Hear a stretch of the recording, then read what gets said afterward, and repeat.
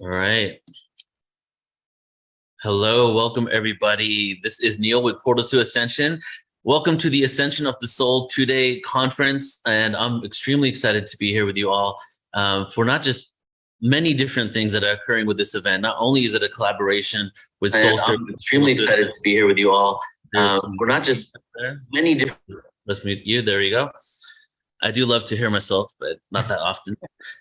And I'm excited because this is a collaboration of Portal Ascension and Soul Search. And beyond that, it's nonstop downloads, everybody. We have I think 30 people or something like that, or close to 30, over 20 people over the next 2 days, where we're going to be receiving downloads and activations that is not just information and education, but really is for us to receive the codes, if you will, to really step into this age that is now manifesting for us, to be the caretakers of this new world.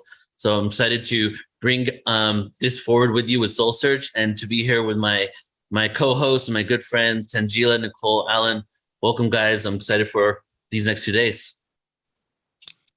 Thank you so much, Neil. It's so awesome to be here with all of you. We're so excited. And it's like, Neil, you've done this so many times, and you're like opening the door for Tanjila to get the Soul Search really online, really out to the public, because it's such a valuable networking organization. So happy to support Exactly. Yes. Yeah. So I want to say hi to everybody, because we're on actually 12 different platforms right now. We're on, I think, 6 different Facebooks. We're on 3 different YouTubes. So hello to everybody across all the platforms. Before we get into everything, I want to just preface who Soul Search is and why we're doing this event. And then Tanjila, please jump in. And, I think Alan, Nicole, let's all introduce ourselves and set our intentions here. But before we do that, before I really talk about, my experience with Soul Search, let's just all take a moment here and just take a few breaths together and just synergize our energies across all these platforms, across all this technology, all these different outlets on social media, and the people in the room. So just take a moment. Let's just all close our eyes and just start breathing. Let's really move into the next 2 days with all this awareness extremely intentionally, living consciously. And part of that is consciously breathing, feeling what it is to be human as we upgrade our human vehicle. So just take a deep breath in through the nose, out through the mouth, and we'll just keep silent for around 20 seconds and just connect to your breath.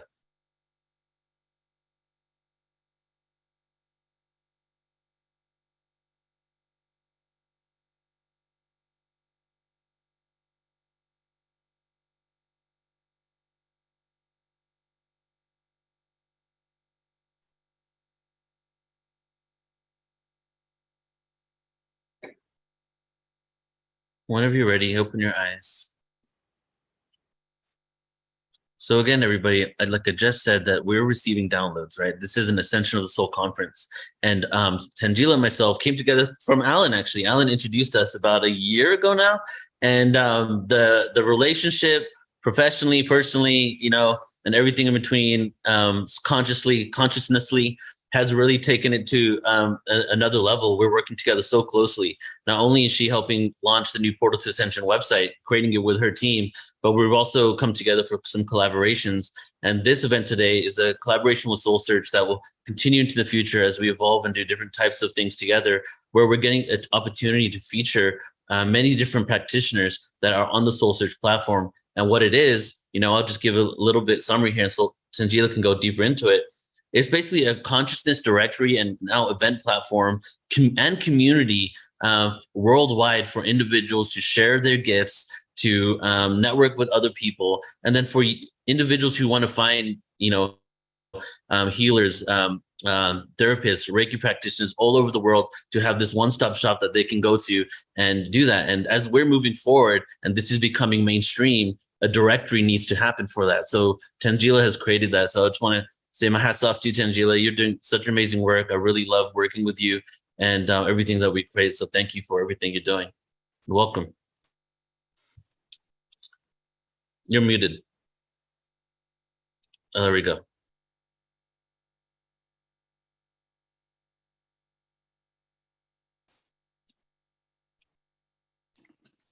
Oh, there she is. There we go. We got you now, Tanjila. think she's having an internet problem. some tech. Yeah, she looks a little frozen, but I want to say when she gets back, Neil, is that these last couple of years with building our community and the capstone sort of what Tanjila is doing is paving the way for a real shift that's going to be happening in 2023. We're blasting off. We have been building community like me, you, and Tanjila. We're just kind of everywhere, connecting the dots. And this is coming together as we progress into a real awakened community. And that seems to be happening or will be happening this coming year. It's like blast off, right? Even just for all of us, what we have planned, what you have planned, it's like, it's next level, as Tanjila loves to say. It's next level. Yeah. That's what's coming. And there we go. This is an important kind of wrap up, I feel, this conference and what you'll be doing next week with the Ultimate Star Being Conference to where we've come from and how we're all prepared to move into the unknown, which is where the most amazing adventures of spirit lie. So, yeah. Exactly. And now I'm back. Sorry for my internet issues here in Sedona, but thank you, Neil. Thank you, Alan. Thank you, Nicole. And thank you, everyone, all of our attendees who are joining us from all over the world, galaxy, universe, multiverse here today. And, I'm just so excited about this weekend and this really incredible collaboration that we have with Portal to Ascension. Because this is really, we are in exciting times, and that's what we're going to be diving into these 2 days as we are in ascension. And what does that mean for us? It means that we are now coming forth, remembering who we are, reclaiming our true gifts and innate capabilities.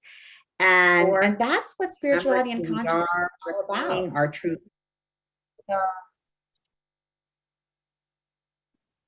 Sorry, I'm getting an echo here. Can you hear me? Yeah, you're good now. Okay, and so we're just super excited to be here. Spirit Soul Search was born because of this time. This is a time where everyone is able to remember that we can empower, heal, and transform who we are. And with Soul Search, all of us are able to connect with guides, teachers, healers, practitioners that can help us and support us in our journey forward, and also build community together by attending events like this one, this incredible online conference that we've created, where we're all going to be spending time together and connecting heart to heart, as well as all types of live events that we love to do. So, this is a community, it's a directory, it's a family. And we're just so excited to be here with all of you today, growing our family together. And I just want to really recognize Alan Steinfeld, because you have been at the forefront of this movement, bringing forth these new realities to the world, far beyond, when even people could understand what you were talking about. And I think you have been at the forefront of this raising and expanding consciousness. And then with Neil, your multidimensional platform, bringing forth this knowledge,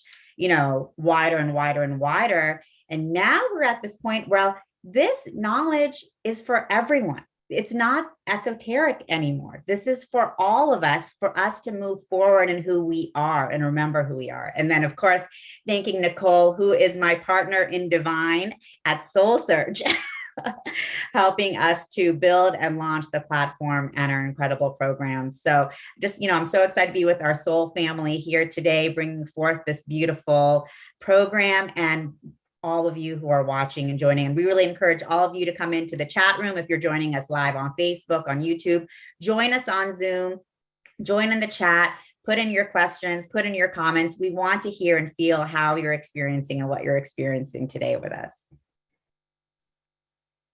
Oh, Alan, you're muted. You think we'd know that after 2 or 3 years of living on Zoom, but I just want to say we are a soul family and we are coming together. And even if you're watching on YouTube, check out soulsearch.io and become part of this community, because as like the decentralization of our culture starts to accelerate. We need to stay more connected and share our gifts no matter where we are.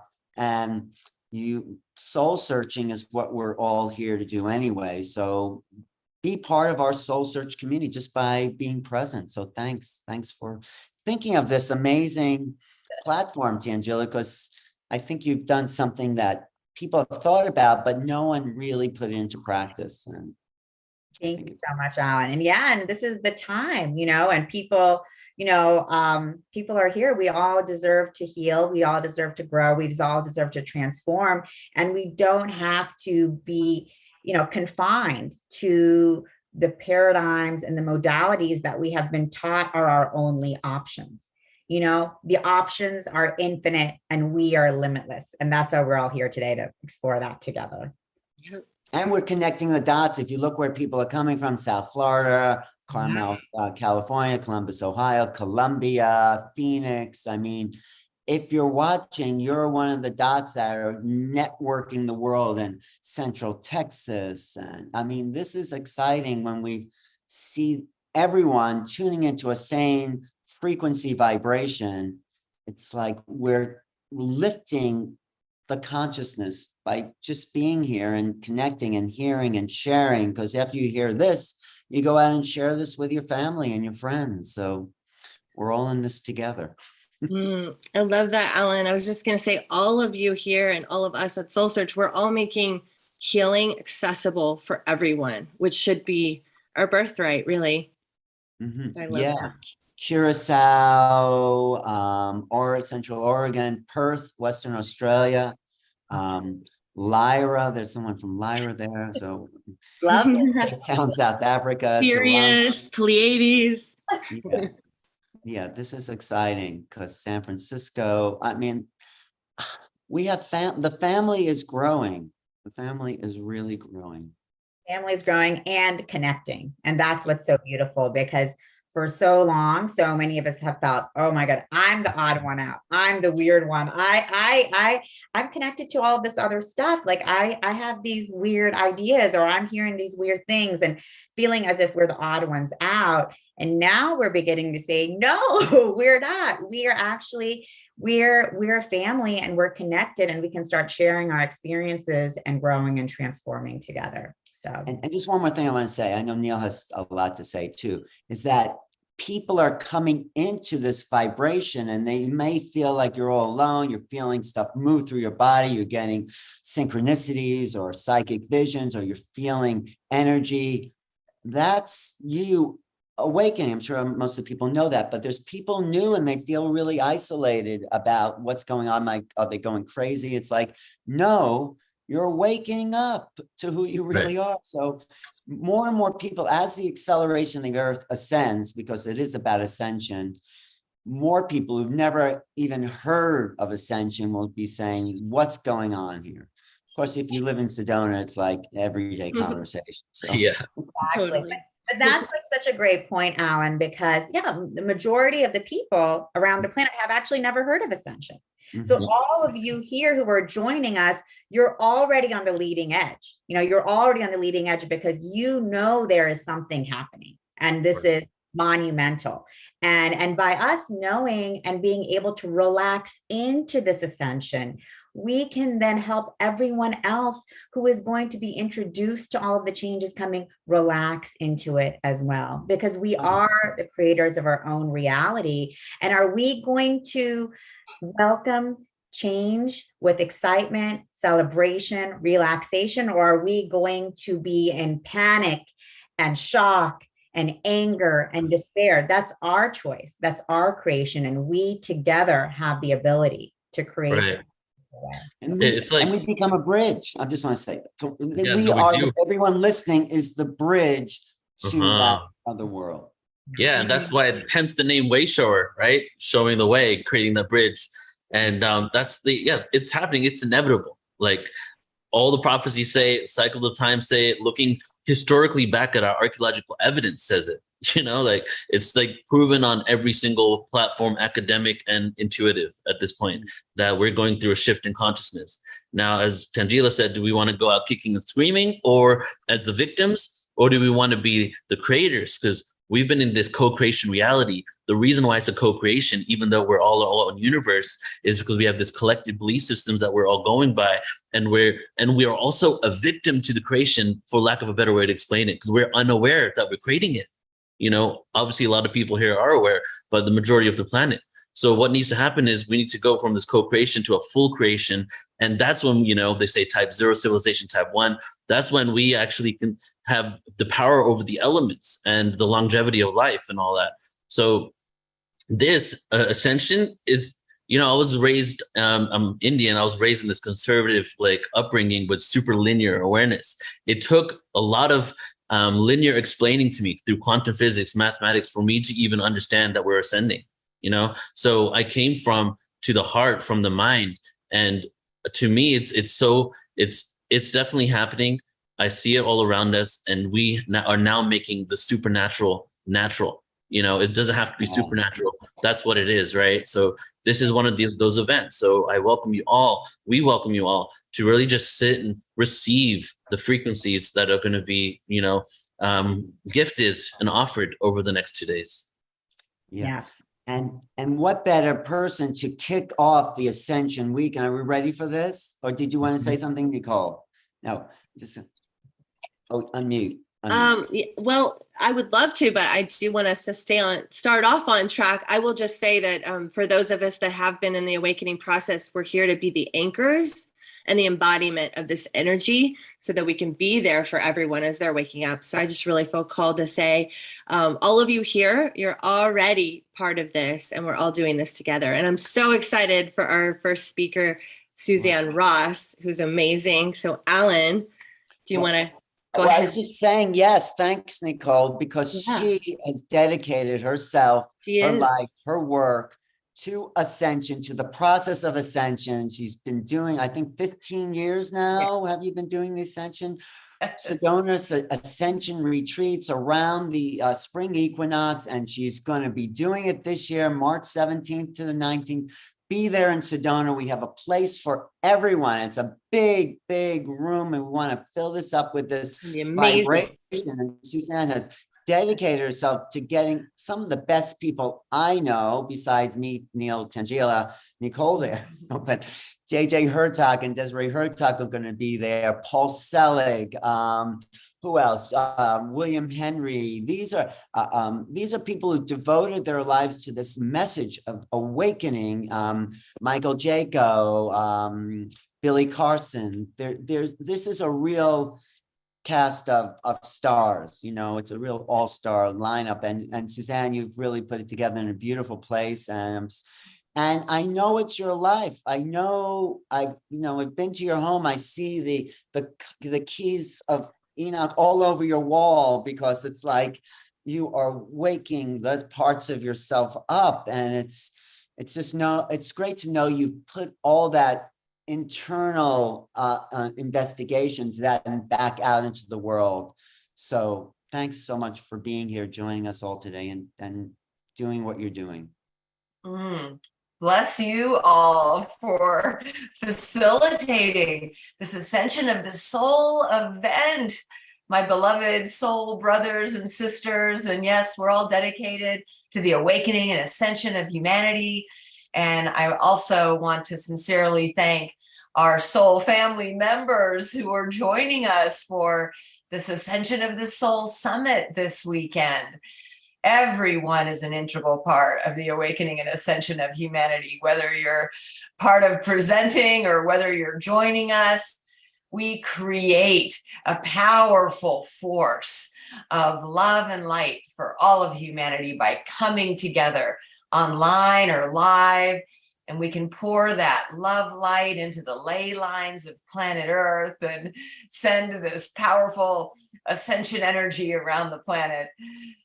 And so for my presentation today, I'd like to teach a little and then move into a practice. I know I only have a half hour, so I'm going to do my best to fit it into that time frame. I'm not sure if I can screen share, but I would like to screen share a PowerPoint, if that's okay with you all. Yeah, you can do it. Go for it. Okay, you cannot screen share while the other participant is sharing, it says. There you go, try again.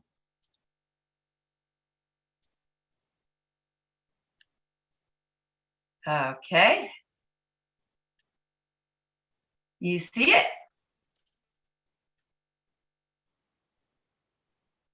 There we go. Beautiful. And then let's see. There it is. Okay. Very good. And so the name of my presentation today is Ascension Through Transfiguration.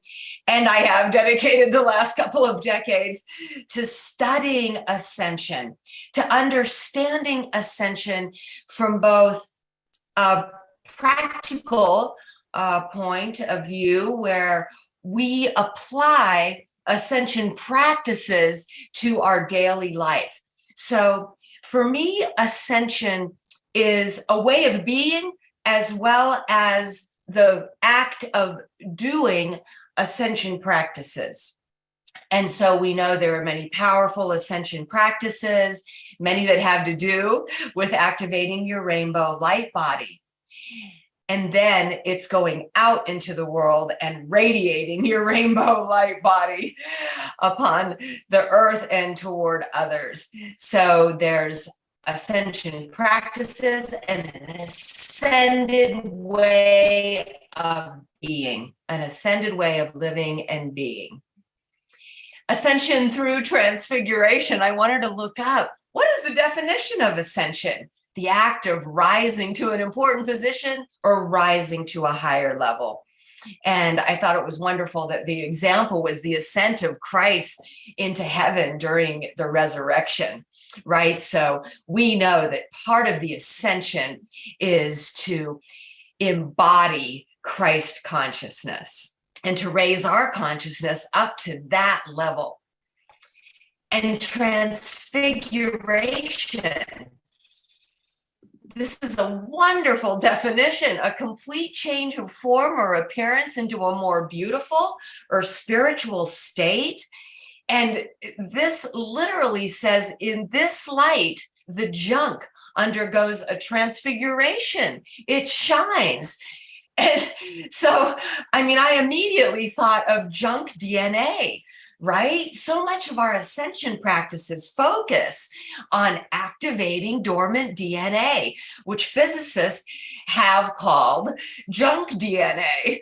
And of course, we know there's no such thing as junk in any part of our beings. When this definition literally said this, in this light, the junk undergoes a transfiguration, it shines. I thought, wow, yes. And then it's also a definition of Christ's appearance in radiant glory to his disciples. And that's what we're being called to do, to appear in our radiant glory to all of our brothers and sisters on this planet. I love to share this illustration because this is the time that we're in, right? It's this bizarre dance of light and shadow. And I love in the bottom right corner, this picture of the angel and the demon, right? Wrapped around like our vertebrae, like this is our Kundalini light of energy. And here we are in this fourth dimensional transitional plane where it is the realm of choice. And many channelers have said that this is the realm of choice where the soul has an opportunity to choose to ascend into the light, to choose to serve the light selflessly if they're done learning through separation and suffering, or for those souls who might be new to the third dimensional plane and they still have a lot of lessons to learn through the realm of duality. They may want to choose to continue to learn in that way. Right. And so here in this fourth dimensional transitional plane, you choose to serve the light selflessly, or you can choose to continue to learn lessons in the third dimension. I truly believe, like many, that this is the time of a bifurcation, right? Where it's the co-creation of the new earth. And even in the book of revelations, which was actually Jesus Christ channeling through John in this cave in Patmos, Greece, saying this is the time of the ascension of the new earth and the descension of the old earth. We think these are new age terms, right? The new earth, ascension. But, thousands of years ago, it was written, right? That this is the time of the ascension of the new earth, and there's no judgment about it. It's simply where people are at on their evolutionary journey. And we are in an age of ascension, right? We know that we are on an elliptical path. Our solar system is on an elliptical path where we move from an age of ascension, an age of enlightenment, to the dark ages. And historically, we have seen this, where it's 12,500 years on an ascending arc into a golden age, and 12,500 years on a descending arc into the dark ages. And this is the 3D wheel, right? Buddhism would say this is the wheel of separation and suffering. But there are many valuable lessons to be learned on this wheel. However, many of us are done learning in this way, and we're ready to ascend into the next higher dimensional incarnational plane, which is the 5th dimension that we're all talking about when we choose to serve the light selflessly, ascending through the 4th dimensional plane. The gates of ascension open for us. Now, I started to wonder, well, wait a minute, if the dark ages, we had the 0 point reset when Jesus was born, and then if this is a 12,500 year ascending arc, we would only be 2,022 years on this 12,500 year arc. But then I found this amazing book called the Bilgi Kitabi, who explained that the Brotherhoods of Light put humanity on this accelerated evolution plan. They also call the salvation plan. And in doing so, we were able to catapult into this age of enlightenment. They put this plan into effect in the year 1900, according to the solar hierarchy, and every year became like 100 years. So in 100 years, we're catapulted 10,000 years, and that would put us smack dab into the age of enlightenment. I found that to be so incredible. And so that explained a lot to me. And this is a salvation plan put into effect by the forces of light. The forces of light aware of what the Brotherhoods of Darkness are up to. And so let's remember here that everyone who comes here plays a role. That there are people who have come here to herald humanity into the ascension of the new earth. And there are those whose responsibility is to guide those who aren't done learning on the 3D path, on this descension devolution path back into the dark ages. So everyone has come here to serve their role. But when the Brotherhoods of Light saw the New World Order plan of the Brothers of Darkness, they wanted to give the people of light an opportunity to get off this wheel, catapulting us into an age of enlightenment where we can get off the wheel, we can ascend into the 5th dimension. And so how do we do that? How do we become an ascending avatar? As I said earlier, it's both a way of being and the practices that we do. And so there are many dimensions, and theosophy, which Alan has mentioned on a regular basis, because we've both tuned into the teachings of theosophy. Theosophy would say that we as eternal souls are projecting 12 soul aspects into 12 space-time dimensions and giving us 144 soul extensions, which make up our monad. And then there's this 13th gateway dimension, returning us home to source. And so in alignment with that 13 dimensions, there are 13 chakras, 13 sacred sites on planet Earth, 13 constellations in the cosmos, 13 initiations, and 13 DNA strands to be activated. And so this number 13 becomes really important.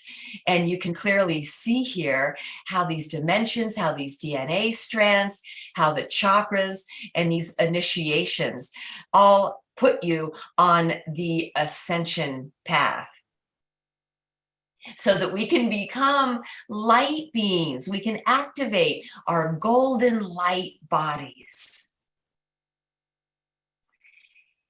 This is the eye of source. This is also the eye of your eternal soul essence.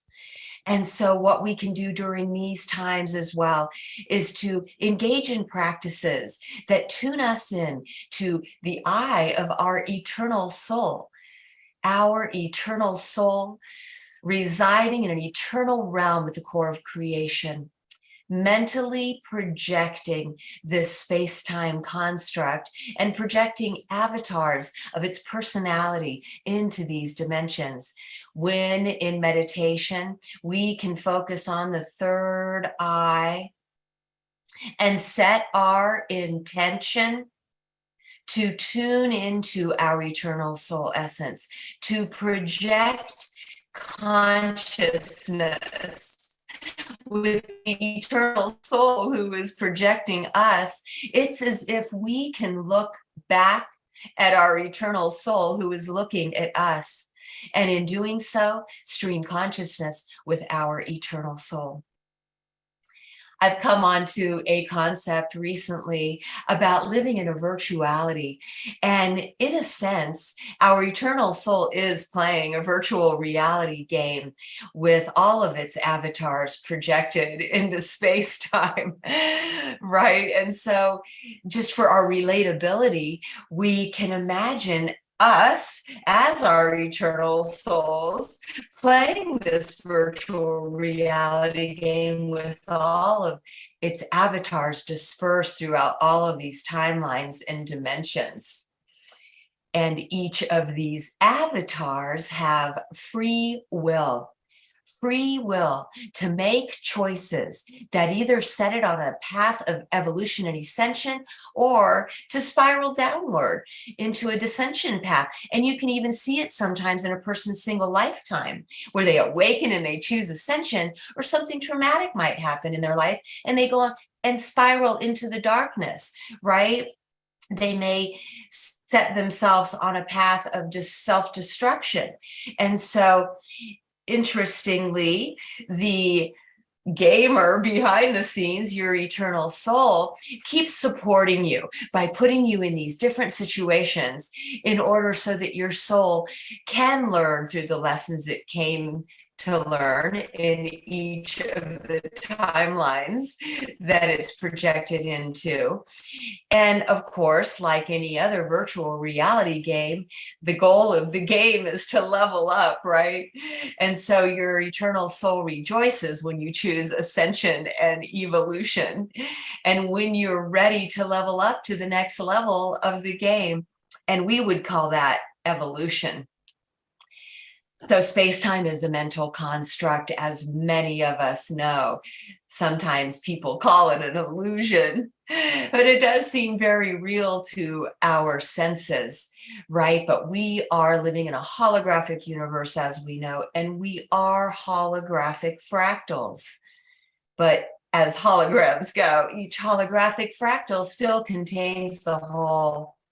So you and me sitting right here today are our eternal soul essence. There are some books like the Urantia book, which says that we have 7 super universes in space-time, which relate to our 7 chakras, 7 initiations. And I like to talk about the 7th heaven. Like we were talking about, we have 12 archetypes that are projected into each of 12 dimensions in space-time, for 144 soul extensions that make up our monad. And how does this process work? So as we know, quantum physics has everything to do with the true nature of our reality. And we know through many experiments that there is an observer effect, that when we look at our reality, just by observing it, we are collapsing the waves of potential into material forms in our reality. And this is such an amazing revelation, because what it means is that we are truly creating our reality as we move through it with the power of our intentions, our expectations. We collapse the waves of potential into form as we move through our realities.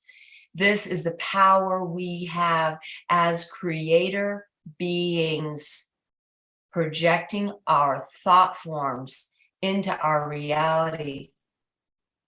And so each and every day, we have the opportunity to choose how we want to produce the movie that we're walking through, and not just for ourselves, but for others, projecting with intention the most positive outcomes. And so we project forms of sacred geometry into the reality, which become forms. I'm fascinated by quantum physics. And so we have 7 embodied chakras or rays, plus 5 ethereal chakras, the 5 secret ways, and 1 13th gateway chakra. And so these are the 12 archetypes. These are the 12 chakras. And I like to move people through a chakra journey that not only cleanses, clears, activates, enlightens their embodied chakras, but moves into their upper chakras. We start by activating the Kundalini energy at the base of the spine. And this is where I'd like to take you into a practice. And so close your eyes and focus all of your energy and attention to a point at the base of your spine. Breathe into this point. And as you do, imagine 2 intertwined serpents, 1 electric blue and 1 magnetic red, spinning at the base of your spine. Take a nice deep breath, and on the exhalation, send all of your energy and attention there.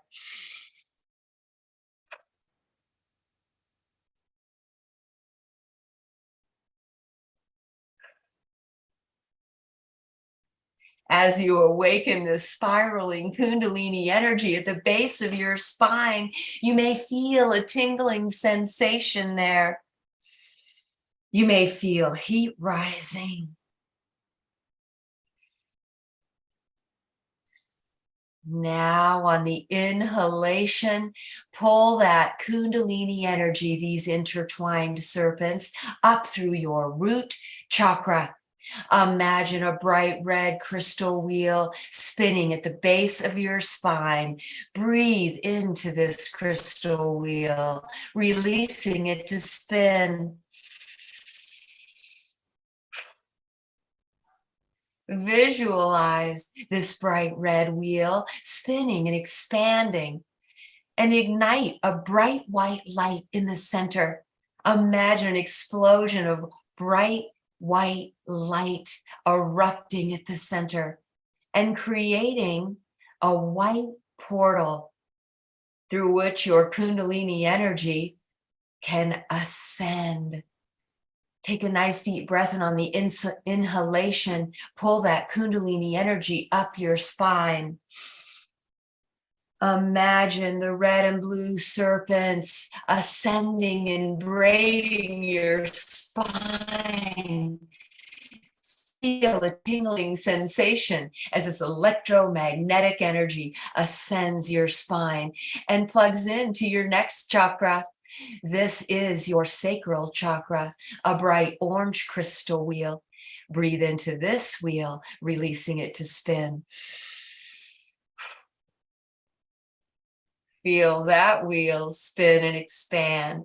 This is the wheel of desire and creativity. Spinning this wheel allows creativity to flow. Ignite a bright white light in the center of this wheel and watch as it spreads throughout the wheel, illuminating it.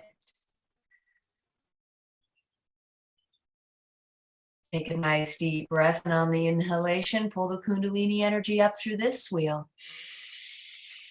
Allow it to ascend and braid your spine and plugging into the next chakra, which is your solar plexus, this golden wheel of empowerment. Breathe into it. Feel this golden wheel spin and expand at the core of your being and ignite a golden light in the center. Watch as this golden light expands throughout the wheel. As this wheel spins, you become empowered to do, be, and have anything you desire, anything that serves the highest good for all. This golden wheel is also about manifestation and abundance. Spinning this wheel allows you to become a master manifester, attracting all the abundance you need to perform your soul's mission here on earth. Now take a nice deep breath, and on the inhalation, pull the Kundalini energy up through the center of this wheel.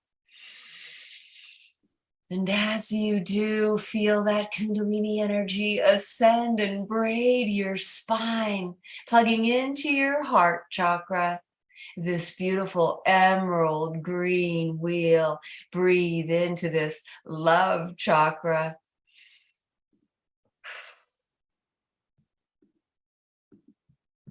As this bright green wheel spins and expands, you may feel a flood of love flow through you. Pure, unconditional love for yourself and all others. This wheel is also about forgiveness, patience, kindness, compassion. Ignite a bright white light in the center of this wheel and allow it to expand throughout the wheel, transmuting any shadows into light. Here we can do a forgiveness practice. If there's anyone you feel you need to forgive, just imagine them standing in front of you now. And say, I forgive you. And I love you. I forgive you and I thank you for all the valuable lessons you have taught me. And I thank you for teaching me the virtues of patience and kindness and understanding and forgiveness.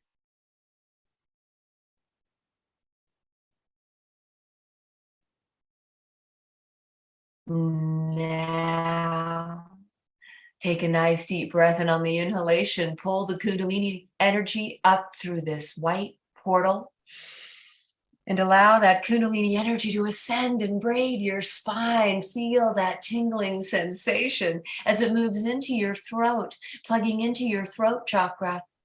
Breathe into this chakra, allowing it to expand.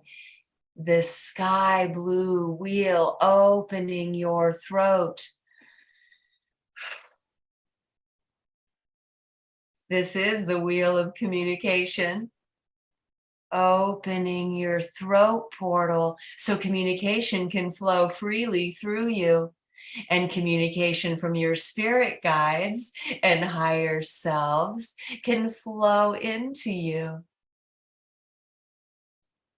Ignite a bright white light in the center of this wheel, transmuting any shadows, any blockages, preventing you from communicating clearly with integrity, with clarity.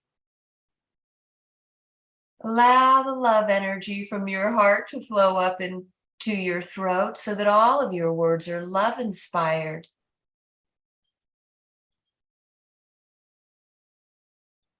Now, with the Kundalini energy plugged into your throat chakra, allow this Kundalini energy to plug into your brain stem, and then allow the electromagnetic blue serpent to pour electricity in to the right side of your brain, and allow the magnetic red serpent to pour magnetic energy into the left side of your brain.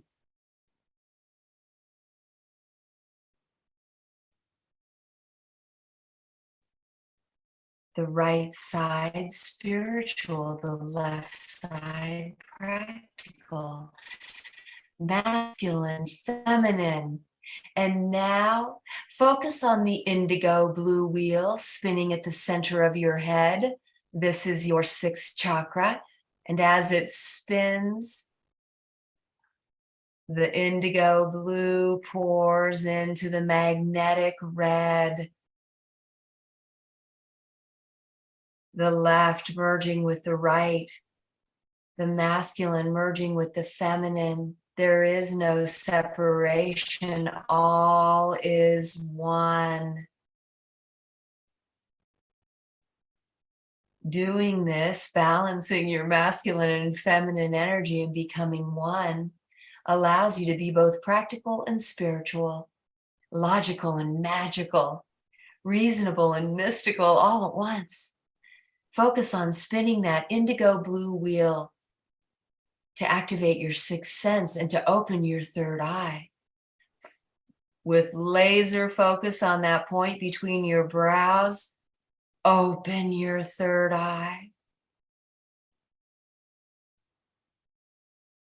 so that you can stream consciousness with your eternal soul essence, and so that you can access the Akashic records, accessing all the information and intelligence of all time and your own Akashic records, enhancing your psychic awareness.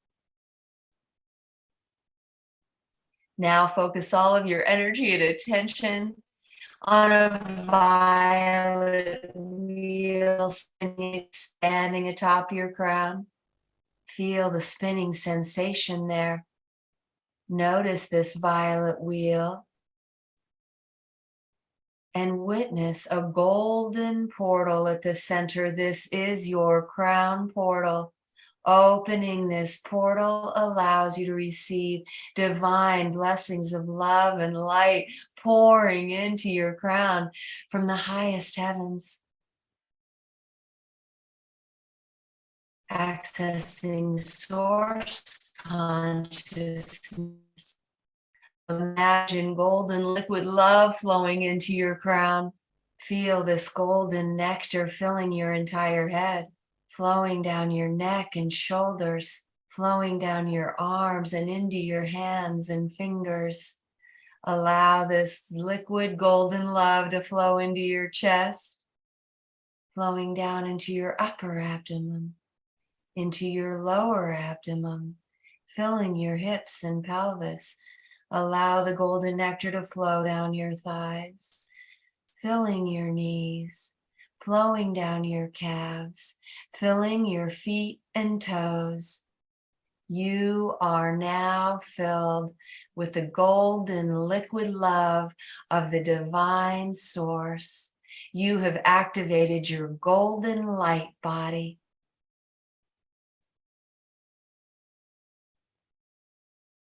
Open your eyes.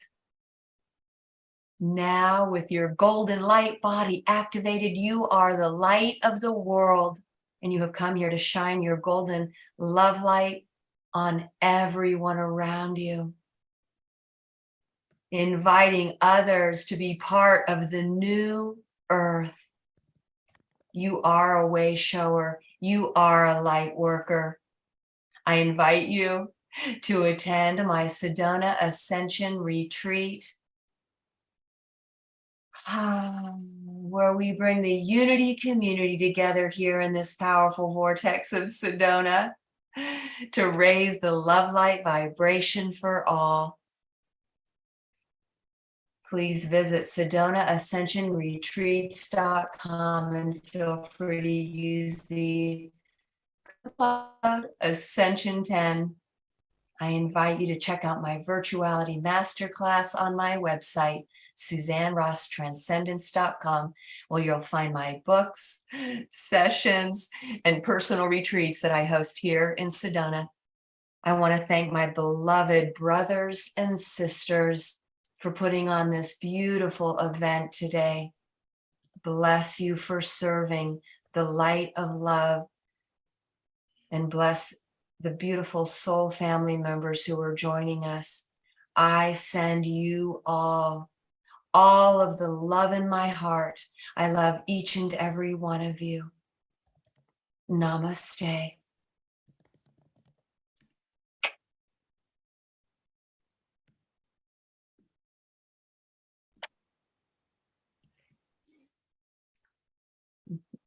Beautiful. Thank you so much, Suzanne, for that incredible presentation. That was just mind-blowing and soul inspiring with all of the information that you had for us. So beautifully condensed and put together. And then that entire experience of all of us going in together in this chakra journey with you, which was absolutely incredible. So thank you. And I just wanted to let everyone know who's watching, who was able to share this beautiful experience with Suzanne. You can always get more of Suzanne. We put in the chat links to Suzanne's website where you can take courses with her, do private sessions, and of course, her upcoming retreat in Sedona, Arizona. So thank you, Suzanne, for all that you do and all who you are. We love you so much. Thank you, Suzanne. Love you too. You're so welcome. Yes, that was amazing. I got a preview of your magic. I can't wait for more. Beautiful. And just to talk about Suzanne some more before we get in Isaac here, I'm just excited that not only did you get to start this out, Suzanne, because you really, I feel, set the foundation for receiving everything and going through that.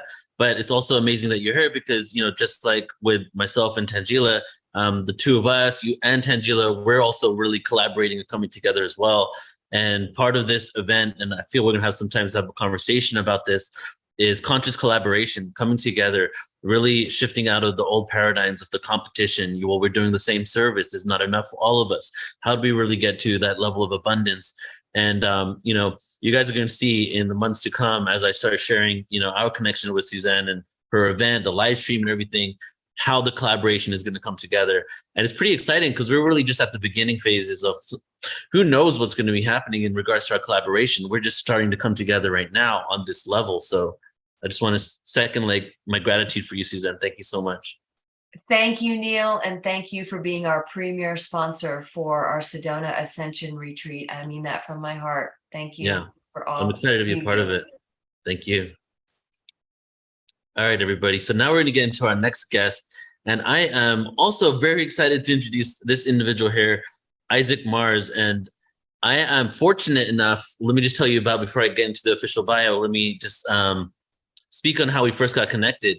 It was, I think, like 6-7 months ago when I was in Sedona, and we connected there at a house party. And I just felt a deep resonance with Isaac. And, you know, we were talking ever since, and slowly but surely working out how we're going to collaborate and come together. And this is really the first opportunity that I have to bring Isaac on Portal to Ascension. So you're going to be seeing a lot of him. But what was really fun is the fact that Isaac actually came down to where I'm at right now in Shasta. So if you guys can see the mountain here, I don't know if you can. And yeah, so he came and stayed here for a few days, and we got to connect on a deeper level. And so not only is he sharing amazing information, coming out with some really groundbreaking awareness, really bridging the worlds, I feel, of science and consciousness. But I also got to spend time with him, really get to know him. And he's just a beautiful soul that's really passionate and sincere about the work he does. So let me go ahead and read the official bio here and tell you a little bit about, you know, who he is and what he's created.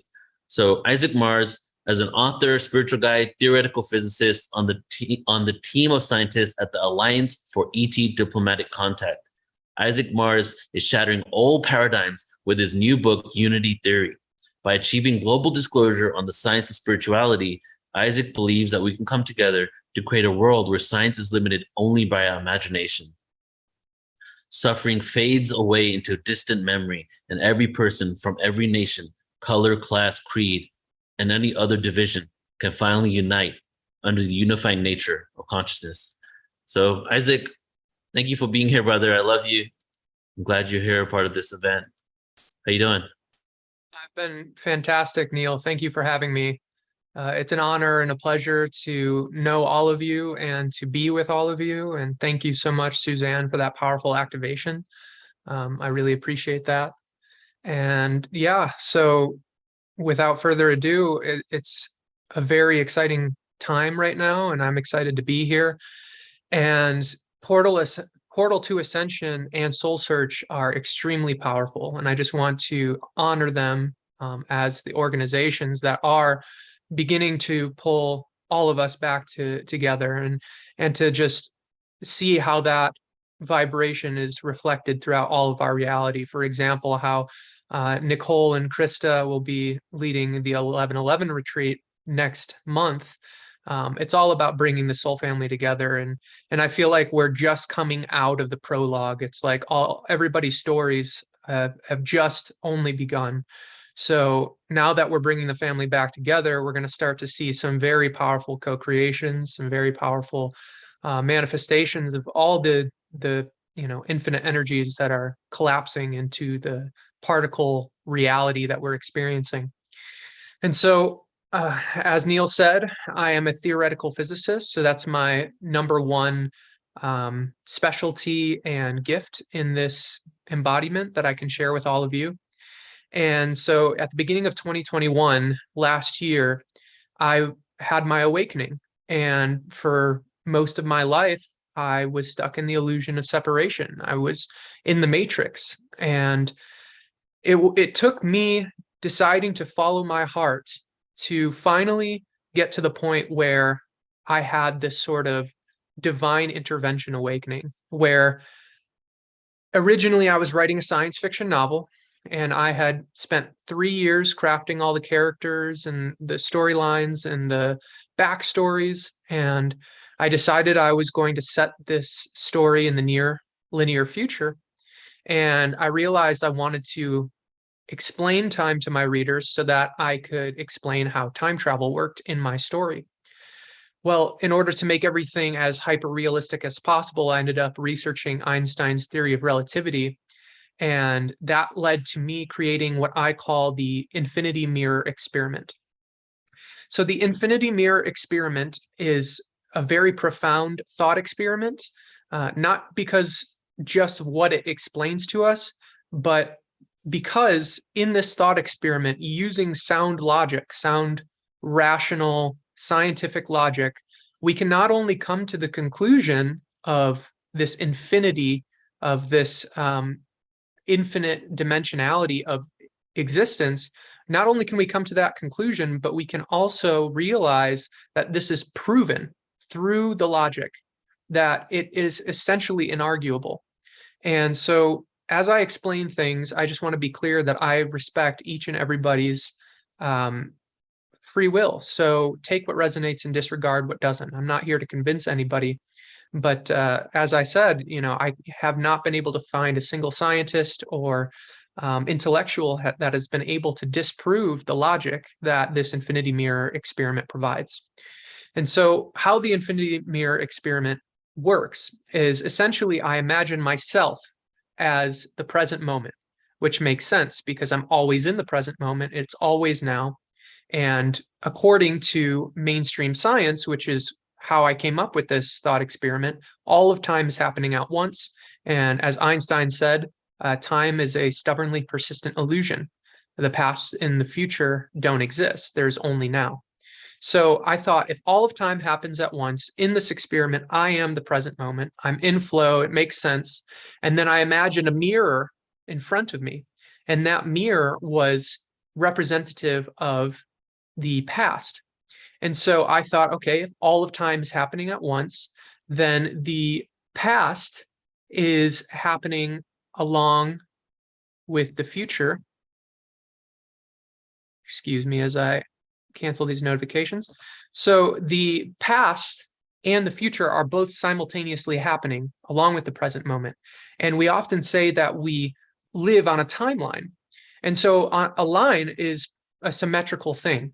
So if the past is happening now, and it's represented by that mirror, and we often say we reflect on our past, the present is also happening, and then the future is happening as well right now, because of all of time it happens at once, then the future would be another mirror behind the observer. So we'd have the past, the present, and the future. And I realized in this thought experiment that this makes sense, logically speaking, because we can't see the future right now. And so that center moment, when you put two mirrors back to back, parallel next to each other, they reflect that present moment infinitely, both into the past and into the future. Meaning on a single timeline, all of the infinite moments that could possibly exist leading up to this one I'm currently experiencing in my linear past, all are still happening right now. I'm simply shifting my awareness through these infinite, we could call them reality frames, that all simultaneously exist. And so when we realize that, this is extremely important and liberating for human consciousness, because we realize from that perspective, from a single timeline, there is no free will. But then when we take things to another level and we look at the Mandela effect, which is something that millions and maybe even up to 1 billion or more individuals on this planet have experienced and corroborated, in which Nelson Mandela died in our childhood memories in the 1980s in prison. But in this current moment right now, all of our history in our news and everything that we can find, our media shows us that Nelson Mandela actually lived until 2013 in this reality, in this timeline. And so that kind of gives the show away, because if time isn't one timeline, then that means that there must be more than one. And so that's how we have our free will. And so with this infinity mirror experiment, I took it to another level. I said, if we have the past and the future, and that makes one timeline, well, in order to have more than one, to account for more than one possibility, more than one choice, that we would have to create multiple other timelines too. But that wouldn't be symmetrical unless all of the timelines encompassed that center point, that center present moment, which would create an infinity mirror sphere. And so this sphere is perfect. A sphere is a perfect representation of symmetrical geometric unity, because in a sphere, from that center point, there are an infinite number of points to explore. Or if we're using this timeline concept, there are an infinite number, because you can just keep zooming in to create bigger decimal points. There's an infinite number of timelines, which means that the only way, logically speaking, that linear time could unfold in this story that we're experiencing the way that it is right now, the only logical possible way is if there are infinite timelines. Because if there weren't infinite timelines, then we wouldn't have free will, and we would have a system that isn't perfect, that isn't symmetrical. But since there are infinite timelines, then we have a perfect system.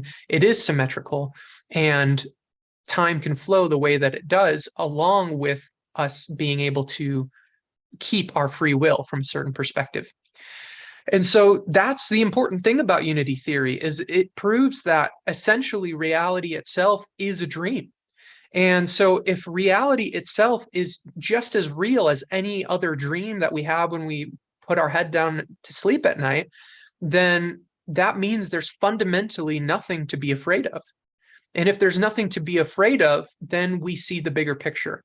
Because if there are infinite realities that create the ability to experience this one right now, then that means, since everything is energy, frequency, and vibration, that you have two choices. Do you want to downdraft? Do you want to go closer to low vibration, closer to what we typically call hell, or, the dark night of the soul, or suffering? That's your choice. If you want to align your vibration, since you are a walking vibration, to that, that's your choice. You are free to do that. And that's what we've been doing for thousands of years unconsciously. We've been unconsciously making these decisions that lead to division, that lead to this illusion of separation, which is the only source of lack, limitation, and suffering, and anything else that is negative in this reality. When we realize the truth of unity, the direct opposite, the antithesis to the illusion of separation, that truth of unity liberates us, because more and more we're realizing that everything outside of us is entangled with us. It is inseparable from us. It all exists within our mind. So since everything exists within our mind, that means we are inseparable from the universe. We are one with it. And everybody else is one with it as well. And so that is where I take unity theory to the next level. This is the science of consciousness. This is the science of ascension. Why? Because everything becomes clear. It becomes simple. There's no more confusion. So when I know that everything is me and I can live that and embody that, what would that look like?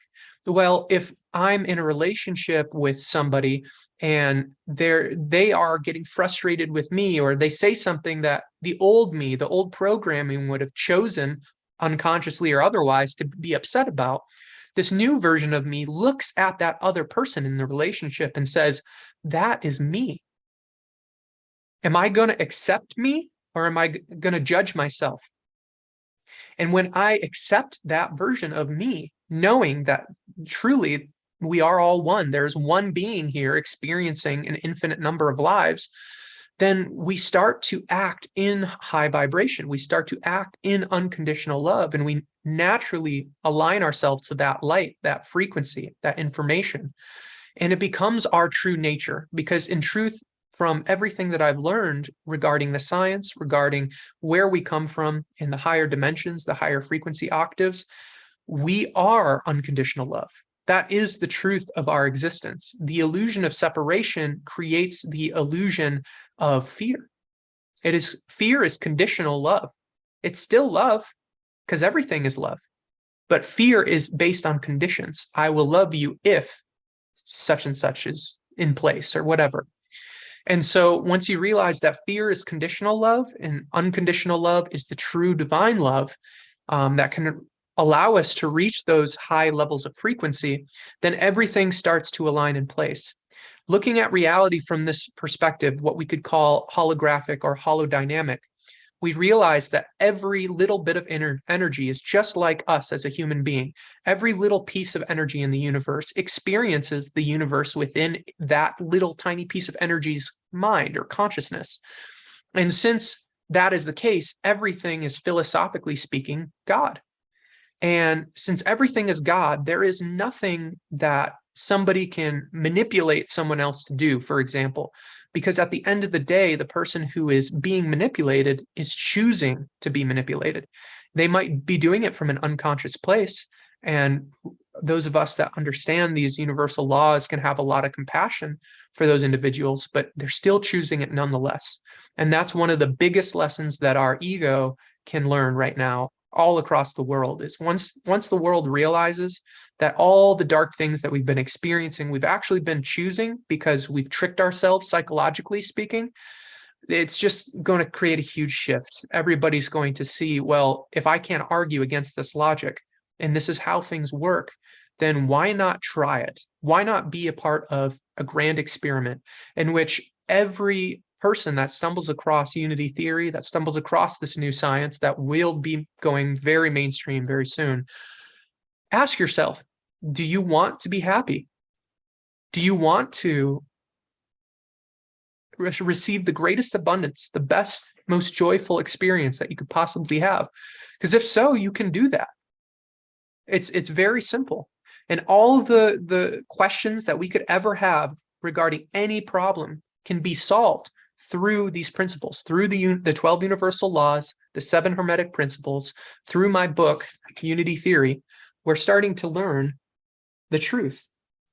And so I don't want to keep talking too much about necessarily what I'm doing. What I would like to invite is, if anybody that is participating in this beautiful event, if anybody has any questions or anything that they'd like to reflect on here with me in this now moment, I invite that, because I want to show you all that, seriously, from this awareness, any problem can be solved. Any negative cycle can be overcome and graduated. And when we do that, what we eventually embody is heart consciousness. That's the next level. It's making decisions from the heart, using our mind as an assistant. I've seen a lot of people out there, and I'm just going to keep talking. And if anybody has any questions regarding anything, please just feel free to enter it in the Q&A section.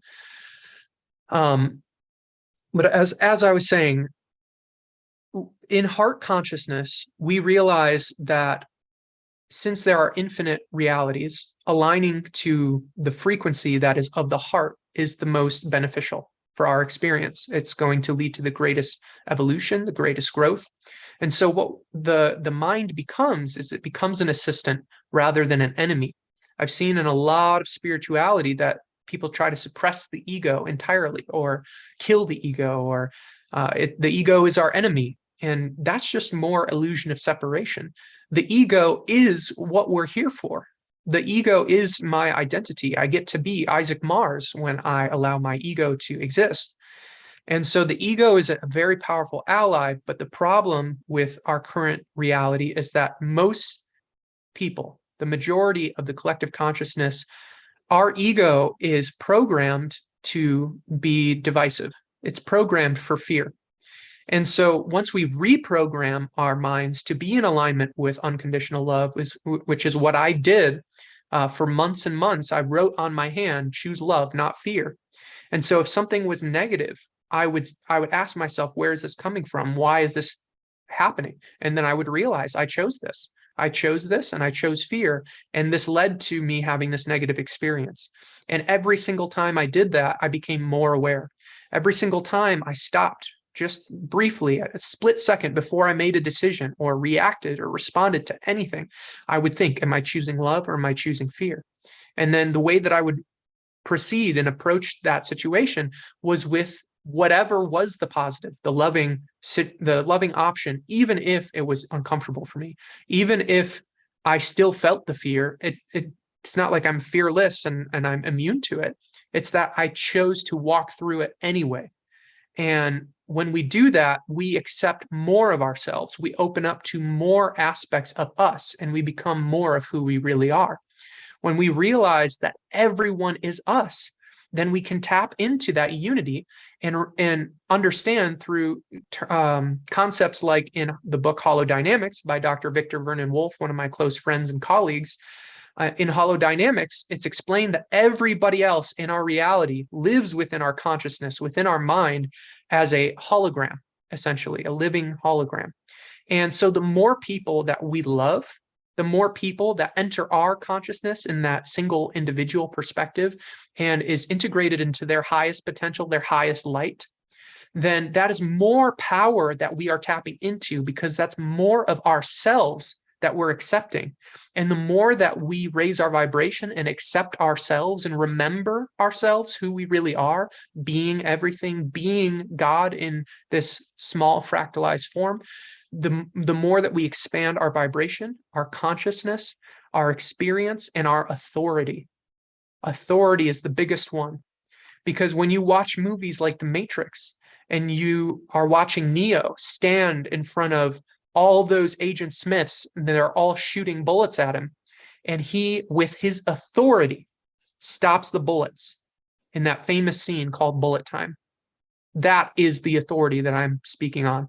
That is what we are capable of, and very realistically so, because all of the TV shows, the movies, they are portals into these other dimensions, these other infinite realities. Neo is just as real as you and I are. And so that means if Neo is just as real as you and I are, then that means you are the one. You can stop bullets with your hand, but you can only do that once you fully remember who you are. When you're walking in your power, in your authority, and work through and transmute all of your fears. How do we transmute things? We experience that energy. And so the way that we can open up our vessel to having more light is by allowing those low vibrational emotions and energies to rise up and to accept them, not to push them away or run from them, but to accept them and love them and forgive ourselves for choosing those things, because that's what we did at the end of the day. We chose everything that we experience. And when we accept that, we take back our authority and very powerful things begin to unfold. And so I'm getting a question in right now from an anonymous person. How do you think a shift to a higher dimension on planet Earth would change our physical experience? That's a beautiful question. And I love that this was asked, because everything that we are experiencing right now is anchored into this timeline by prophecy. And prophecy is much more than what we have been led to believe. For example, I believe that TV shows and movies are prophecy.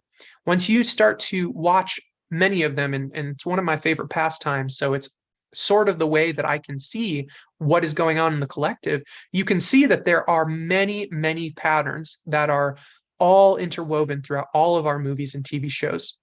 And so a shift to a higher dimension on planet Earth, in my personal opinion, in my experience, what I've been shown from my full potential self or my higher self, is that we already exist in that dimension. We already have a body in that dimension. But that body, from what resonates with me, is this body.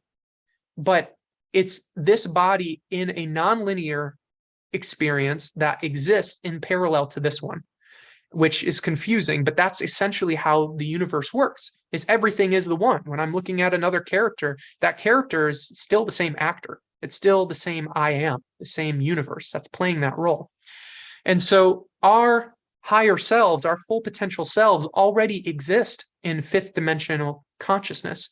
And all it's going to take is for us to continue to choose unconditional love over fear every moment, first towards ourselves. That's very key.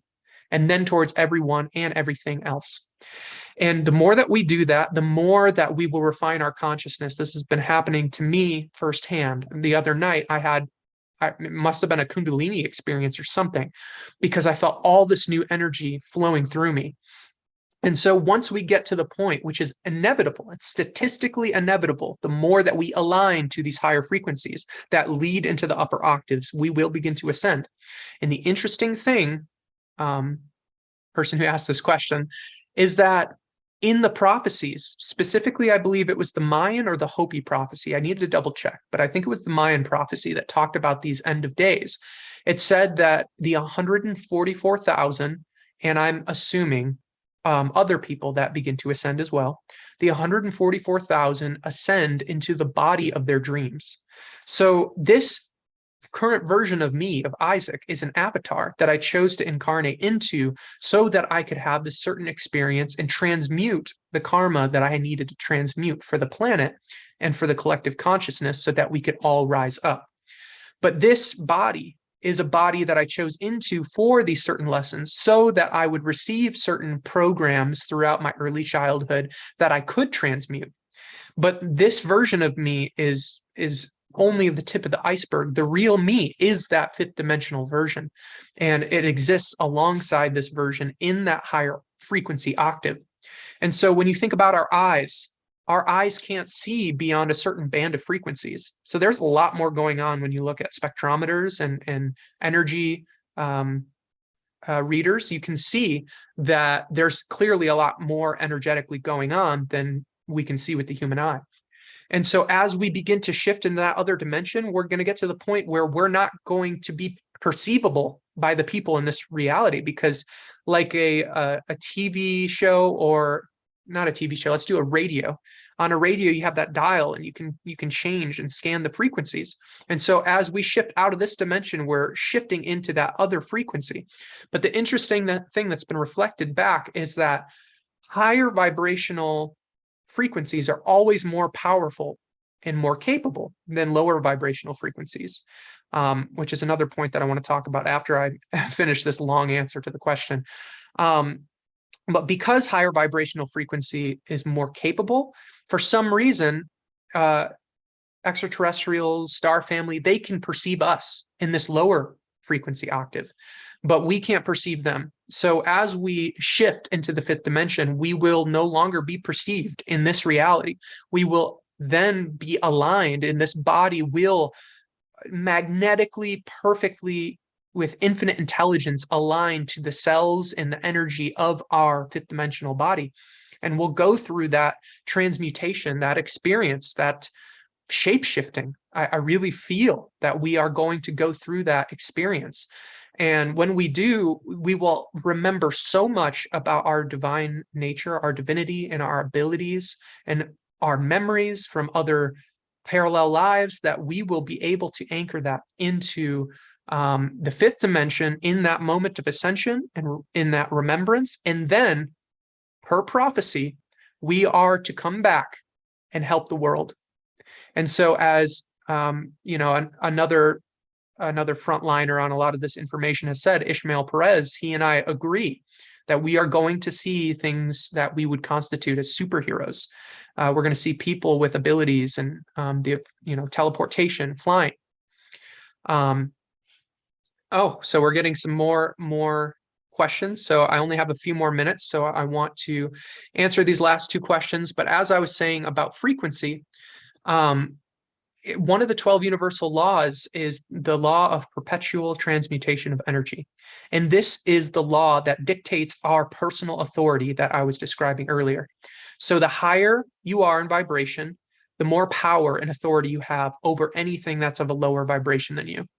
For example, I was in Chicago, Illinois after my awakening, and my family swore that I was losing my mind because I was claiming to be furthering Einstein's work and solving these universal problems. And so I went to Chicago, Illinois on this walkabout experience, trying to figure out what was going on, why I was being shown all of these secrets. And my family called the police on me there, and I ended up surrounded by SWAT and police with pistols drawn, AR-15s, the works, safeties off, yelling that they were going to open fire unless I complied. And I straight up said, "You're going to kill an innocent man then, because I will not comply if you're using violence." And one of the officers screamed at me through the window, and he said, "You better listen to me." And I said, "No, you listen to me." And every single officer simultaneously, like something out of a movie, lowered their weapons and took a step back as if they were physically knocked back. And that officer looked at me like, "Who the heck are you?" And that's when I realized in that moment that we are all that powerful. That's the law of perpetual transmutation of energy. That's why this is true, that high vibration is more powerful than low vibration. And I really want to hammer that home for everybody watching this, so you can see that reflected back to you.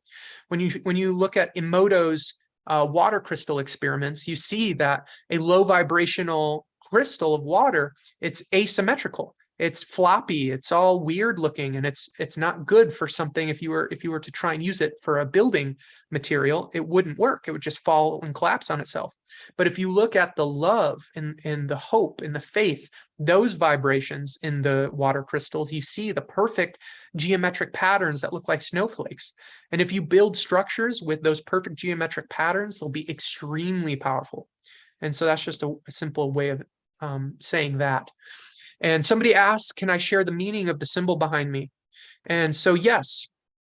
So as I awaken to the truth of my soul's mission here, I've been learning more and more about the symbol after it was already created. So I could make a whole 10-minute section of what this symbol means in all of its entirety and symbolism. But for me, it's very simple. It's bringing spirituality to the earthly realm. That's what I'm here to do. That's why I go by the moniker, the Crimson Eagle, because the crimson is the earth, the root chakra, the red. I know that not everybody's on the same page in regard to feminine and masculine energies, but to me, red represents actually the feminine energy and blue represents the masculine in my reality. And so that red energy is all about tapping into the feminine energy, which is the quantum. It's the infinite possibility. That's another important thing that I really need to hammer home before I end this, is that the left brain, the masculine, the story, the particle version of viewing reality, it's very limited. It's how we get lost in stories. It's how we lose ourselves in the matrix. Right brain is feminine. It's feeling, it's emotion, it's connected to the heart. And so the right brain has been suppressed for thousands of years, because if you do that, then you get people on a hamster wheel going around in circles in their dramas. And so to break out of that is to realign our left brain and our right brain, which is so powerful that Suzanne did that activation earlier for that, and embody that fully through a connection between our mind and our heart. And so this symbol is a symbol of that. It's connecting the mind to the heart, doing that for everyone else. And I just want to see if I can get to this last question before I run out of time. Do you think if enough souls of the collective consciousness start to move towards higher dimension, a quantum leap for the rest of Earth would happen? Absolutely. And the reason why is because that's how vibration works. That's how this reality is created. Everything that we have experienced as a species, as mankind, we all chose. There isn't a single person that wasn't a part of these decisions. And did we all choose it consciously in this human perspective? Not necessarily. Most of the planning was done behind the scenes with our soul in the higher dimensions. But nonetheless, that's what we did. We chose this, and we chose to carry the vibrations we carry. But the more that we choose the illusion of separation, the more that we recreate the battle, war, murder reality, and the more that we align with love, the more that we create healing, the more that we create unity consciousness, and we tap into that feminine infinite potential. And what that looks like is walking into a coffee shop that you've never been to, but you suddenly get the intuitive, push to go.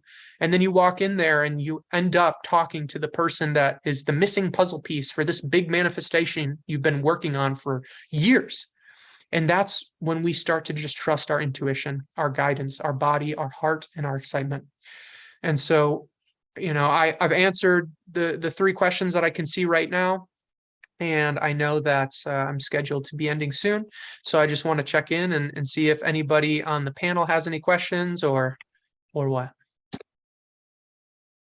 Thank you so much, Isaac. Not a question, but a couple comments on what you're sharing, and maybe you can elaborate on it a little bit to close out here. I really appreciate just the way you put things in perspective in regards to the fear, right? How fear is a part of love too. And it's interesting because if we all came from oneness and even duality and darkness and fear, everything came from that infinite singularity, that oneness, then therefore everything within the spectrum is a part of the one, right? Mm-hmm. So it's just a reframing of having to fight against something to transmuting it to go back to the light where it originally came. So that's what I kind of got from what you're sharing there.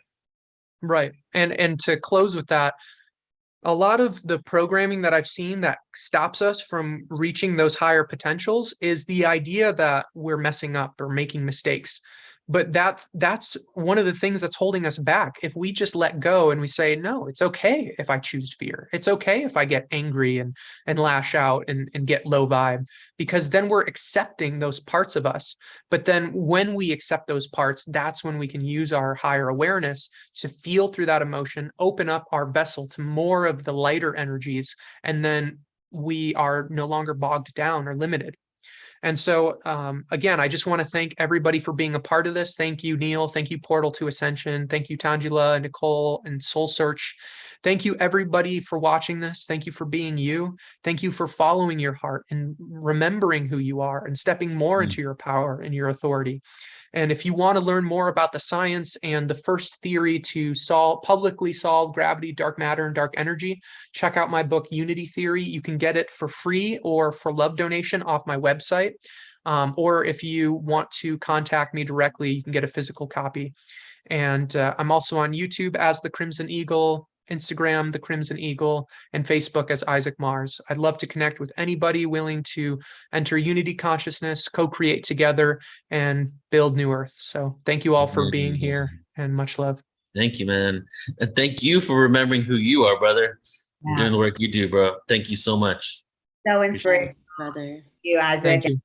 We did pop into the chat Isaac's Soul Search link, his website link. So again, what's so beautiful about our Ascension of the Soul conference is you are able to interact here with these incredible Ascension teachers and then connect with them to go deeper, whether it's through reading their books, one-on-one sessions, attending retreats and conferences with them. So this is just the beginning of a journey, all of us together. So exciting. Yes. And if you are here, you are soul family as well. And we are excited to be bringing on our next guest, Peyton Toms. Peyton, thanks so much for joining us today. Peyton is an integrative psychotherapist, scholar, teacher, and healer. And what's amazing about Peyton is that she actually brings together Western psychology and Eastern wisdom teachings on nature of the self and on the process of spiritual awakening. And she's studied in-depth psychology. She's a practicing psychotherapist, but she's also studied deeply Advaita Vedanta and neuroscience and quantum field theory. And so she is really taking the psychology of awakening to the next level. And she actually has an upcoming 7-week online course that she is launching on November 1st, called The Psychology of Awakening, Rooting into Your True Nature to Sow the Seeds of Liberation. And so we're really excited to have Peyton here today with us to chat about psychology of awakening and ascension. So thank you, Peyton. Welcome.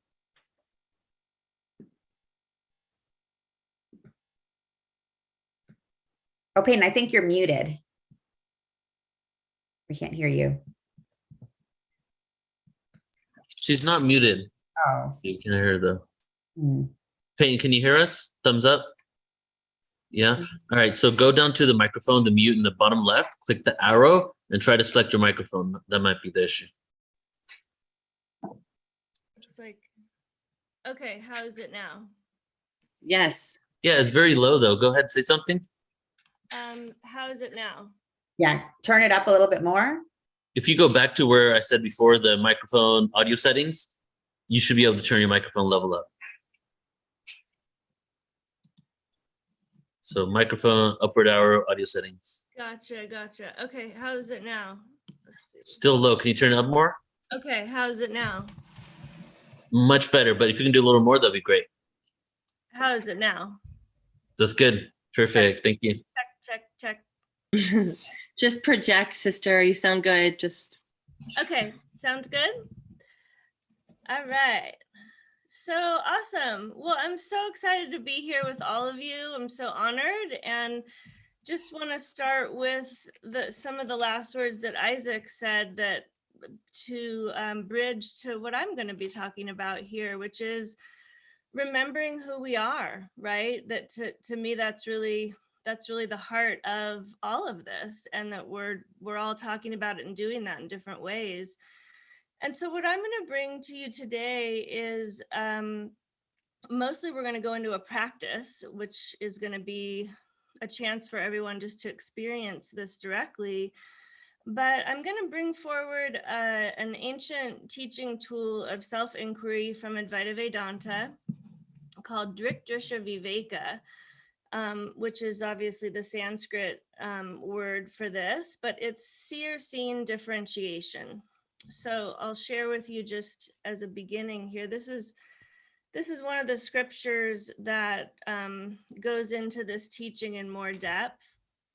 But basically, this is a very powerful practice that gives us the opportunity to really drop deeply within the field of our experience and create inner space to really look at, who are we as the subject in relationship to the different objects of experience. So we're going to be going into that in a moment, but I want to start with just a little bit of a teaching here to put this into context. So the question of who are we is a really complicated one because of the nature of the psyche, because of the nature of the construct of the ego, right? So, which we could talk about in many different terms. We could just talk about it as the nature of the mind itself, and the ego is a part of that. But one way or another, we are dealing with a situation in terms of our psyche as human beings, and particularly the way that we've been conditioned in this time and space, right? we're dealing with a condition within ourselves that can be very tricky of how to unlock the trap of the ego, really, the trap of being identified with a certain construct and having a lot of unconscious things that are factoring into our experience of ourselves and how we're experiencing the world, that can have a certain power over us, and right, until we can learn how to deconstruct our inner experience and just come to have more self-knowledge to understand ourselves and break it down. So the beauty of so basically my work is integrating psychology and spiritual awakening as a unified paradigm of teaching. And the depth of the work that I've done has been, in terms of my own spiritual path, my own spiritual awakening journey, and my own study as a scholar, has been deep into the teachings of Advaita Vedanta, which are the teachings on the nature of reality that come from the Indian Vedas, right? The Hindu Vedas, these ancient scriptures. And the Vedas teach about a lot of things, but the last portion of the Vedas is called Vedanta, which is end of the Vedas. Veda Anta, end of the Vedas, is where they teach on the nature of reality. Okay, so these teachings are very sophisticated and pretty mind-blowing in terms of the depth of completeness of the teaching, you know, down to the microcosm to the macrocosm, and the psychology that's implicit in these teachings is really sophisticated and amazing. And so what I've done in my work is to really translate these teachings into a psychological framework. So in doing that in a mini way here, the core of the teachings is about how do we get to the heart of who we are, our spiritual nature. And so what we, again, like what I was just saying a moment ago, the problem, the challenge is that who we are, just the pure conscious being, is merged with the rest of ourselves, right? So like the body mind construct and the self are like merged together, you know, in like what they call mutual superimposition, where there's two realities. There's the physical human and there's the spiritual nature, but they're merged together. So how do we kind of create a wedge in here to separate them out within the field of our experience, to really root into the essential nature? Okay, so that's what we're going to do together in this practice. And I think that I'm going to leave it here with the teaching, and we're just going to go ahead into the practice and let everyone experience this directly, and then we'll have a little time afterwards to reflect on it. Okay, so what we're going to be doing is separating out. This is the wedge, right? This is exactly what we're doing, is we're creating a wedge in our field of experience to separate out who is the subject, the witness, and what is the object. Okay, so we're basically going to start with the physical world outside of our bodies as the object and us as the subject. And then we're going to slowly work our way inward and continue with that basic practice of differentiating what is the subject and what is the object. Okay, so go ahead, and I'm going to ring the bell and just settle in. We're going to start with our eyes open, but I'll go ahead and start the practice now with the bell. So if everyone can just settle in and be completely present for the practice. And so as we're here together, still with our eyes open, we're going to begin to draw your energy into your own physical body while we have the screen here as our portal for connection, and just become aware of the fact that you are aware of the field of your experience through your visual field, that you are perceiving all the different various forms, including the screen in front of you, including perhaps you seeing my background and any other objects that you're perceiving, all the different various forms. Just simply noticing what we take for granted all the time, which is that you are the witness, you're the one that's perceiving the objects, and the physical objects that you're perceiving are separate from who you are. So that's an obvious reality. And so closing your eyes now and just beginning to allow your attention to drop into your body and noticing simply the physical sensations as you relax completely now, just allowing yourself to be completely focused on the sensations in your body.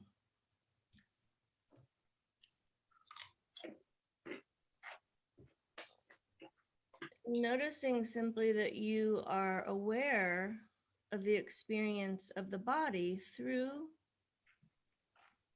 the sense of touch in the body, the sense of perception. And that in fact, with the eyes closed, the only way that the body's being perceived is through the sense of touch.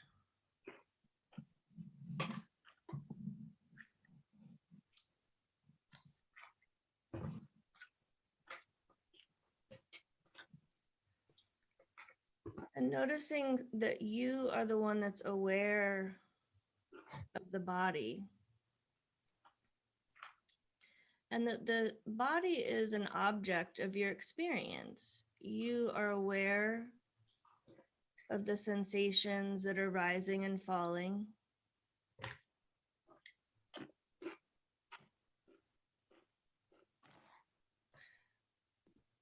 And the body is in constant state of flux and change.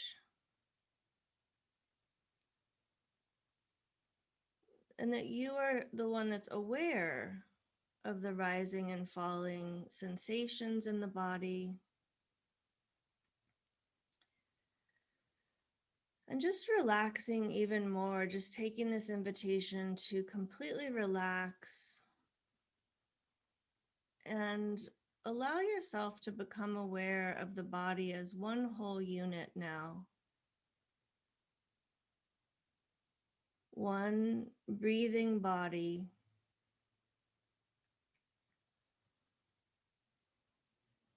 And that you are aware of the body. You are the pure, simple awareness that was aware of the objects in the room a moment ago. And the same awareness that is now aware of the physical body through the sense of touch. And simply noticing that the awareness itself, the light of awareness, is the same, hasn't changed. And bringing your attention now to the sense of your breath flowing. Continuing to relax your mind completely and putting all your attention on the breath. Noticing that the breath is taking place organically and effortlessly.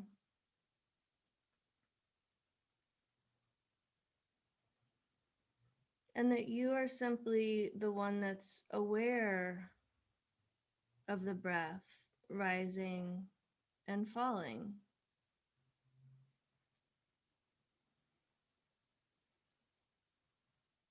That your awareness is equally the same as the breath rises and falls.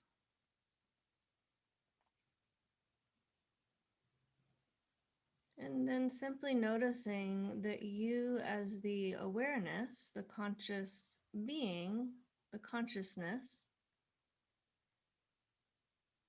is stable and continuous while the breath, like the body, is continuing to be moving and changing. That the awareness is consistent and constant.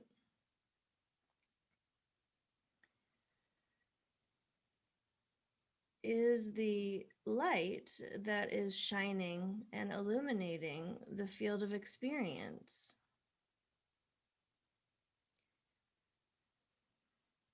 And bringing your attention now equally to the mind. The mind space, the mental body, the field of thinking. And similarly now, bringing your point of attention to the awareness that is lighting up the mind,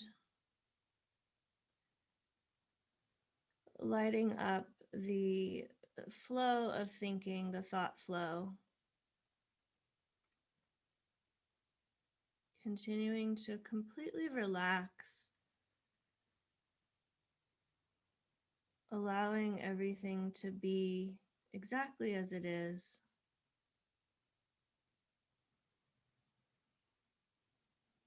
And allowing yourself to become aware of the thought flow, as if you're sitting on the banks of a river and the thoughts are flowing like the water through your field of awareness.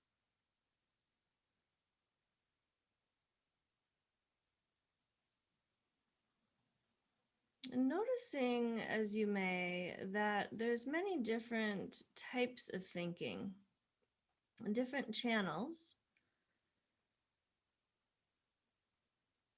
And as we continue to relax, in fact, there's more channels that open up, more subtle layers of beingness, of experience. But noticing that you are simply the one that's aware now of the thoughts that are flowing through your field of awareness.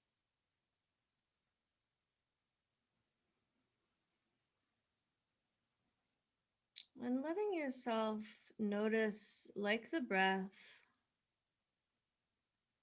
that the thoughts are flowing effortlessly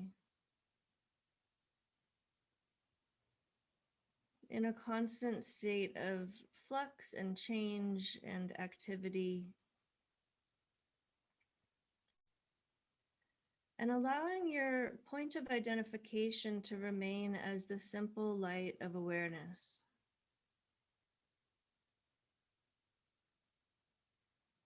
That is the most obvious and simple dimension of your experience. You, the light, the presence, the consciousness, the vast inner space of what you are.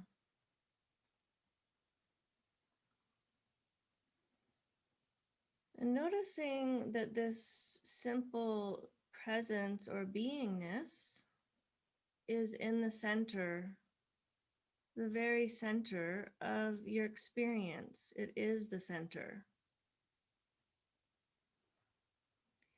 It's the innermost subjective dimension of your experience in the center. And so just allowing your point of identification to rest now in this very center of beingness, this light, of consciousness that you are, that is lighting up all the different dimensions of the field of experience, equally like the sun shining.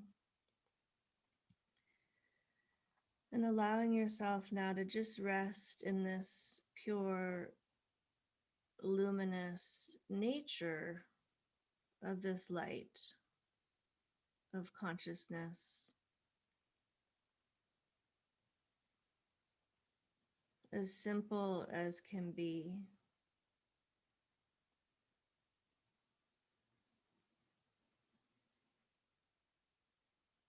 And noticing as you rest, just for another moment here, what are the qualities, while this experience is boundless in the form of language, but notice if there's any qualities that come to mind, any associations, any images that resonate with this light of beingness.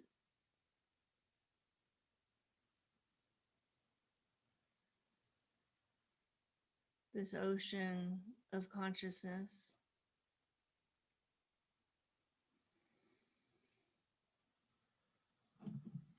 And we're going to bring this to a close here in a moment. And as you contemplate transitioning with your eyes back open into the multi-layers of experience, I want to invite you to stay with the awareness and see how you can stay with the awareness equally as you open your eyes now.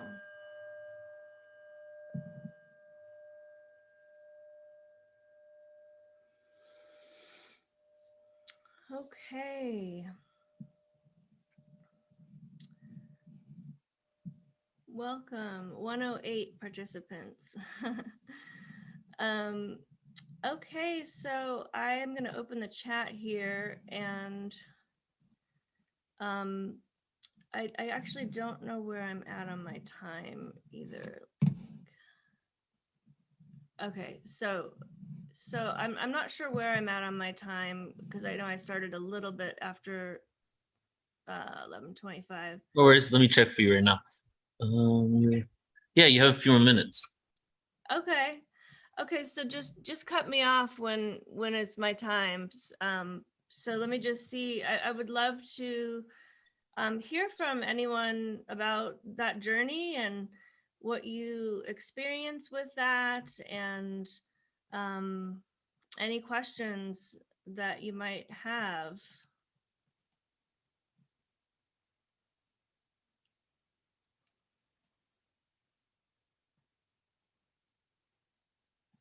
We have a comment here from Grace. I don't know if you can read that, where she said her body felt hollow, her physical body, I guess, inside of it. Oh yeah, I'm seeing that. Yeah, that's a really common experience. There can be so many different kind of sensations when we start perceiving the body through sensation, especially if we're not used to that. And so, yeah, that makes sense. And I think the more we do that practice of body sensation awareness, the more we start to tune into the subtle layers of sensation, the more sensation, we become more sensitized to our sensory self. It felt like peace and floating, Tanya.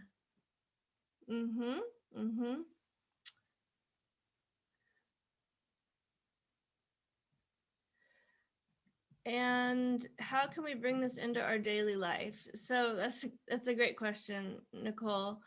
Yeah, so that this is our daily life, right? I mean, this teaching is like, to me, it's the most essential piece, because this nature of who we are is our nature. It is unchanging. It's like the air that we breathe, or for the fish, it's the water. It's like it it is the nature of who we are. And so as we integrate this teaching, the value of what this teaching is about affects our daily life, in the sense of the more that we can recognize that this is our nature, this illuminated being, this pure conscious, pure light being, that the more that our identity over time, transforms, right? Transmutes. We shift from more of a ego-based, ego-identified human to a spiritually identified human. This is our spiritual nature. And so this is a transformation that takes place over time. And this is really what the course I'm going to be teaching is about. This process of transformation of the psyche from a more, dense, if we look at it in terms of, vibration, vibrational frequency, all these things, it's from a lower vibrating self, which is paired with the ego-based, unconscious, limited, living in a state of limitation and lack and all these things.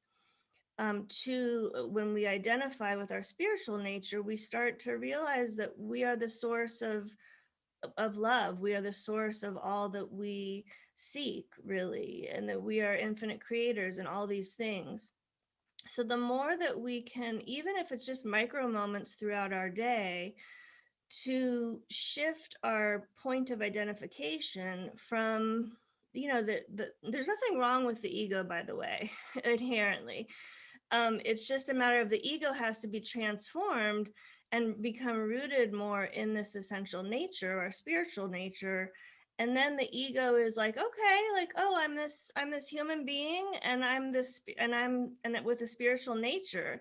And that's where we become really most integrated and whole. So I would just leave it here with, yes, like there can be micro moments even where we shift from being the active one, being engaged, being the thinker, the doer, to just beingness itself. And the more we can do that, just in really even small ways, and then, bigger ways too, it really does transform things over time. So I'll leave it here for now. Thank you so much. And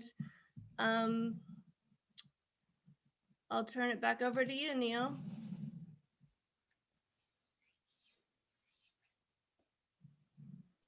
Peyton, thank you so much. Thank you. Thanks, Peyton. That was amazing. You always have an incredible way of, bringing the psychology and the Western psychology and the Eastern together in this beautiful way. So thanks for that experience. Yes.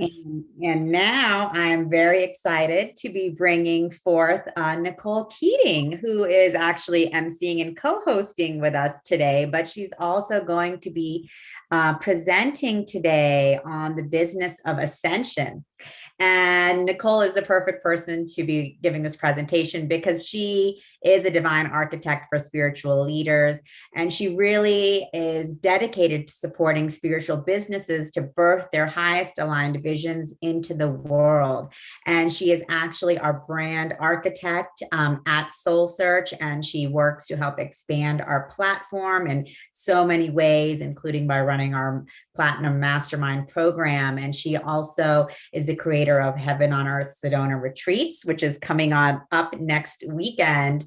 And she just supports spiritual entrepreneurs and leaders across the boards to source their businesses and ideas to manifest in the new paradigm in a fun, creative, sustainable, and highly conscious way that aligns with the life they love, which is what I love about Nicole, because she is focused on making sure that for us, the ascension is fun and enjoyable and exciting and full of pleasure. So that is, which I love and what I love about working with her. So thanks, Nicole, for joining us today. And I'm excited to hear what you have to share with everyone.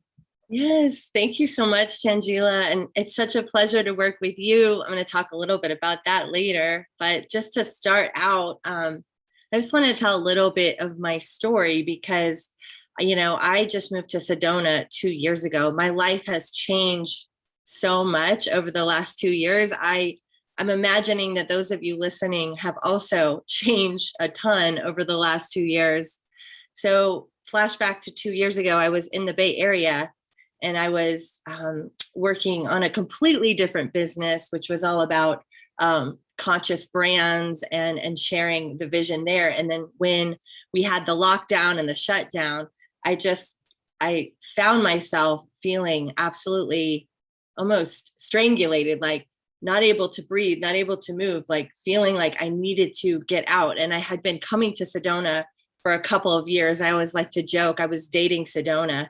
And one day I was on a walk in the park and I like walked up and I saw a little girl crying because the entire playground was wrapped in caution tape and she wasn't allowed to play. And I felt like that was my little girl inside feeling the same way. So it was this beautiful moment of recognition that it was time to listen to my intuitive guidance and listen to the calling. And where I was being called was and pulled and magnetized was to Sedona. And it was for a very important reason because, you know, very shortly after that, I just decided to come and rent a place for 1 month. I gave myself a month to figure it out. And 2 weeks in at a potluck gathering, which is something we do all the time in Sedona. It's probably like twice a week that somebody's bringing everyone together in community at a potluck, and there's music and instruments and sharing of organic, clean food. And it's just this dream heaven on earth community. I was offered a friend who's actually speaking at the event as well, Stuzy, said to me, well, what is your dream? Or do you want to stay here? And I told him I'd love to find a place that is furnished and it would be awesome to live on sacred land and community. And literally the next day he connected me to be here. And the land that I live on has an amazing flourishing garden.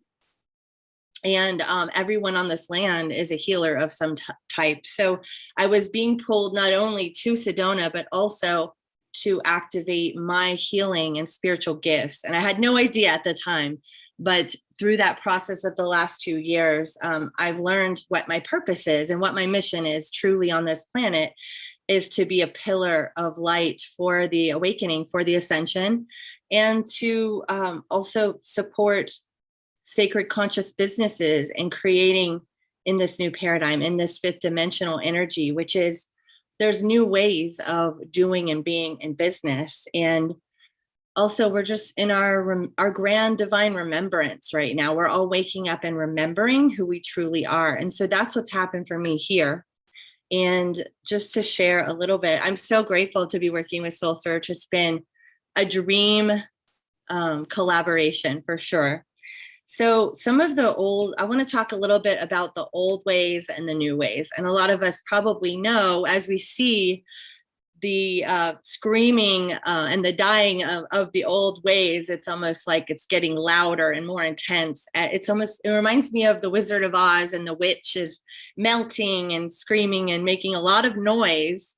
But there's so many things in our old way of doing things that are no longer working.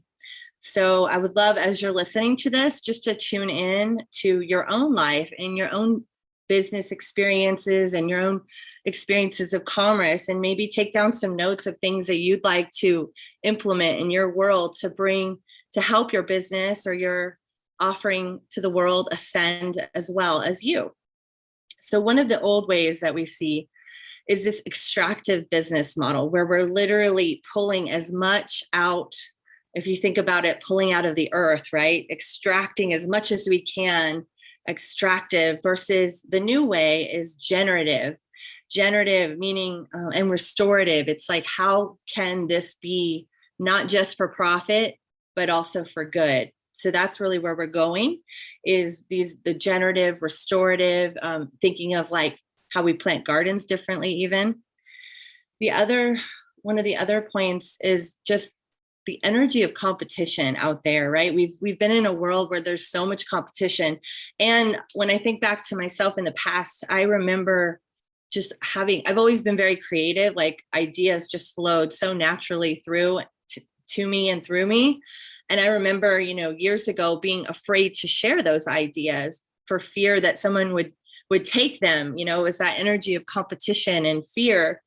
And now I've come to see that that is one of my divine gifts. And so the more I share my ideas and share my gifts and share my ideas for others that can make their businesses expand and better. And it, you know, none of us are able to do it all.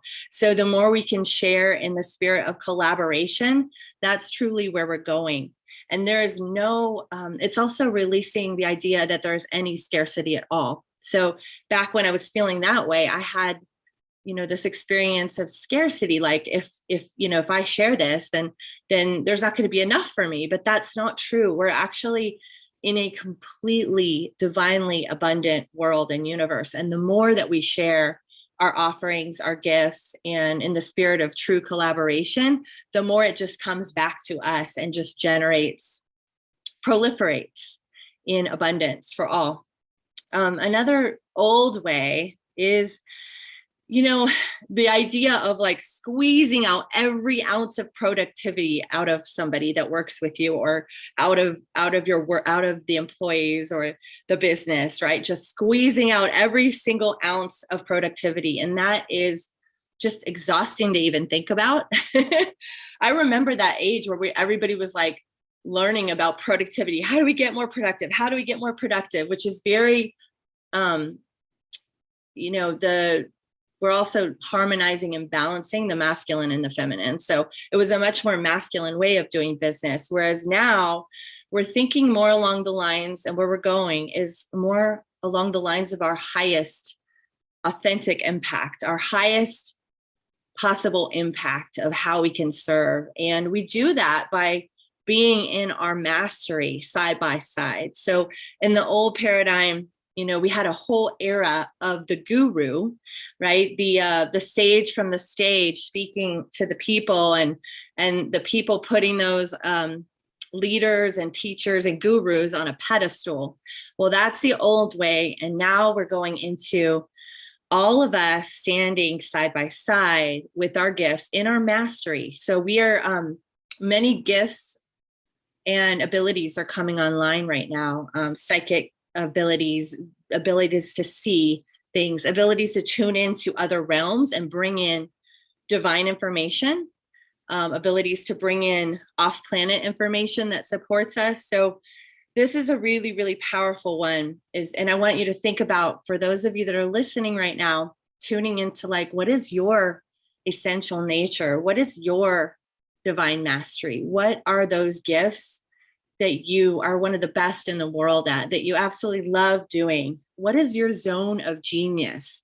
So we're going from trying to sort of be a jack of all trades and do and be everything, which obviously we all know that is a one-way ticket to burnout, which I've totally done that at least 2 or 3 times in my life. And now it's all about, you know, us being able to serve our sacred gifts and spend as much time doing that part, which we are the best at, which we are in love with, which doesn't even feel like work because it's a blessing to who you're serving. It's that blessing that you have, that blessing that you receive bliss from doing.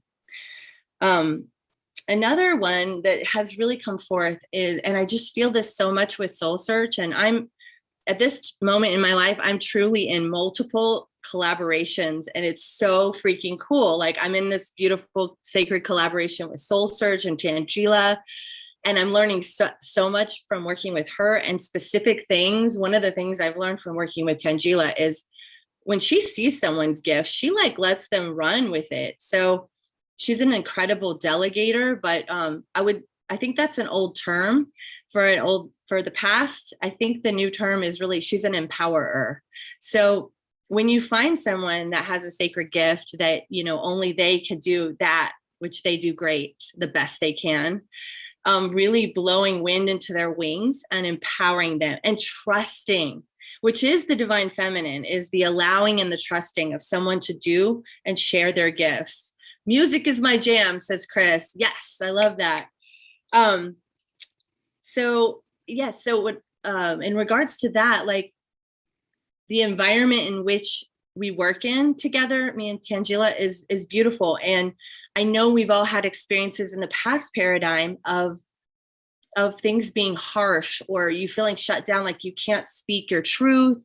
Maybe somebody might take credit for your ideas, especially in the corporate world. There's so many experiences that people have had where it feels like an unsafe working environment. So we're going from that experience into an experience that's very liberating, and you have a safe place to be vulnerable, to be open, to share your truth, and also to be human. Okay, like to be imperfectly perfectly you. And that is where we're going. And it's so important, because part of creating a heaven on earth business is having a clear throat chakra, which is connected to your solar plexus, your power center. So if you're able to speak authentically, vulnerably, and honestly and openly with each other, then you're able to actually come from an empowered and embodied place.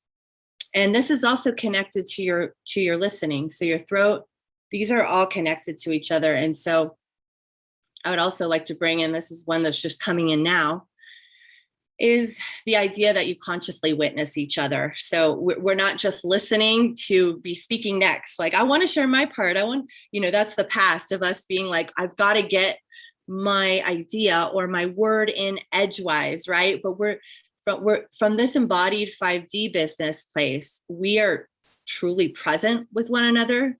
We consciously witness and consciously respond. So we actually bring in more spaciousness and more sacredness into the work that we're doing. The other thing that is totally going away, which I love, because that's not my style. It's funny, my partner in the 11/11 event, Krista, is incredibly polished. Like she's like this Lemurian crystal, like it's perfectly polished being. And I'm sort of the wild one. So it's so great that we're moving away from perfection and being and almost like, creating these long drawn out launch periods where we work our butts off and we put in, weeks and weeks and months and hours into creating something for people that we think it's what they want. We're actually going into a place of literally creating with the collective. And that's actually what we've done in Soul Search for the Platinum program. Of course, Tanjila and I ideated together on what we were creating for 25 spiritual entrepreneurs that wanted to take their business to the next level. But the actual creation of that process, I was working on the next call each week before that call. I was receiving feedback from the tribe after the call. And then we were crafting the next call, with our framework, within our framework, but also we were listening to what was being asked for, to what was needed. We were consciously co-creating as a cohort together. And that's really where we're going, is to be in almost divine union with the creation energy, to be in a space where we're literally have an open channel and everybody is considered, everybody matters. I'm a big fan of bringing in curiosity. So a lot of times we think in business that we know what people want and need. And yes, on some levels, we have a great perspective. We have a great jumping off place. But I'll tell you what, it is the most incredible thing ever to create in real time, because when you do that, you actually receive so much more information and so much more direction in the direction of what people actually want and need. And sometimes that is not everything that you thought. You get all this amazing insight and feedback and knowledge, and you can actually take something, create it, launch it, and make it epic for the next round. So like we're really in a place of trust with our creation process, trust with one another, and trust with the divine of what's coming through to be created. So in a sense, we're going from like a more three-dimensional realm of creation to a multi-dimensional realm of creation with multi-dimensional inputs into our creation process. Yeah. So, okay. So this is a big one. This actually came through with my dear sister, Krista, who I'm creating the 1111 with. So I think something that's really shifting is how we deal with conflict. In the past, in business or in the corporate world, like people would just be taken down by conflict with a coworker or somebody they were working with, a tough boss. That would be something that would create oppression and almost take your body into a disease state, right? Like where you're constantly oppressed and in fear to speak up, or in a place where you feel unseen and unmet. Well, we're going into a place where we actually alchemize our conflicts. We alchemize it completely. So I've had this big co-creation with my sister, Krista. She's amazing. And of course, we're sisters, we're friends. We've definitely had other lifetimes together. So when you think about 6 months of co-creation, like very close together around certain things, you're going to have conflicts that come up, and a lot of them are connected to our own inner child wounds. One of mine is being abandoned, or, and that's like from childhood, right? A lot of us have the one of not being enough, or the one for her, what came through was not, she was afraid that she wouldn't shine as brightly as me. So like we had these moments where conflict would come up, and whatever was happening, there was something underneath it. And so the power of truly alchemizing conflict is to hold a safe space for that person and to move through it with them, not to cut and run, not to abandon, not to run away. Sometimes you may need space to think about what's really going on, and that's fine. But we're on the next level in our conscious 5D businesses of giving space to truly alchemize conflict. So what I mean by that is, once you've taken the space and you've acknowledged whatever's going on, you come back together, you talk through it with love, with an open heart, and then it's gone. It no longer exists, because we are multidimensional beings living in a quantum field. Literally, you can truly alchemize and release anything. And we all know what it's like to be coming from this 3D, this duality of conflict. And we also know what it's like to be in the space of love. And love and fear don't exist in the same plane. So it's truly something that you could shift into this consciousness, move through it, and it's completely gone. That's where we're going. So let's see. Yeah. And then what I was going to say about the masculine and feminine, we've come from this age of the masculine, more of the masculine being leading and guiding. And it's such an important part of how we work in business and how we show up and how we make things happen. It's absolutely imperatively important. But what's been rising in our culture and rising in our society has been the feminine. And so Tanjila and I have talked a lot about, she came from a more corporate world, the tech space, like very masculine. She got so much done just by powering through. And for the feminine, if we only stay on that frequency, it creates burnout for the feminine part of us, right?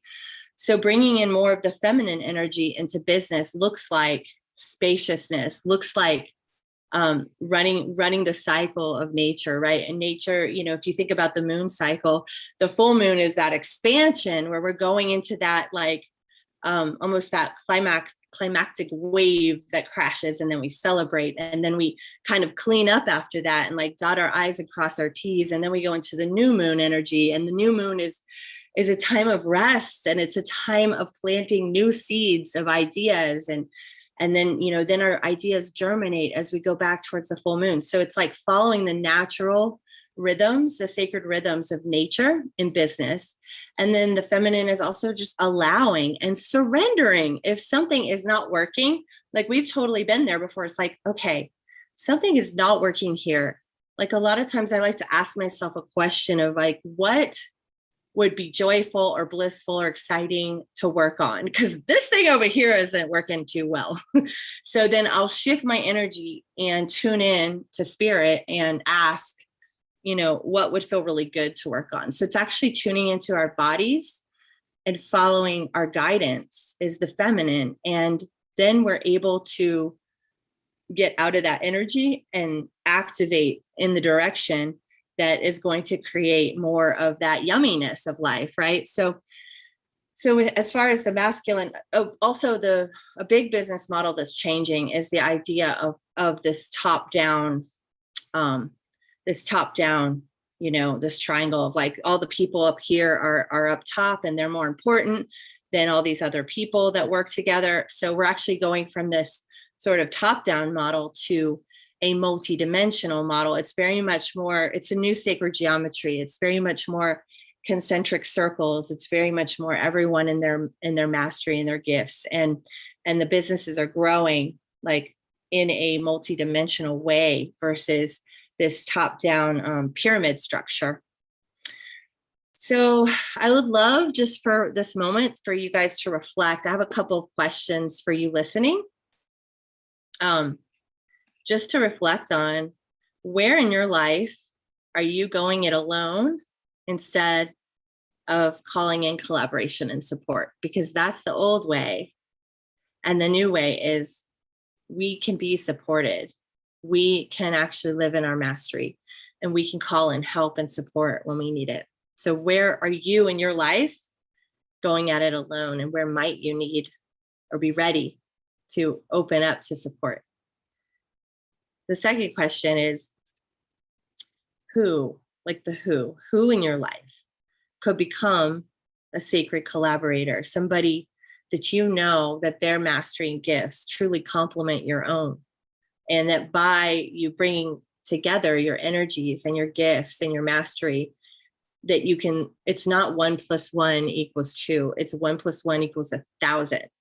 Who is somebody in your life that could do that for your business or for your offerings, or even could be in your home life? Like, how could you and your partner collaborate differently and really honor each other's gifts and each other's mastery to create a more expansive and more cohesive, harmonious life? And then the last one is, this has really come forth recently for me, because I've been so blessed in Soul Search to really be able to figure out what my zone of genius is. I definitely have skills in many areas, but Tanjila has given me the opportunity through working with her on Platinum to realize like my zone of genius, what I love doing so much and the most is creating curriculum and delivering it. So like leading interactive workshops on Zoom for our Platinum group, creating and designing that curriculum and then leading that. I also love doing that in person, which is what I'm doing for my event in 11/11. But I've been able to find my zone of genius through this collaboration. And I've also been able to find it through my collaboration with Krista, other parts of the zone of genius. So my question to you is, are you living in your zone of genius? And if not, what's one step that you could take to create a more sacred space to up level and to be spending more time in your mastery? I would love to know for you guys. So let's see, we're coming.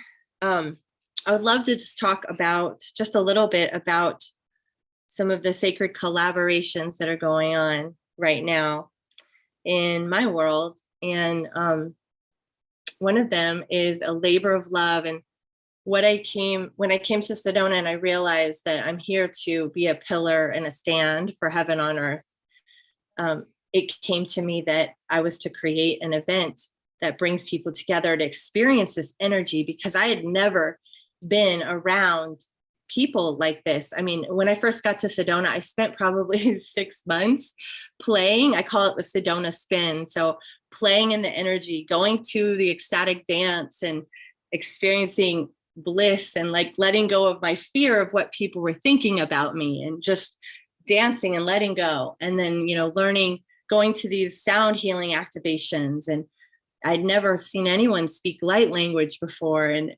there are all these potlucks with music. And I started using my voice and singing with people and toning and oming. So I went through this whole experience of expanding my being and expanding my understanding of who I was and an essential nature, is somebody who's here to experience play and bliss and pleasure and love, right? And that's actually who we are all here, and that's our birthright to experience. So that's why I'm calling together a group for the 1111 portal. It's on 11/9 through 11/11. 11/12 we're going to play in Sedona, and so many of the people on this conference are part of it. And so it's actually a beautiful example of a conscious collaboration.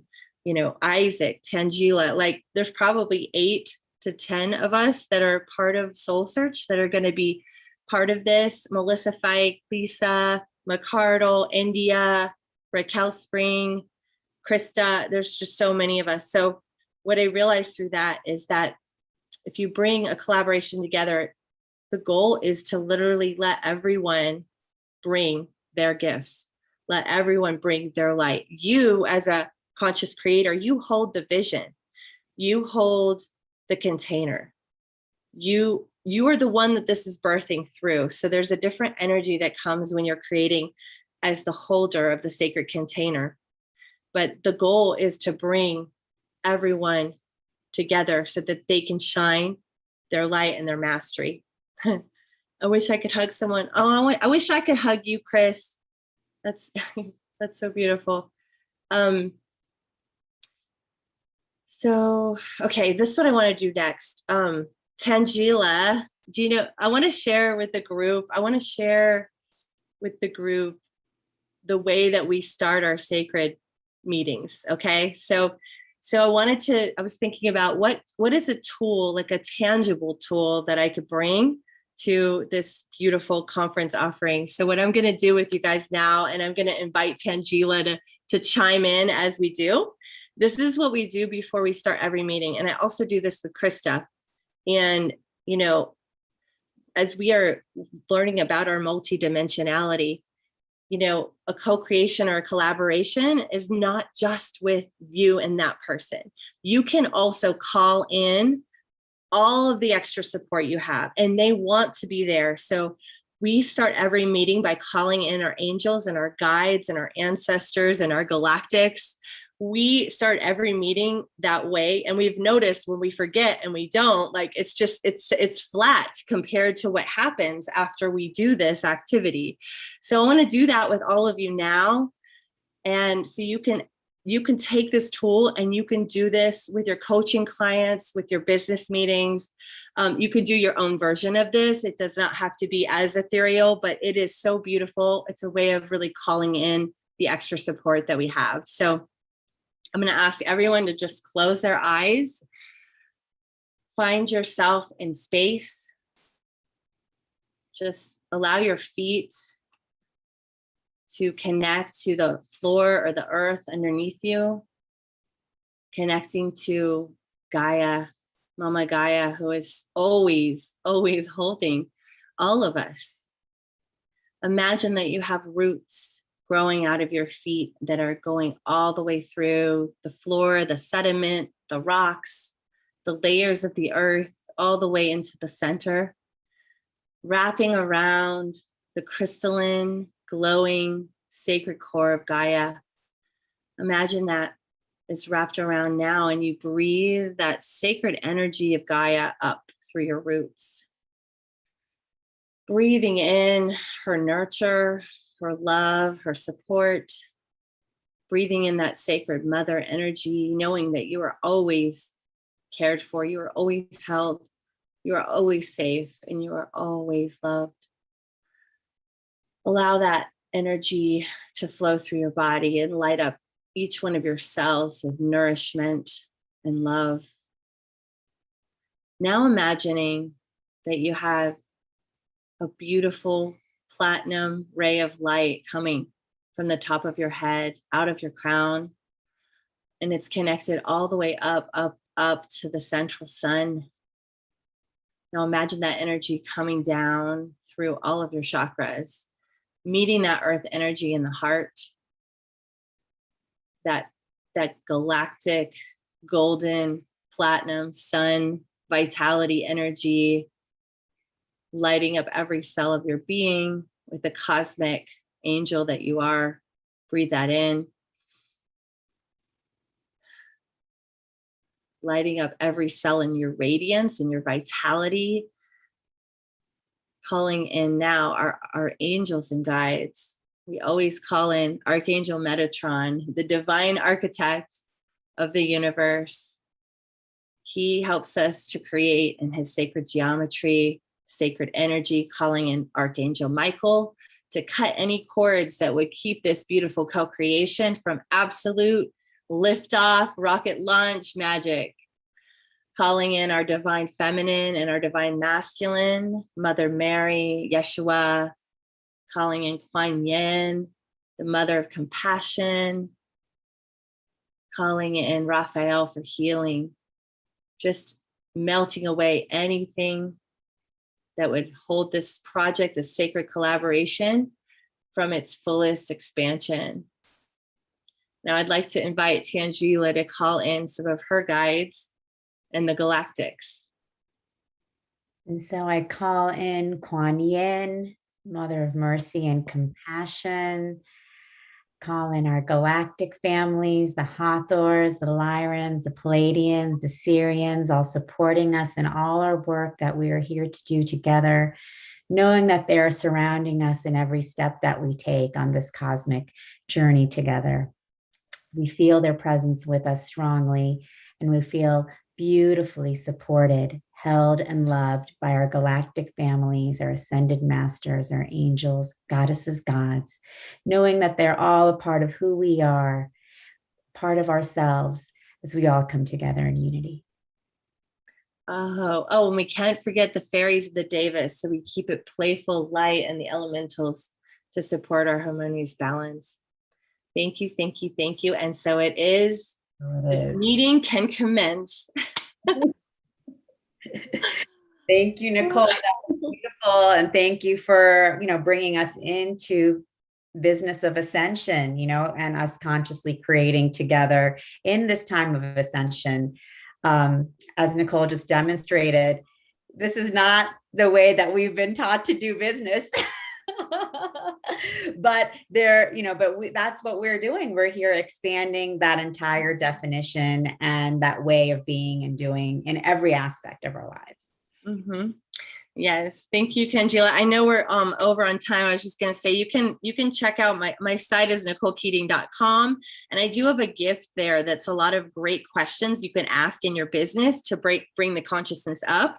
So check that out, and also we'll put in the chat the Heaven on Earth 11/11 event, and I have a special coupon code for Soul Family, which gives you the deepest discount for all of anyone who wants to come and actually pray and play and ascend together in this energy. Right on time, sister. That means Deborah's arrived. She's like the good witch, with the fairy bells. That was it. Thank you. Collaborators and sacred. I just want to say about what Nicole was saying. It's ascension is the energy of the time. And that's why Deborah's here, because she's been tracking it more than anyone I know. Absolutely. So, she's amazing. I got to witness her talk, and I can't wait to hear what she's going to say today. Mm-hmm. Yes. Should we start? Are we ready? Yeah. I'm really honored to introduce my good friend, partner, collaborator, visionary, someone who has her finger on the pulse of this movement, of this community. I mean, and I'm sorry to say, Tanjila, long before you were on the scene, Deborah was networking and doing her Harmony Festival and creating the foundation for what we have today. She really built something of a it's like laying the groundwork for where we are, like now 30 years later from the Harmony Festival. So we're the inheritors of what the seeds that Deborah has planted, and that now finally she's coming out and sharing. I mean, she's always been on the scene networking, but I'm so happy she's like out in front now, not just behind the scenes, but out in front, sharing her ascension tips, her knowledge on ascension, because we need to be educated in what's possible for human beings. And Debra, more than anyone I know, has been tracking it. So Debra Gusty, thanks so much for being here. Thank you, Alan. Thank you, Tanjila. honoring to Neil. So happy to be here. So important when we gather like this and continue to spread the information and the knowledge, the new knowledge that's coming in, and the love, because that's the most important thing. And yeah, I've been really passionate about ascension, I would say my whole life. And it's really escalated at the 2012 shift when it really grounded and I really understood the larger picture of why we were all here and what ascension really meant. And then at 2020, everything shifted again and we experienced a rapid transition. It initiated the age of Aquarius and brought a time of accelerated personal and planetary ascension. And we all continue to experience unprecedented planetary shifts, upheavals in our society. And these shifts are designed to bring up hidden truths in our society, and they've triggered a global healing crisis. And so this has happened on the planetary level, but as above, so below. This is happening on the inside too. So we've all been triggered to a mass accelerated ascension process. And so this is what's inspiring us now. So it's a very magical and very special time. And especially because a lot of us who have incarnated now have come specifically for these times. And a lot of us are coming together and seeing each other and recognizing each other and knowing each other. And that's a really important part of the ascension process as well, is all of us working together on this. So I want to define what I mean by ascension so we can all be on the same page of what I'm talking about. So ascension is the accelerated spiritual process that's taking place on the planet now. And this is through all planetary life forms. And it's a specific cosmic evolutionary cycle that we're going through. So what we're experiencing is a step-by-step process that's initiated by spiritual awakening, and it results in an up-leveling into higher dimensional existence and quantum consciousness. So this happens through a gradual healing and clearing of dense trauma, ancestral patterning, the activation of the light body, and you begin to evolve into fifth dimensional frequencies, and you cultivate a clear connection with your higher self, and you experience soul embodiment. And this outcome is what brings in a state of oneness of cosmic consciousness. So this is what we're going towards with ascension. So with planetary ascension, what I mean is this is a special opportunity on the planet right now that hasn't happened in a long time. Previously, in previous cycles, we've had individual ascensions, and that's what we can see in the ascension of Jesus, Mary Magdalene, Saint Germain, who ascended individually. But now at this unprecedented time is a time where we can ascend together. This is what's been predicted in so many ways through so many religions. And there's a collective power when we unify and evolve together. So this planetary ascension is the global collective consciousness awakening. And it's like popcorn. You know, the first wavers pop, pop, pop all over the planet. And now as it quickens, pop, pop, pop, pop, pop. And now the awakening is pop, pop, pop, pop, pop, pop, pop, all inspiring each other. And so we're rising together higher and higher. And this is inspired through the heart openings, because the heart is the portal to this. And the world feels called to transform all the dysfunction that we see, which is going to happen like waves, transmute ego-driven behavioral patterns. And now, then more than ever, humanity is embracing multidimensional realities. We're using our intuitive and psychic ability. We're activating and spreading the frequency of love. There's more and more consciousness coming through. And these are all vital steps of the ascension process. So the ascension process, everyone goes through similar stages, although everyone's on their own personal journey. We are all on our own mystical, magical journey, led by the higher self and supported by each other, by our soul tribe. And so for me, if I ever want to accomplish anything and go anywhere, I like to have a good roadmap And I work with coaches and wisdom teaching so I can successfully go where I'm planning to go and really land there and be fully successful in my experience here. So I've figured a lot of my soul tribe and a lot of humanity don't really understand all this that's happening to them and the planet in terms of ascension. So I wanted to create the Ascension Tips. Really simple. It's a simple blueprint to support your journey on ascension, because things have to be simple these days. Everything's so complex. If we can just understand where we're going and then adapt it to how we want to create in our lives, it's really helpful. So I created the Ascension Tips. I've just released my new version of it. It's something that's going to continue to evolve because our ascension journey is continuing to evolve. But right now there's 88 tips and in 4 different categories. So the first category is Awakening, which gives you the guidance for beginning your ascension journey. The second section is Transmutation, and that is supportive wisdom for the most alchemical transformations in your life. The third one is Embodiment, and that's where you experience complete embodiment of the ascension process. And the fourth one is the Divine Human in the New Earth. So that's when you really become the divine human, which we are all evolving towards in the new earth, which are all in process of creating. So I have created these Ascension Tips so you can actually download them for free on ascensionnow.org. I'm going to post that in the chat room because a lot of times people like to download them right away so they can go with me, because I'm going to go over some of the Ascension Tips together. But they're free. You just go there, download them, and you have them. I am going to create a more developed print book as well. So realize this is a whole overview of this ascension as we understand it now. And it's going to seem like a lot, but this is not a race. Everyone's on their own journey. Everything that happens to you is totally perfect, and we're all going to get there. So I'm going to go over some of the Ascension Tips. I'm going to go over 10 of them in a brief way and realize every tip is a whole experience and something you want to embrace and really go through.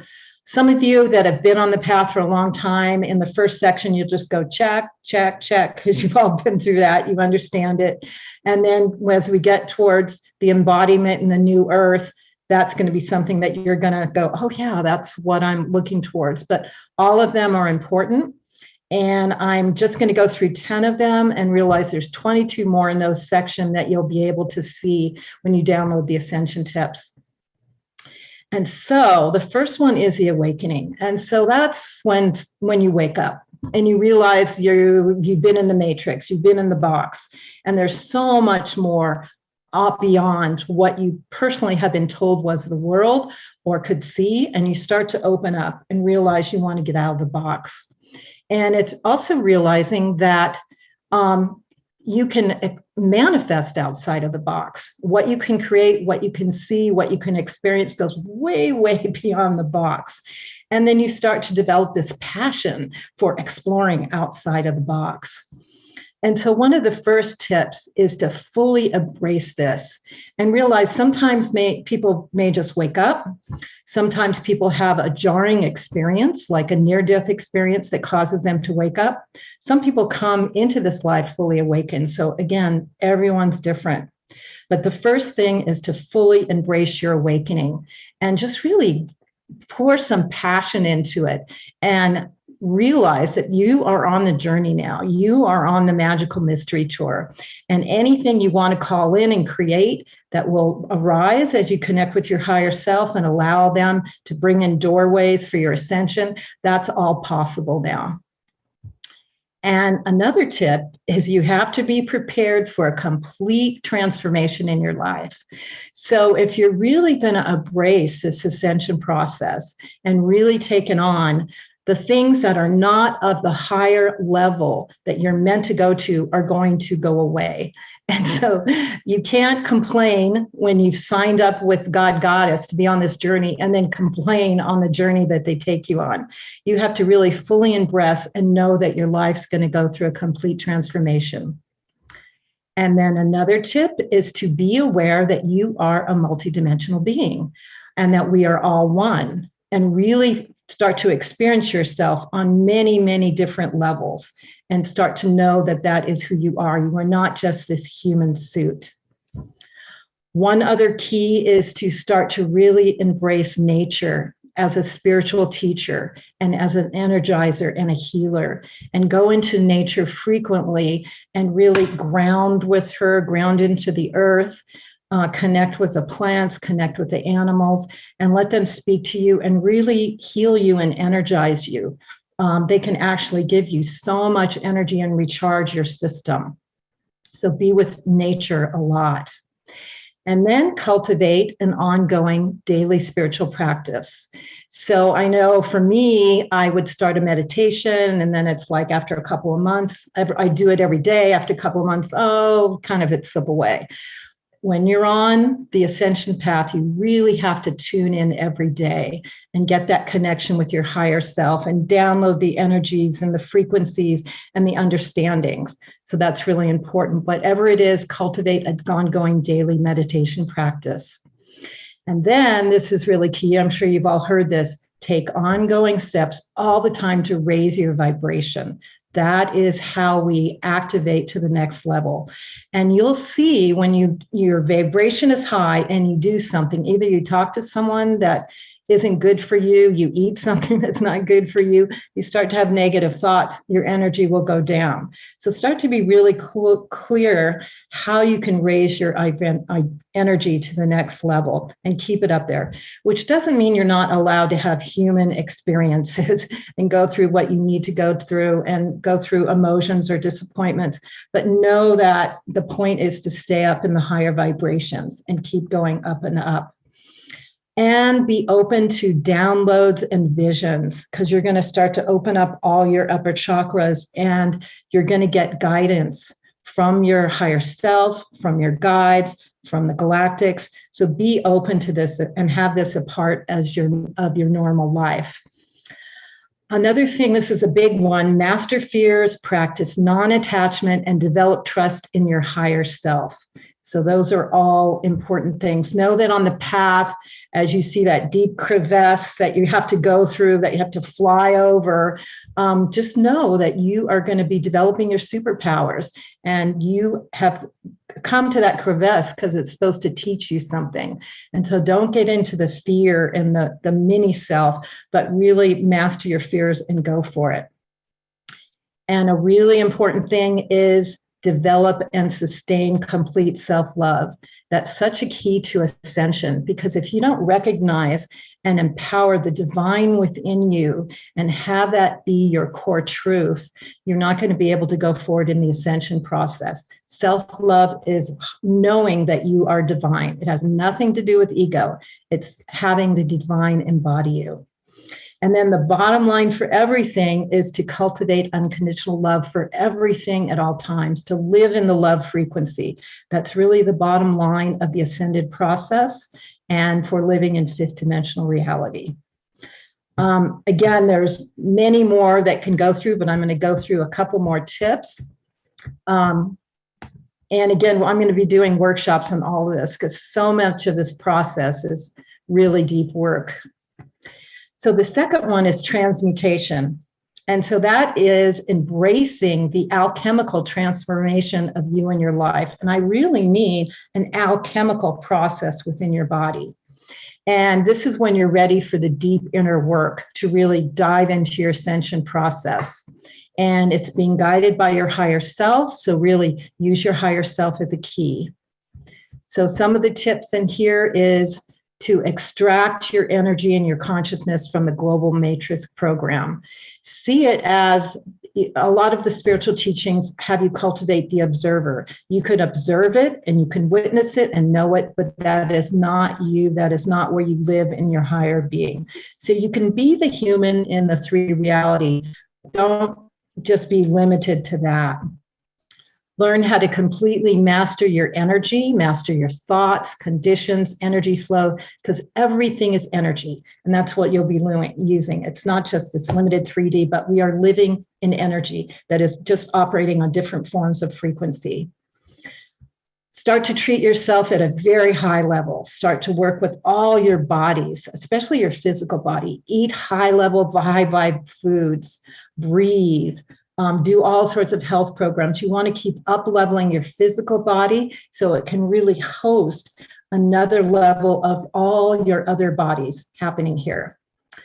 And a really important part of this process is to undertake your shadow work and really work with your core traumas. Because if you are continuing to get subverted by your core traumas, like when you start to move forward, but your core trauma of not being loved or whatever it is holding you back until you heal that part of you, you can't really move forward because it can't keep hooking you and pulling you down. And that is such a huge thing that's happening on the planet now. As you know, trauma work is one of the biggest things on the planet now with everyone, because everyone is going through this. So that's really, really core. And heal your core limiting beliefs, because we are going into superpowerdom. And if you think you cannot manifest or have total abundance or have everything that you're meant to do to operate on a whole new level, that's not going to work. So, and again, all these steps are just will come up in your life. A teacher will come into your life and you'll start to do that process. So the other thing is develop your intuition. Now, intuition is a core part of who we are. Of course, in this current 3D life, we're not taught that, but I think everyone on this program knows that clearly. So it's really a time to develop your core intuition as a guidance system and allow yourself to open up to all sorts of psychic abilities that you can have now. Another important thing is to recognize the depth of relationship with your soul family and really bring in your soul family and develop those relationships. Another very important thing is to tune into the solar and galactic energetic transmissions that are happening now. There are all sorts of waves of energetic transmissions designed to activate you to next levels. So be aware of these portals and transitions and eclipses and use them to move forward. Another important thing is to develop relationships with your guides, with your ascended masters, with your inner team, with your galactic family. This is the time to be aware of all our multidimensional relationships and start to get their support and utilize them. And again, love is still the bottom line. So start to live in a frequency of love all the time, no matter what, no matter if someone messes with you, cultivate that frequency of love. And from there, learn how to act forward. So that was section number 2. And again, we're going fast here because I'm just giving you a sprinkling of all this so that you can understand it and then go to the ascension tips. And then we're going to do some workshops with Portal to Ascension eventually and go deeper into this. So the next one that's happening now for so many people is embodiment of the ascension process. So what we're talking with ascension is not ascending out of our body, is bringing these principles and this ascension process into the core of your being and being this ascended being on the process. And I want to make clear, we're talking about the organic ascension of Mother Earth.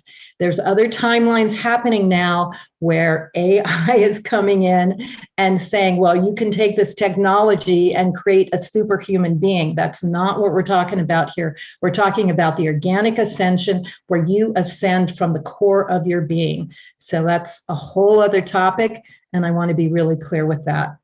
So one of the very important things is living in the now. And we've all heard this, but this is really true. The ascended process is taking the power of now and living in that power. Another part of it is body regeneration. You can actually reverse your energy. When you start to live at the higher dimensional frequencies and the higher vibrations, we're not going to keep disintegrating and aging. We're going to keep regenerating and getting more. So start to tune in and learn how that works for you. Another very important part is living in the portal of your heart. The portal of your heart is the doorway to fifth dimensional reality. So that is what is going to be your doorway into the fifth dimensional reality. So learn how to open your heart and live from your heart. And learn how to live in fifth dimensional reality. In the embodiment stage, we're going to start to live more and more in fifth dimensional reality. So start to understand the difference between the 3D and the 5D and learn how to stay in the 5D more and more. And this is a time to totally develop your superpowers, your extrasensory abilities, maybe telekinesis, maybe how to travel to other dimensions, all of that. This is when you start to learn that in the embodiment stage. And you can utilize full power of manifestation. In earlier stages, you're starting to learn how to manifest, but now we really start to come in. When you start to think it and intend it, it shows up. It may look like synchronicity, but this is your power of manifestation, which is fully available in the ascended place within you. And this all happens when you activate your light body and your Merkaba Taurus. So this is a whole training that instead of just the human suit, you are living and activating and developing your light body, which helps you to expand and travel, astral travel, and experience the higher states. And in all this, you have to realize that we are in service to humanity, not just the self. We are expanding and developing our superpowers, but it's all to serve the whole that we're doing, that we're working with. And we are becoming a divine human in the new earth. And we are going to build the new earth together. So that is the next stage. And I'm just going to spend a few minutes on the divine human in the new earth. So the new earth, this has been predicted by so many different religions. People have called it the golden age, the Kali Yuga, the age of Aquarius, the second coming of Christ, the warriors of the rainbow prophecy. And it was described by the Mayans when we directly go into the photon band and the central sun of Sun Alcyon is there. And that's what the earth is now beginning to experience. So we are moving into that. And this cycle happened in Lemuria and Atlantis, but humanity was not able to sustain it. So we really have an opportunity now to shift into this planetary ascension and retain this new earth consciousness, this new earth reality. So again, I'm just going to offer a few things of what the new earth is going to be like. And again, this has come through my downloads, and I've confirmed this with major ascension teachers. So this is what people generally think is going to happen. We are going to consistently live and experience in what we're calling now the awakened state, the Christ consciousness, the frequency of love, where we experience all as one, where we call now fifth dimensional reality. And our bodies are going to be much less dense form, and we're going to exist at a much higher frequency. And the bodies are going to self-generate through life force and through a flow of light frequencies. We are going to have memories of all our past lives, future lives, and alternative lives. Haven't you thought it was a little bit strange that we'd come into life and we didn't know who we are, where we came from, why we were going there? In the fifth dimensional reality, we're going to have access to all ourselves and all our memories. And so that's going to be so much easier to work with. We're going to be able to instantly manifest. So you have to be powerful beings in a right way to be able to call and instantly manifest. We are all going to communicate telepathically, and that's going to be instant. So obviously you can't bullshit people. People have to live from their authenticity and honestly. That's just going to be the way it is. We are going to know that time's not linear, and we are going to experience all time existing simultaneously and be able to live with time in whole other ways. We're not going to work with money because we can instantly manifest. We don't need that thing where, the guys on the pyramid at the top have all the money. Money's going to be based on what you contribute and how you work with, or the concept of money. But everyone's going to be supported, and it's going to be more about living your divine mission and what you came here to contribute. We are going to experience a renaissance of all the arts, just like has happened on the earth. When you're not having to slave away to just survive, the arts are the most important thing. The creativity, what you can manifest, what you can create is all going to be a part of it. And also we're going to have full awareness that the earth is not just the only thing happening in the planet. We're going to be in full awareness of all the other galactic civilizations that are with us. We're going to be members of the galactic support, and we're going to be in relationship and communication with all of that. And bottom line, love, compassion, peace, and harmony reign supreme. It's not going to be a concept that we have to go, hey, human collective, this is how we should live. This is how we are going to live. This is part of the golden age. Again, this is just, there are 22 tips, at least at this point in this version of the Ascension tips. So I invite you to download them and read all the other tips, and we will be having workshops through Portal to Ascension and other things, so we can really go into these tips and all the other tips and really embrace them. And again, this is your process. So whatever you do, however you get there, whatever your journey is totally perfect. We're just all on it together, and we're all helping each other these times. And we're all really blessed to be on the planet at this time. There are so many souls that wanted to be here during this time where we all could ascend, and we all made it. So it's great. And we're finding each other as Soul Tribe on these incredible programs like Portal to Ascension, like Soul Search, and myself, I run the Global Peace Tribe, as well as many, many other things. So if you do download the Ascension tips, I'll make you aware of all the other ways that you can participate with me and everything that we offer, and future Ascension workshops, so we can do this together. So again, I'll post the Ascension tips in the chat room. And I'm really happy to share this with you today, because again, this is one of the things that lights me up. It's really incredible. So thank you so much, and love you so much. Thank you so much, Deborah. That was amazing. And thank you for creating this incredible blueprint and guidebook for all of us to be able to start navigating this whole process we're going through in our own ways, which is amazing. Definitely. I think a roadmap and just kind of knowing what's coming help us pull the templates forward so we can all work together on this and support each other, because this is a huge thing we took on in this lifetime, especially all of us that are here now, because we are here also to help all the other people that are currently waking up in mainstream America or wherever all over the world. So really important for us to be aware, join together, know where we're going and what's happening, and support each other during these times, and our neighbors and our friends and our family and all of that, who are also going through the ascension process in their own way.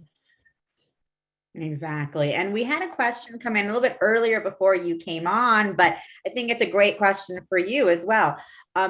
Grace Yeager asked, silly question, what if you don't know what your gifts are? What would be your answer to that, Deborah? Those will be revealed, because it's your passion. What would you do if you weren't paid any money and you would do all day? And that is the seed of your passion. And then if you just start exploring that, whether it's like being with children and helping teaching children, and you just love being with children, well, maybe you're supposed to birth a whole new cosmology to help the indigo children's evolve to a whole next level, which we don't have in this culture yet, is really being there for the children. Or, maybe it's even singing, and you love to sing, but you just never thought, and you just, so you call what your passion is, because your divine gifts are here, and when you live them, they give you so much energy. They give you juju, they give you happiness. So whatever you do, that is what you love to do, just follow those breadcrumbs, and then you'll start to see, oh, I can do this. And you start maybe just volunteering, doing some things that you really love, and then it becomes part of your life. And then, just like me and Tanjila, you create businesses out of it, or you just follow it. And it's really a joy when you do that. And, you know, when we get farther down the road of the ascension process, it'll be really obvious what everyone's divine mission is, and because they'll all be on track to it. So follow your passion. Yeah. And you are such an example of following your passion and just creating worlds and worlds and worlds and worlds. And thank you for being such an amazing, sacred collaborator, soul sister, and inspiration. And just, you know, for everyone here, as you guys know, as you just heard, Debra is such a powerhouse, but she has been a powerhouse in this industry, you know, from the very beginning. Thanks for paving the way for all of us, Debra. So excited. Thank you.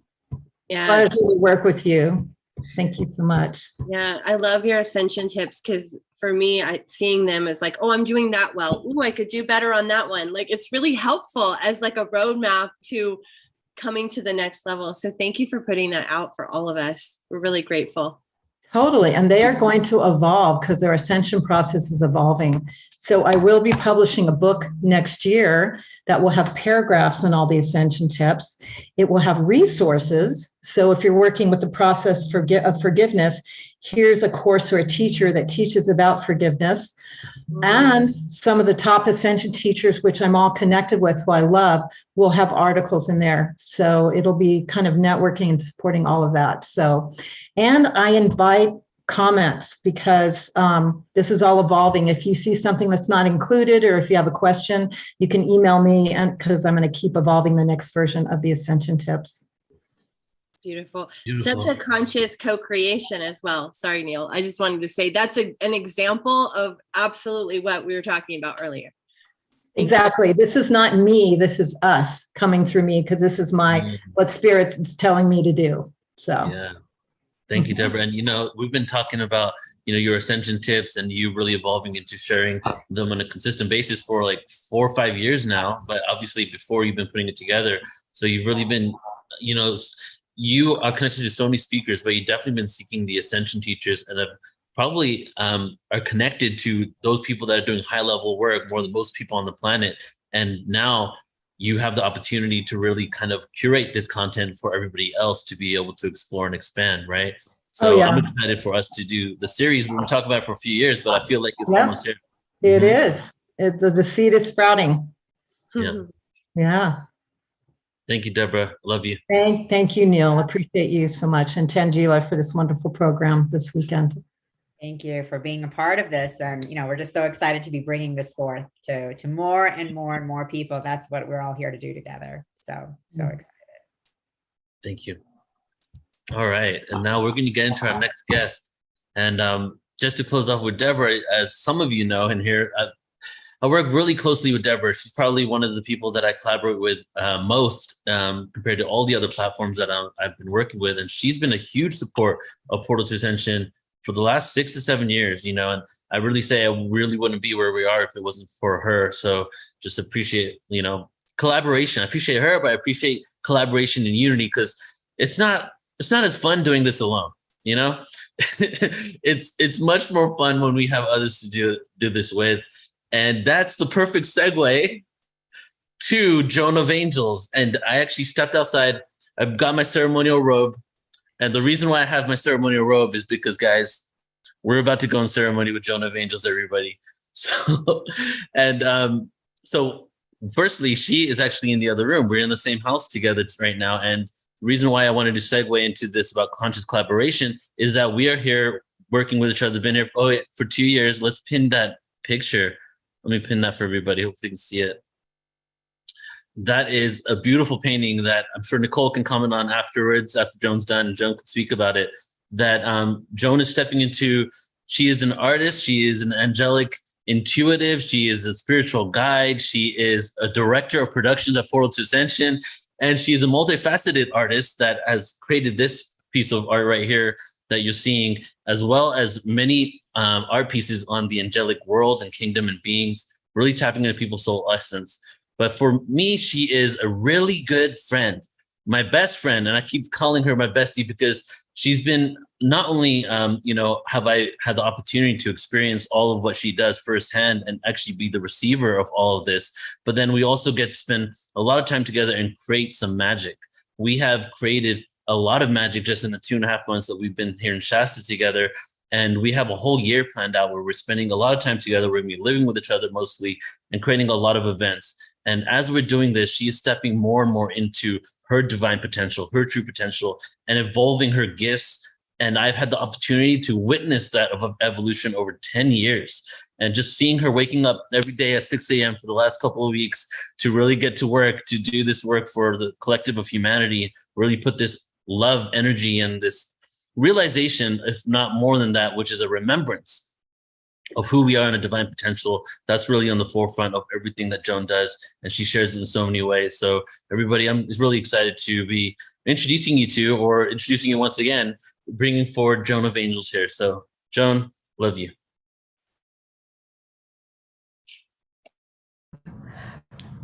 I'm wordless at this moment. Okay, so my three beautiful soul family is right here on Zoom with me at this moment. Tanjila, you've been supporting me, and Nicole, that painting, to be honored to, I've been called a visionary's visionary, and so to be honored to be able to capture the vision and essence of why you're here on the planet has always been my work. And as Neil says, and thank you so much, Neil, I've been stepping into my power as Neil and I have been collaborating together, and to see some of our visions so aligned that it can only help to support us. And so I'm going to say that as a result of today and tomorrow's presentations, each and every one of you are going to have kind of the same gift I've been having with these people here who are Ascension Masters and who really have been helping me step into my own power here, my own potential power, not meaning my own power over, but a sense of power and mastery to be able to walk with the divine and to be able to do what we came here to do. And so I want to share a little bit about that, we've been talking about what are we here to do? And it's really come to me recently, really strongly, a sense of remembering our past lives when we're in the other realms, and when the call went out to humanity to volunteer down here on the planet.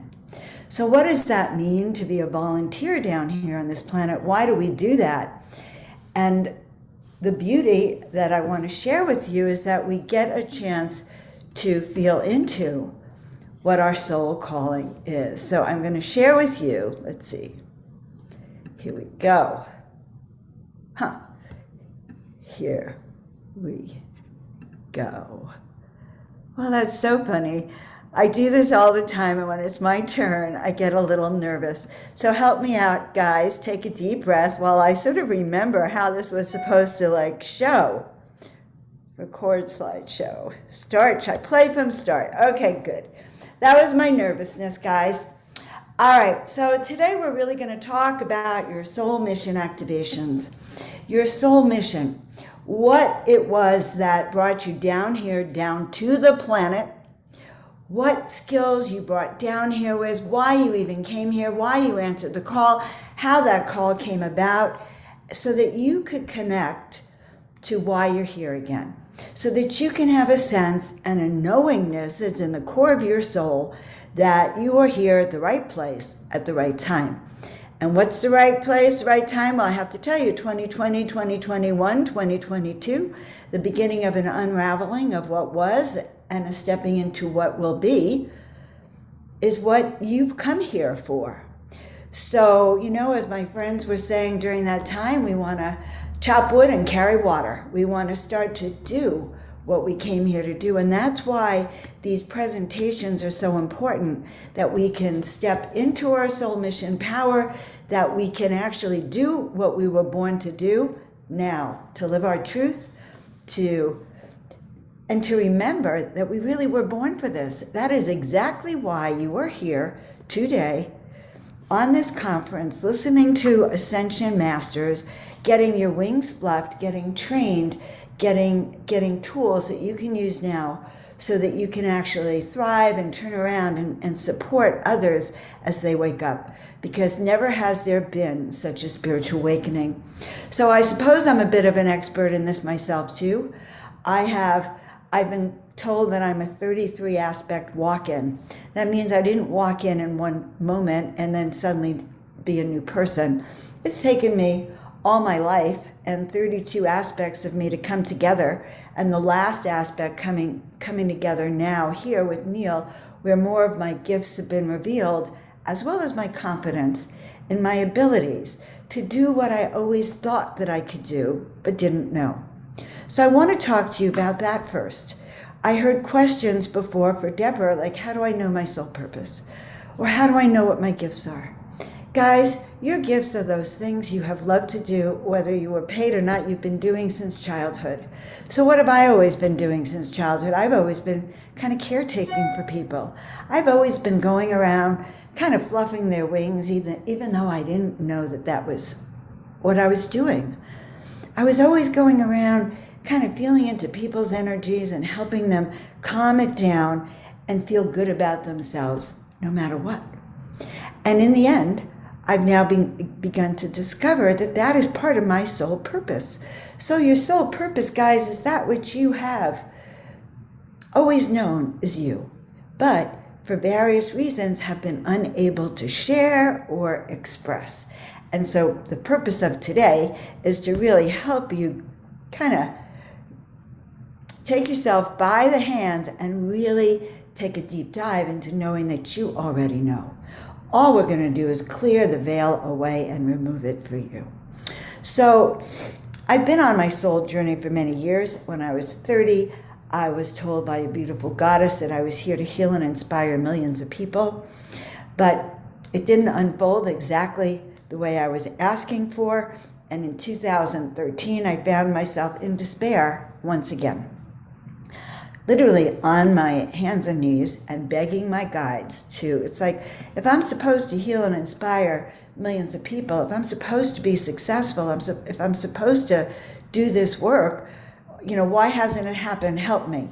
So I was on my knees begging, and instead of, giving me the answer, and you need to understand this, they don't actually give you the answer directly. Sometimes they give you the next step.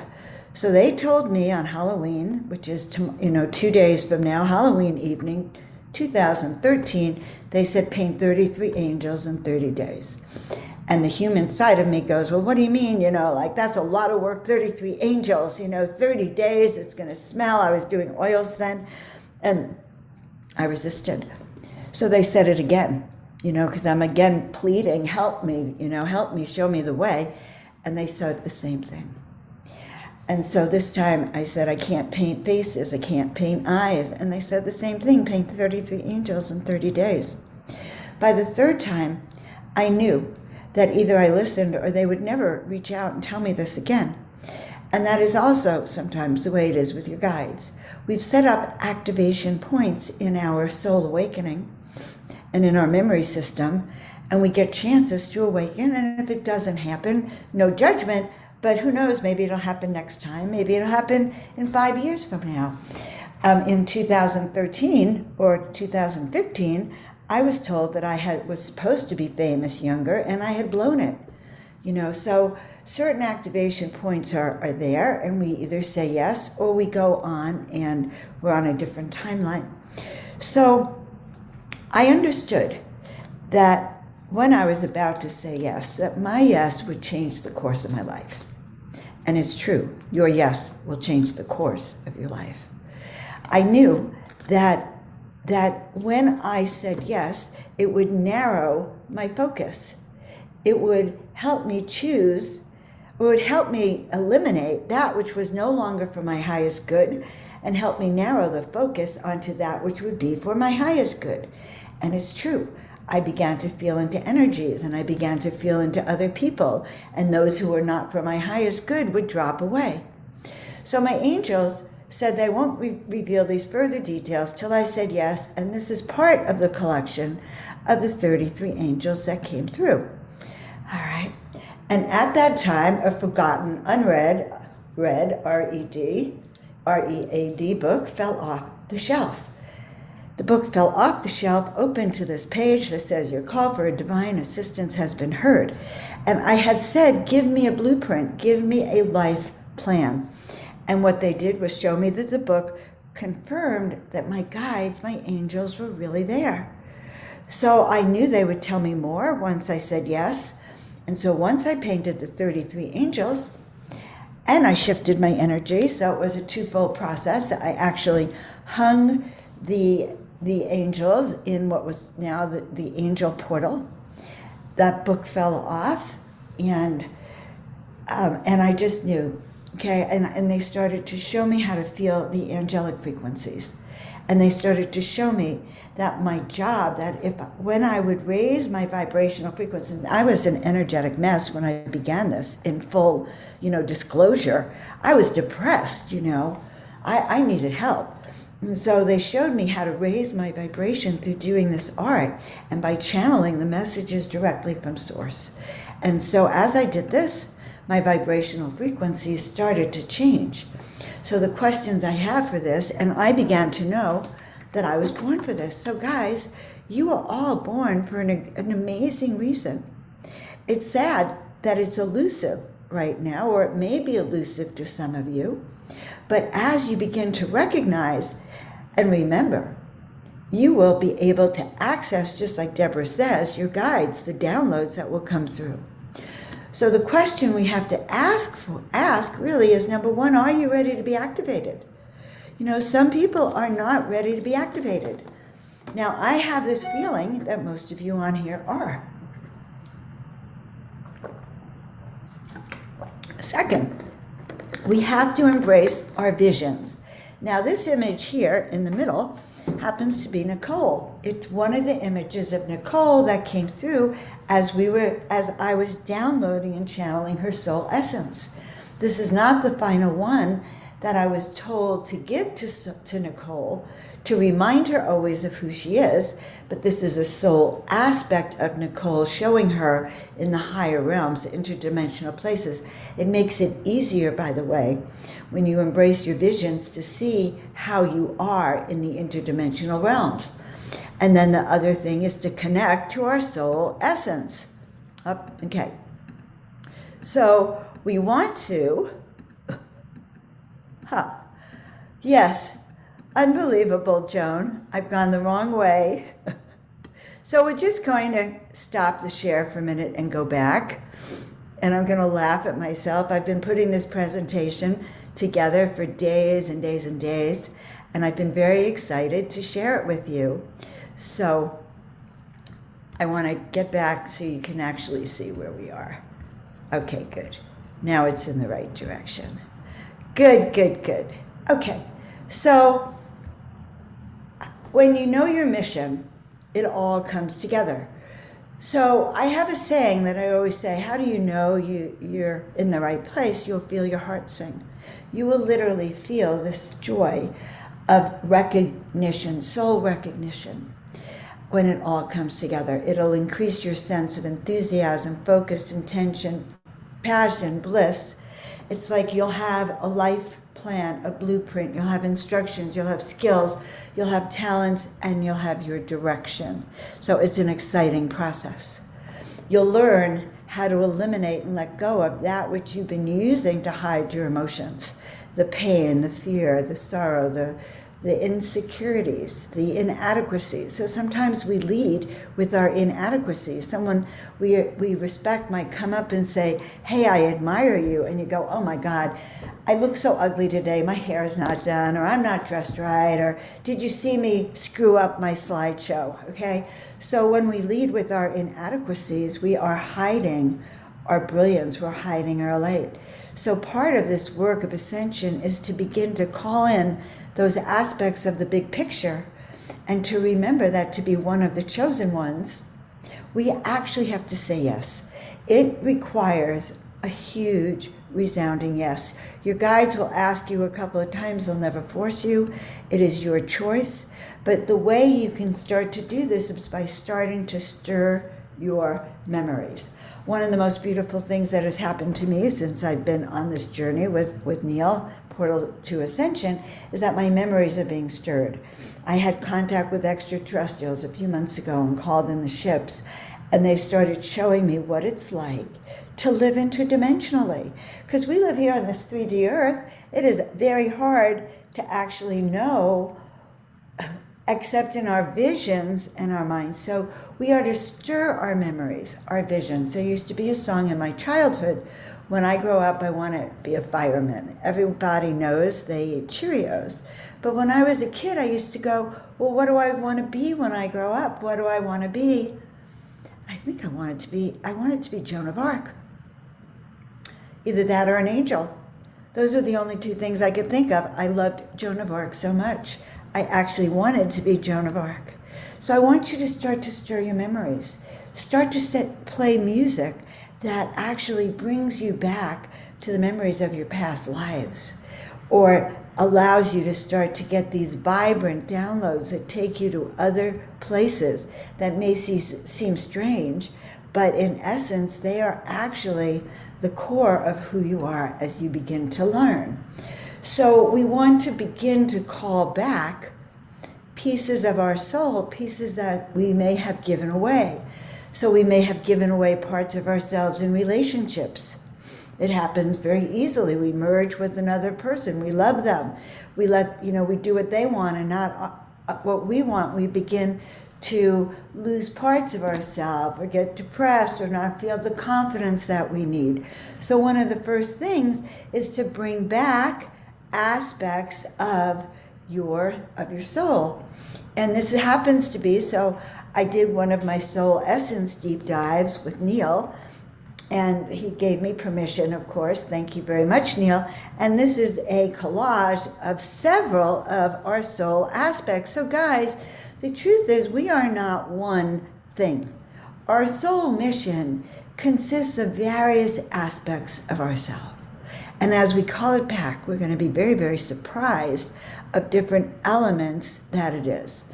And I'm going to give you some examples in just a moment. All right. Now, I'm going to share with you that I'm going to be talking a lot about soul mission activations. And I'm sharing with you a little bit, a taste of the upcoming course that I'm going to be releasing. And also it's a description of how this happens. So the first thing that happens is what happens through our incarnations. And this is so important.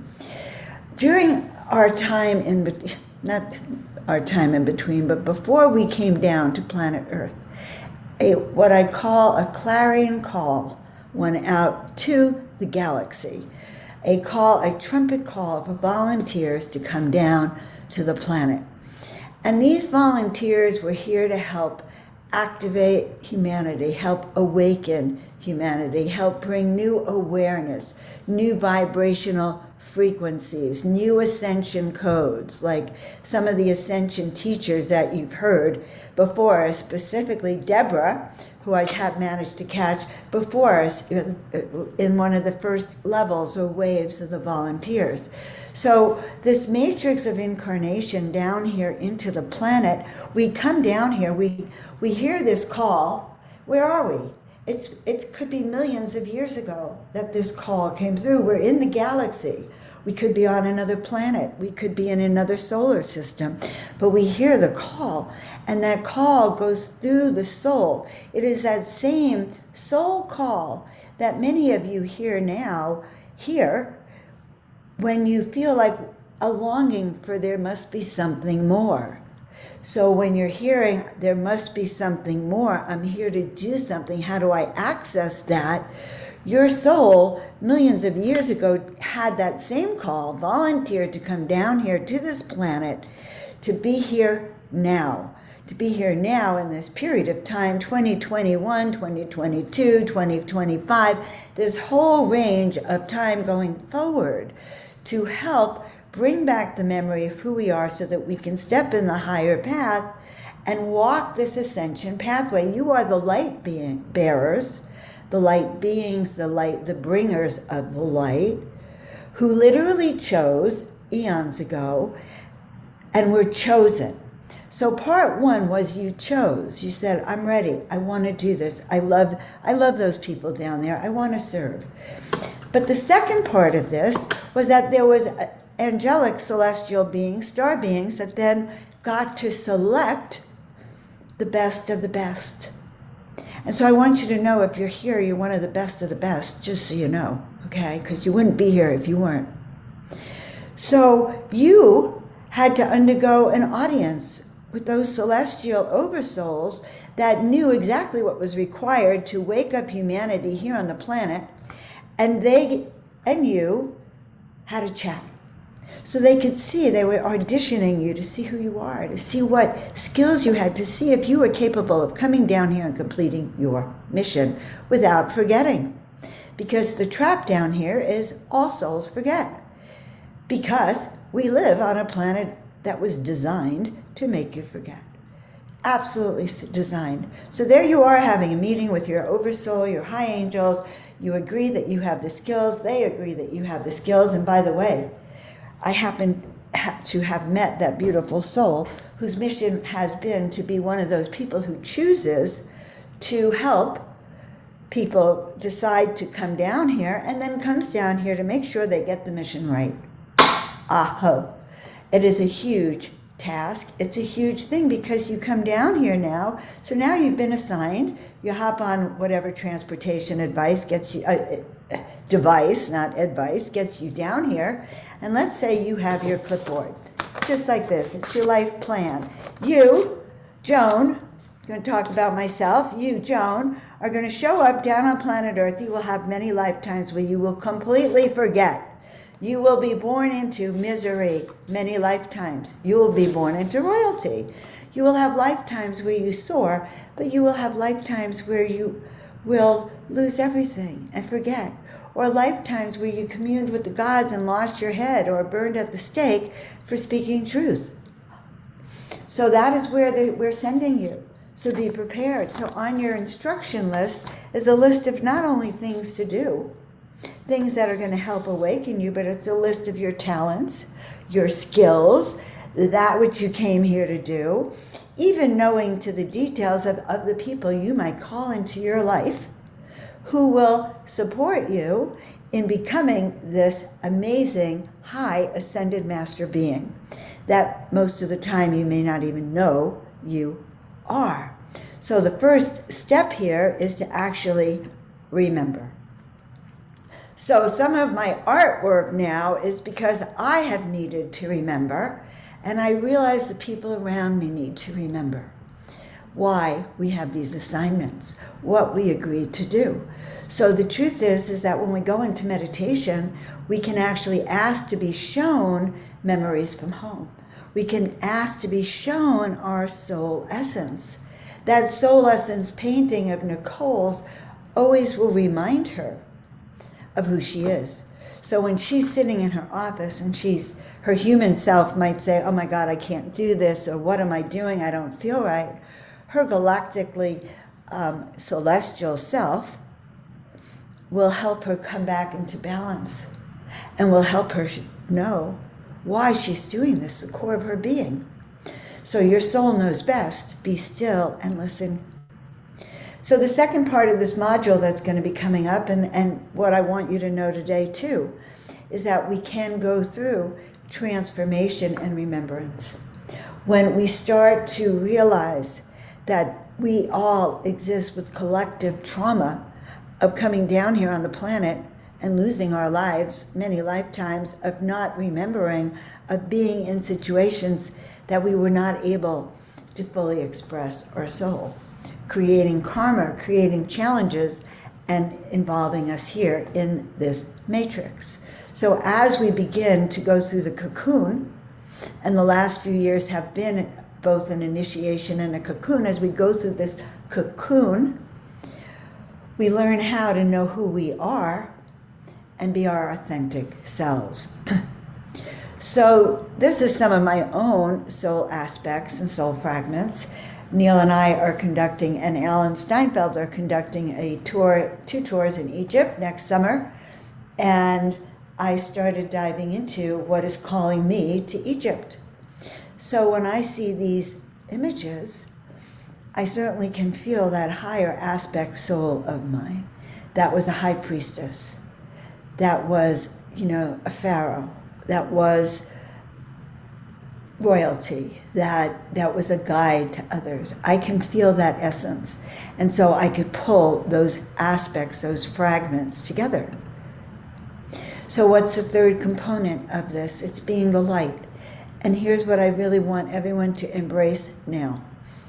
Your major soul purpose to come here now is to actually anchor in the light. Everything else we do there is extraneous, and it's how you do it. It's not the why.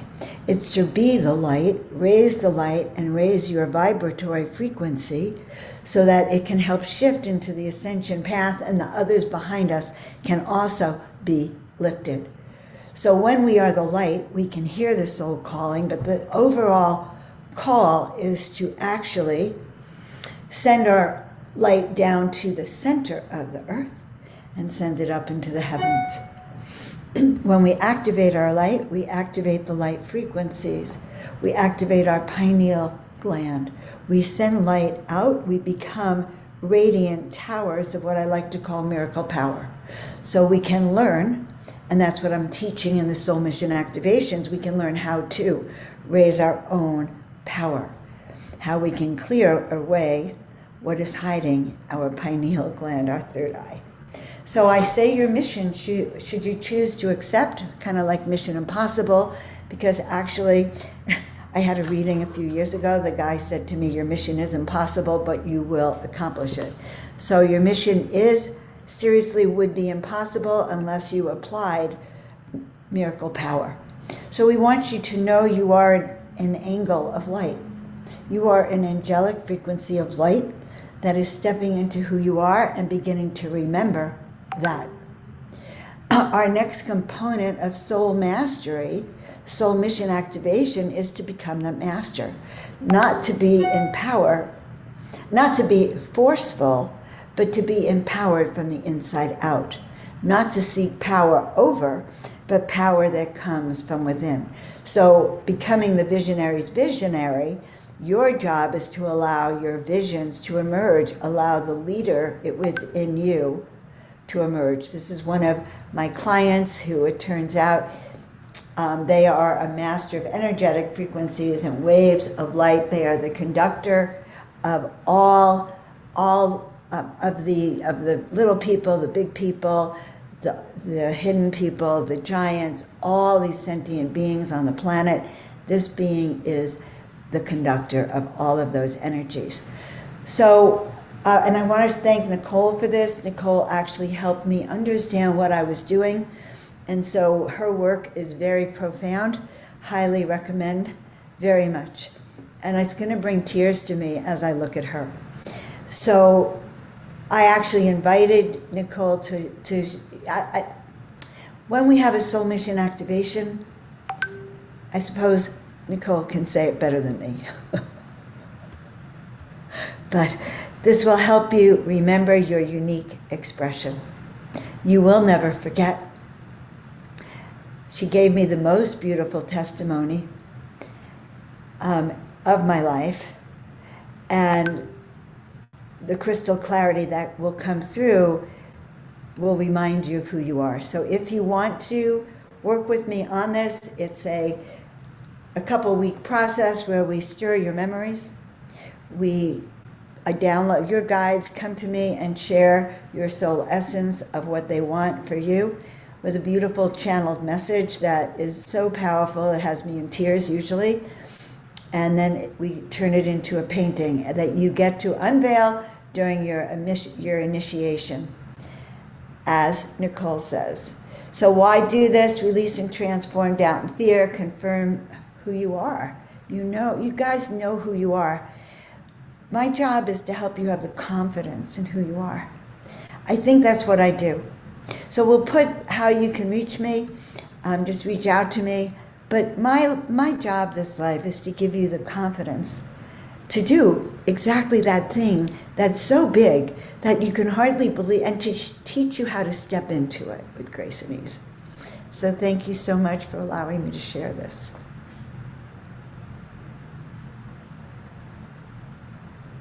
Thank you, Joan. Joan, I just want to give you a shout out, sister. That was so amazing. And yeah, that was your process was incredibly timely and powerful for me. I just want to show this is my soul self. And the message that came through with Joan was really that my 11/11 event, like, you really helped me to understand why I was called to do this crazy thing and put on this big event, because I'm responsible, or I'm allegiant to 333 souls that are here to help activate heaven on earth on the planet, and it's about calling them back together. So I want to cry when I think about it, because it was so, I felt it in my entire body when you channeled that for me.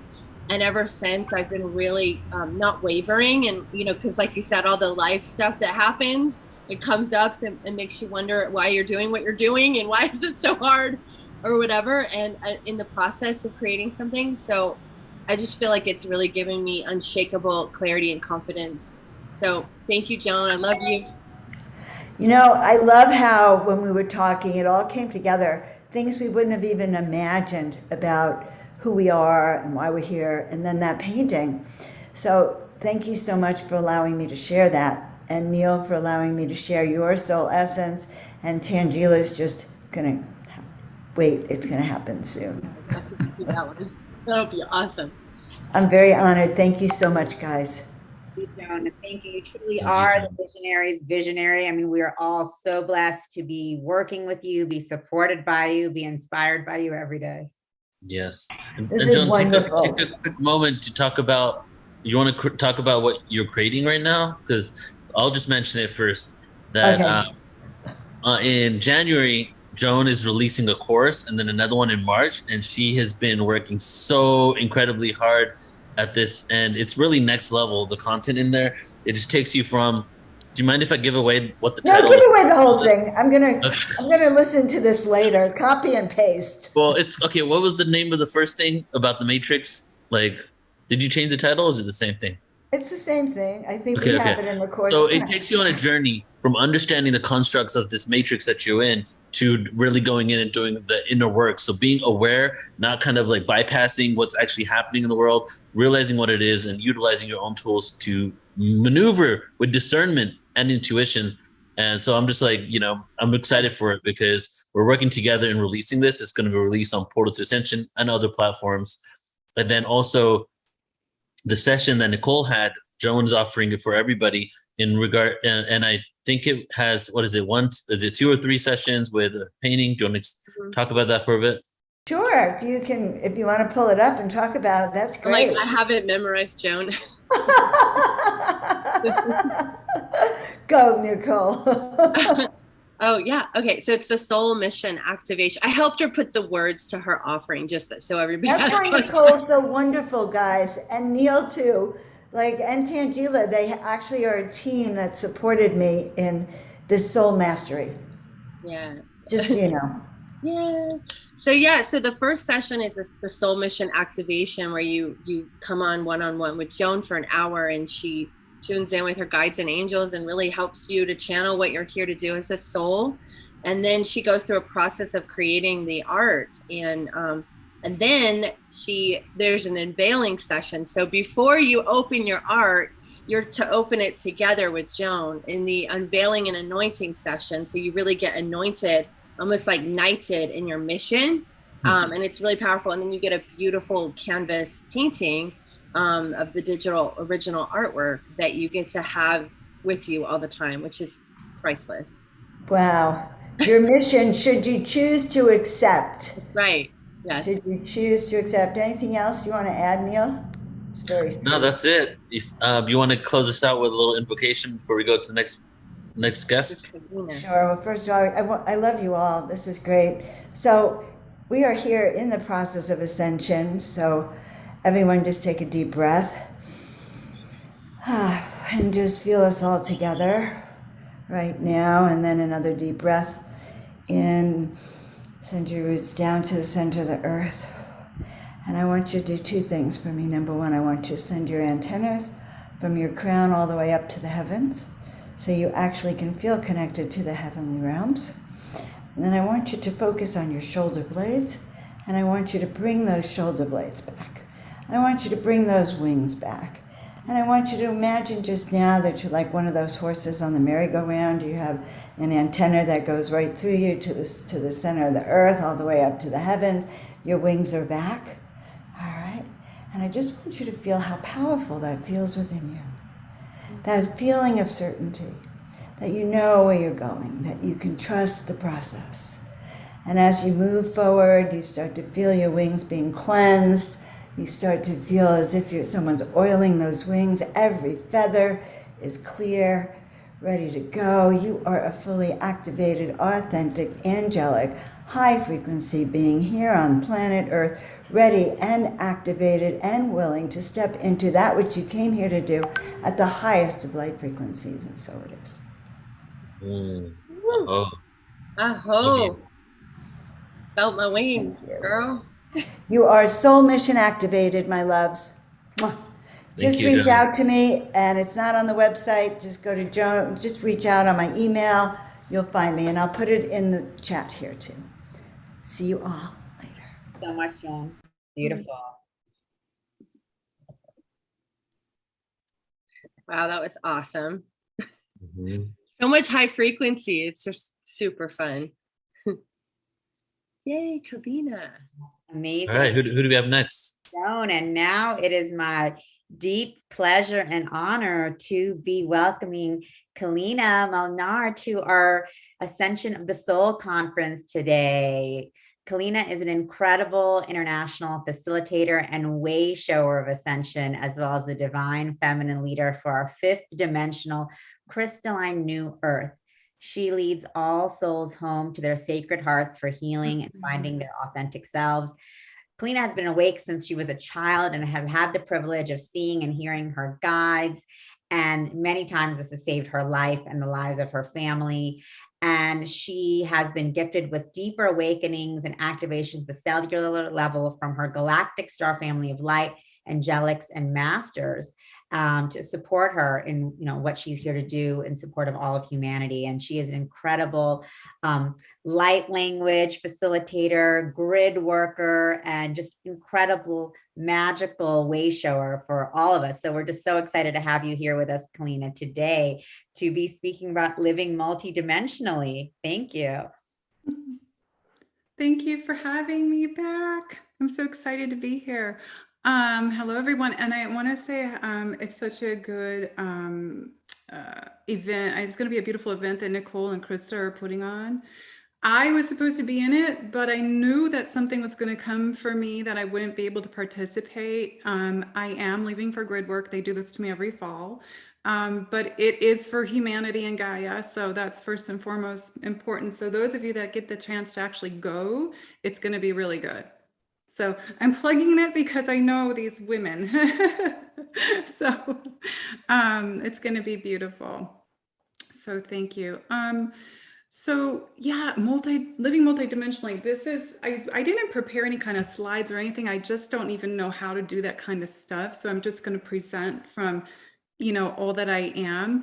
And one of the things I do want to talk about is I want to express, which is so important for everyone to understand, is there's so many people out there that have this fear of actually even thinking that they're multidimensional. And we are not just these human beings. We are these multidimensional beings on the earth. And a lot of us came back here to actually do specific things, jobs, missions, whatever you wish to call them, for Gaia, to assist in the process of the ascension for Gaia, but also for humanity's consciousness. And our job truly is to lift our vibration and our frequency into our light body, so that as these highly vibrational frequency beings, we leave, that's how we actually leave what people call the karmic cycle, the karmic wheel, or whatever holds you inside into the planet. And that's why it is so important to actually do your inner work and heal yourself and hold yourself into that high space and place in this reality, especially now. And one of the ways that we actually can do that is by allowing our multidimensional self to actually be seen and heard. And I'm going to give you examples, and I'm actually going to do some activations today for everyone, because there's a lot of people that when they receive the activations, it takes them a little further in their process. So one of the things that one of the embodiments, we go through these embodiments of ourself. I call them embodiments because I started that when I was 13, embodying these different aspects of myself. And one of them is a high priestess. And I have traveled all over the globe doing this work, and it's called alchemy work.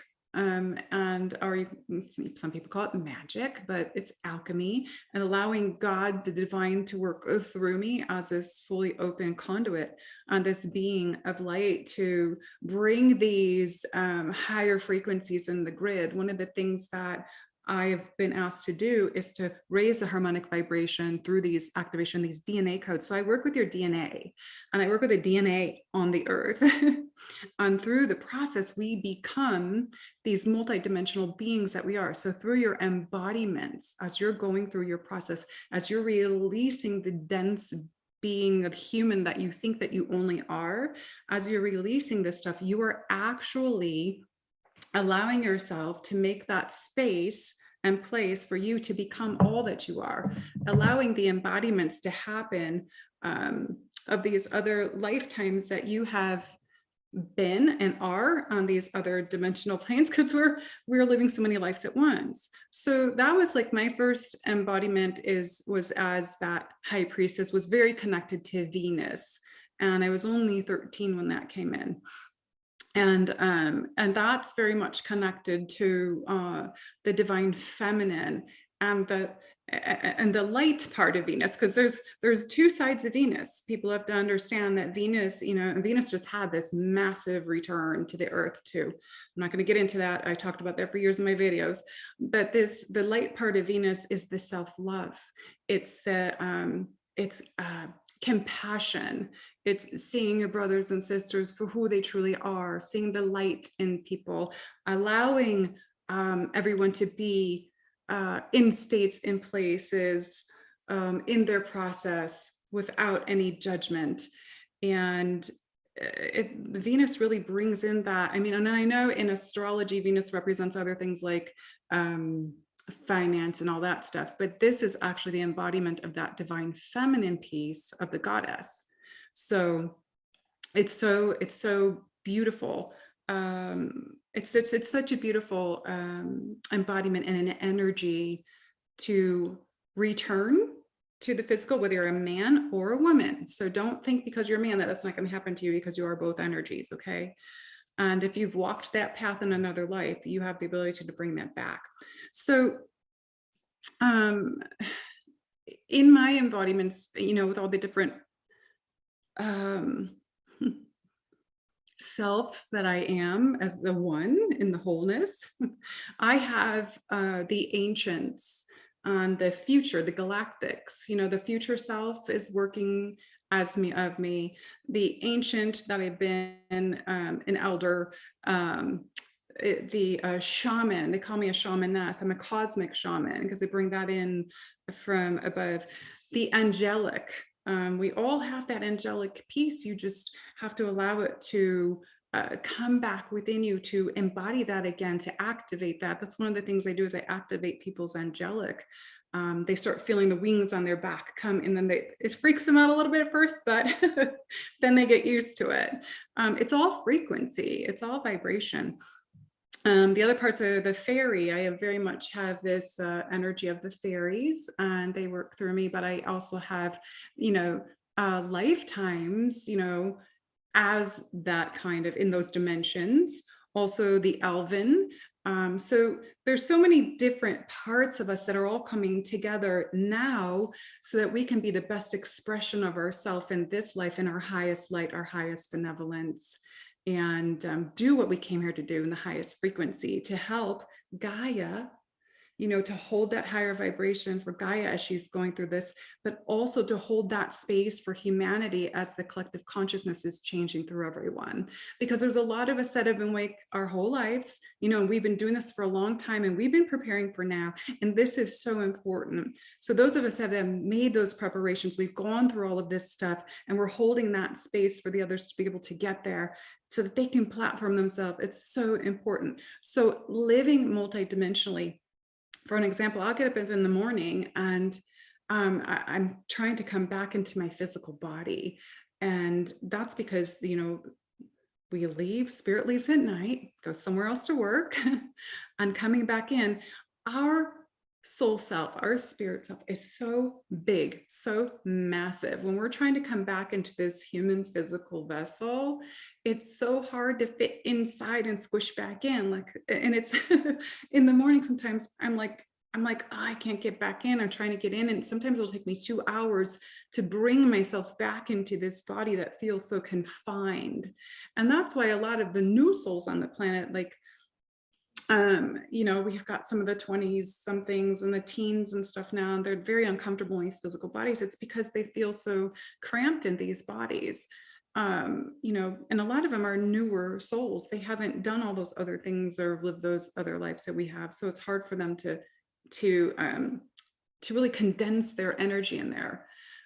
So that's one of the things in the morning. When I get up in the morning, I'm coming back, and I'm coming back from a different space, place, reality where I've been doing work at night, coming back into this body. And sometimes I wake up as the fairy. I'm like, oh, and I speak in the fairy language, and I'm like popping around the house, and, you know, and I'm talking to the other fairies, and I have videos of the fairies. I just actually videoed them the other night. And they're so beautiful. But also sometimes I'll come in as the galactic being, and remembering being on the ship the night before, and the technology that's right here right now, it's really not been so easy for me to understand and use, because on the ship it's so easy. We wave our hand to bring something forward, and with our thoughts we can, if we say Gaia, boom, there's a picture of Gaia. If we say Venus, boom, there's Venus. If we want to tune into a specific location, boom, it comes up.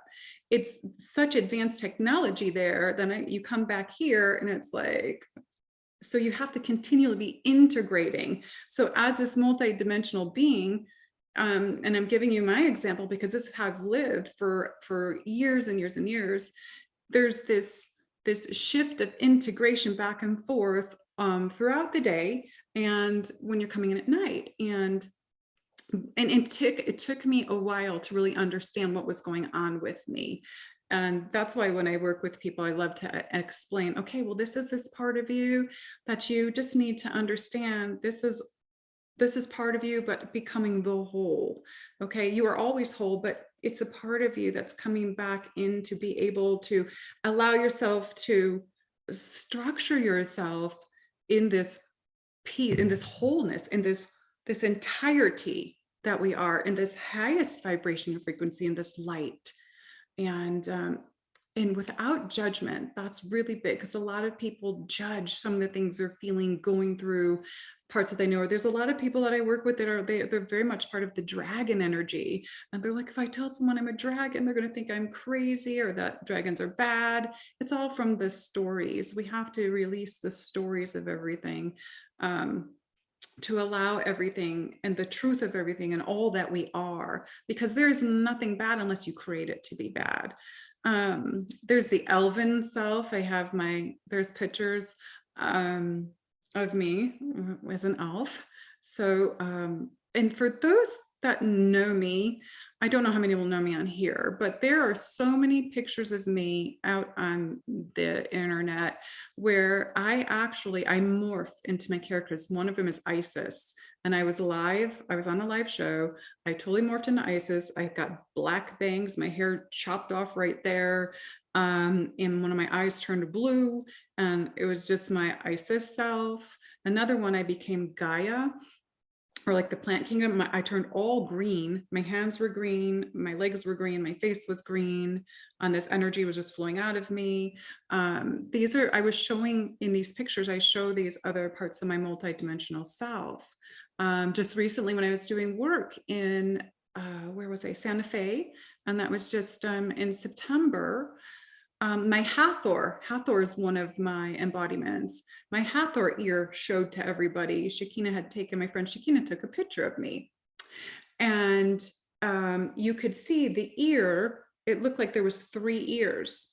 And for the longest time, I'm like, what is that? Why does it look like that? And this light was just coming off of me, this beautiful bright light. And it's on my Instagram. People can look at there.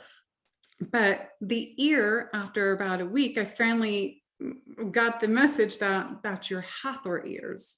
So when I was young, and I remember being in kindergarten or first grade, they did these tests for your hearing, okay? And they were these big globe things, I don't know what they were, and you had to put your head in and they would test your audibility. And mine was actually off the charts. I remember the lady looking at me and her eyes got really big. She goes, you can hear what humans aren't supposed to hear.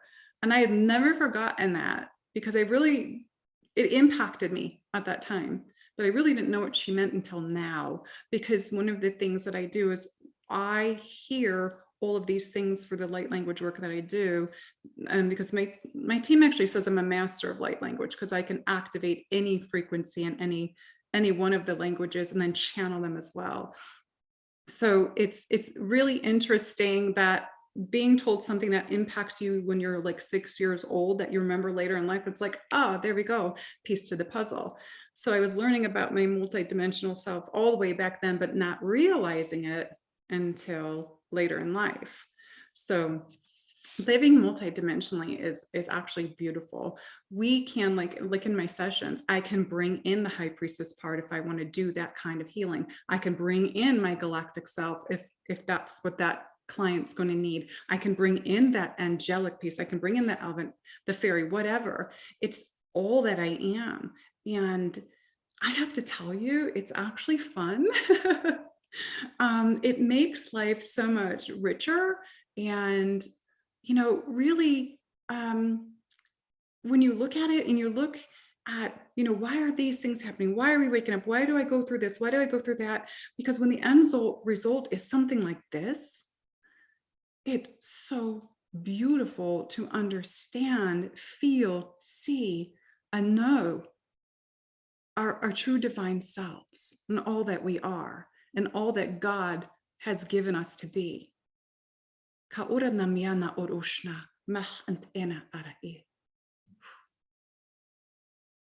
Living from here is where we live multidimensionally. Sacred Heart, that's my work. Bring people out of that false identity, go bring them back home here. Expand your true self. Know the natural you. Live from here and allow yourself to be all that you are. Know thyself. Love thyself. Be thyself. It's so important. There's nothing to hide. There is nothing to be ashamed of. There's nothing to fear.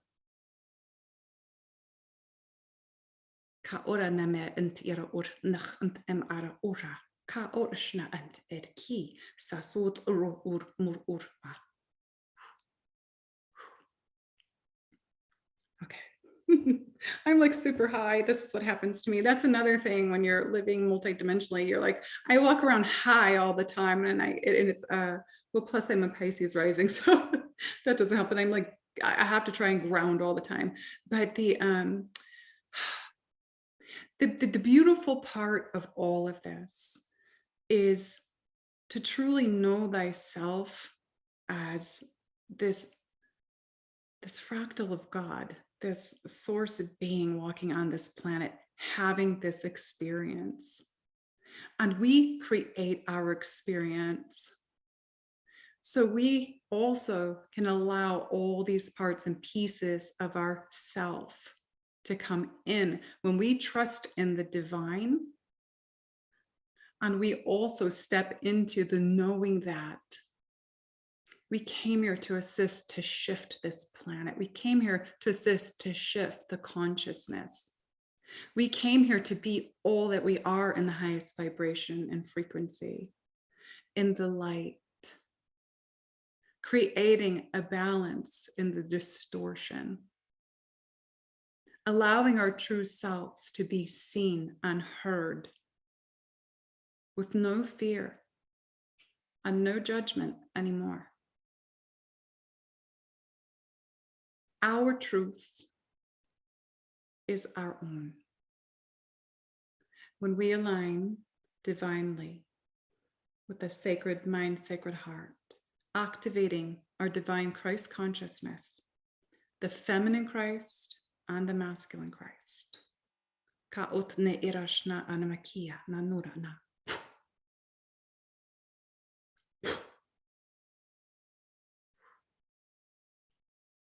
Satura.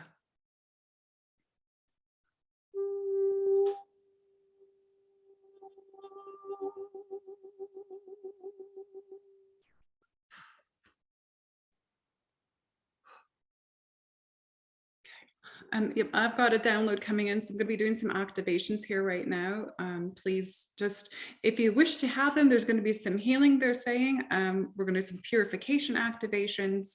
And yep, got some elemental things coming in as well because the fairies are flying in. My hands are really starting to, they're really going right now. So if everyone wants to receive them, all you have to do is say, I accept this healing from Keleena, accept these activations. Have your hands, palms facing up on your lap, be open and ready to receive.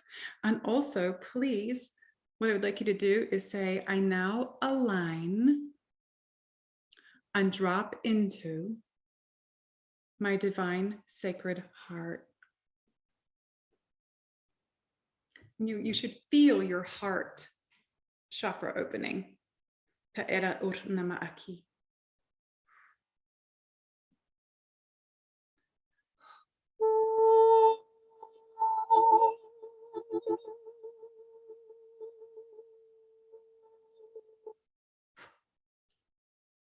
There'll be sounds and tones and vibrations. Then what they do is they shift your frequency. They can align you. Some of you are off balance, I'm seeing. I can see, they give me the visions of people that are listening, that will be listening, so I know what to bring in. Some of you are, I'm getting energy. So some of you are like weighted on one side and not the other.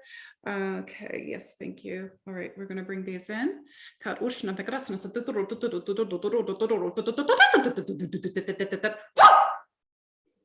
allow that to open. That went to the solar plexus for some of you, to open up that, to allow yourself to let go of the control.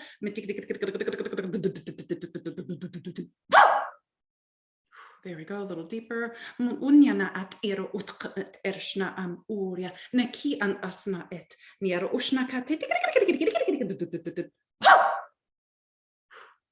they're really working on some of you with the solar plexus. What I'm feeling is some of you are really, you want to control the outcome of things. So when we want to do this, we're not allowing ourselves to live from our divine will, which is God's will. So they're really, when I do the whew really loud, that's like God sending through this like light that just goes right to the solar plexus to like open it up more. Ma'ana ur nama ir na aki ant ursha era na ere makia shu shu shu do do do do do niki na kiti di di di di di di do do do si kiki di di di di di do ta ta ta.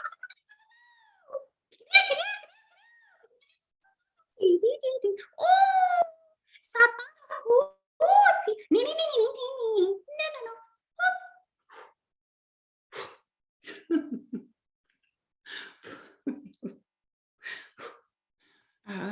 That's the fairies.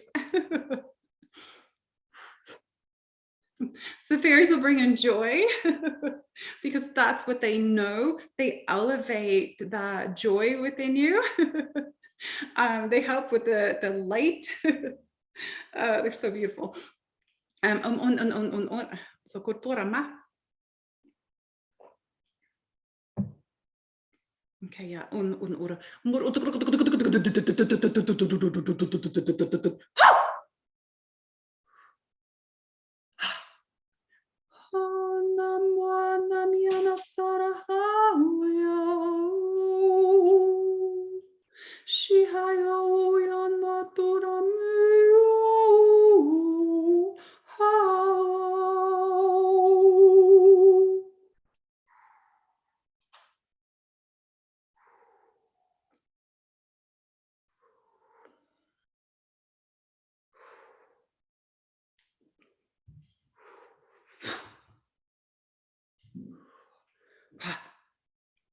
Okay, just pulled some stuff out of all of you, out of your energy system. It just went right up.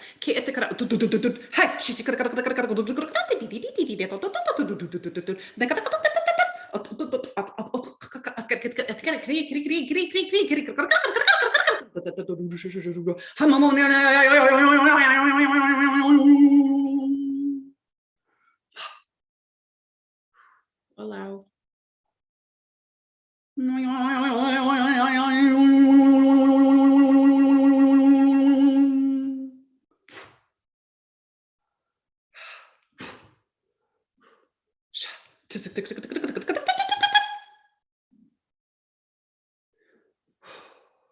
Uranamana eterna kia sha amoria amoria aya.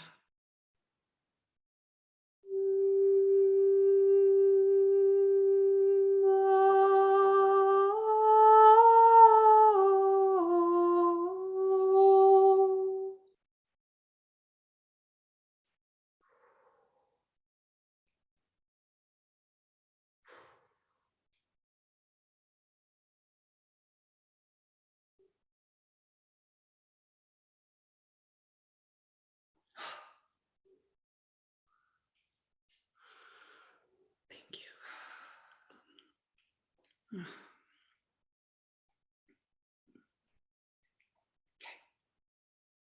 My team has said we're complete. I have a big team that I work with. So, woo. Okay. Whew. All right, hope everybody's feeling that. If you need to, if you feel like you're too high or if you flew off a little bit, just focus on your lower back, focus on the lower back and just say, I am grounded. And you're going to feel your energy flowing down, and you're going to feel that the grounding is going to start from the root and it'll go down your legs to your earth star chakra there. Amor. Aquí.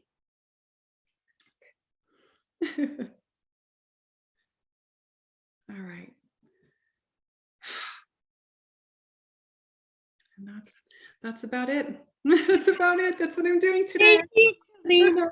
Oh my goodness, that was amazing. Oh, good, good. Amazing. I felt the fairy. I'm like, that's the fairies. The fairies coming in for me too. Yeah, they're super high frequency. I love them. So, and I heard earlier, I don't know if Joan had said that she was going to Egypt next year or something. So am I. I'm pulling together women with the priestess work.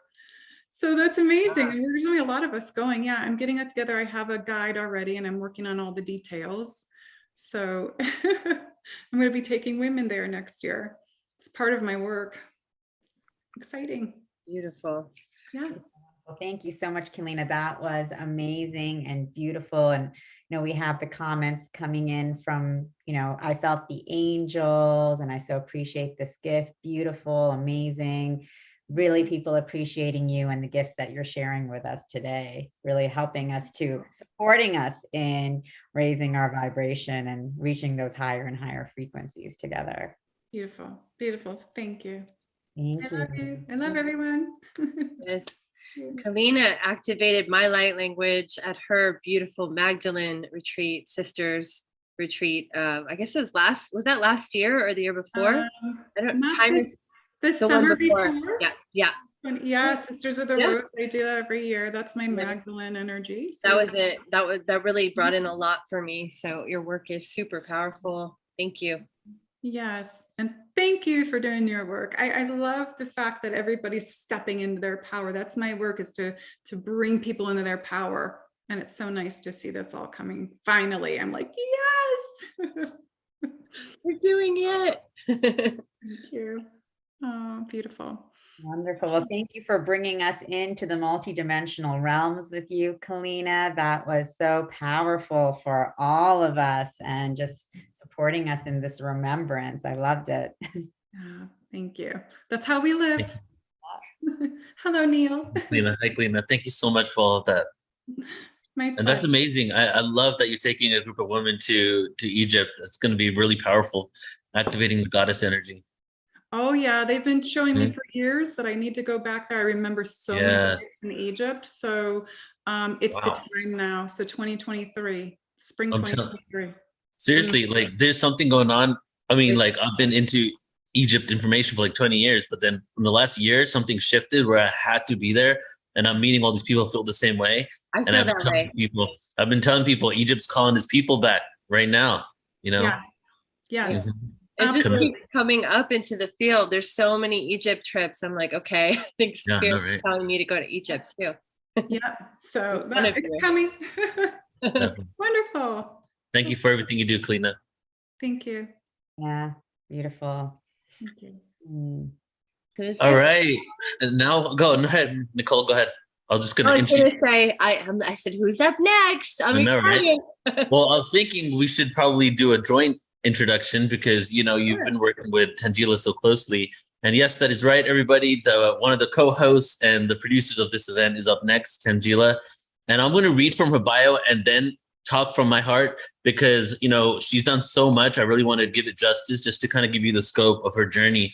And then how she got to where she is now, completely shifted everything in her life and is full, like 100% consciousness, like so many people are, because now is the time for us to really shift out of these old paradigm jobs and things that aren't fueling the upliftment of humanity, but are fueling an old, outdated matrix system that, you know, has been fabricated and it's had its lessons. We've experienced what we need to experience from it, but now it's really time, and these jobs, these opportunities, for us to really live our passion and to contribute back and to be of service. And that's really what Tanjila is doing with Soul Search. So from her official bio here, Tanjila is a creatrix of Soul Search. She's a longtime spiritual seeker, global adventurer, entrepreneur, and multidimensional guide.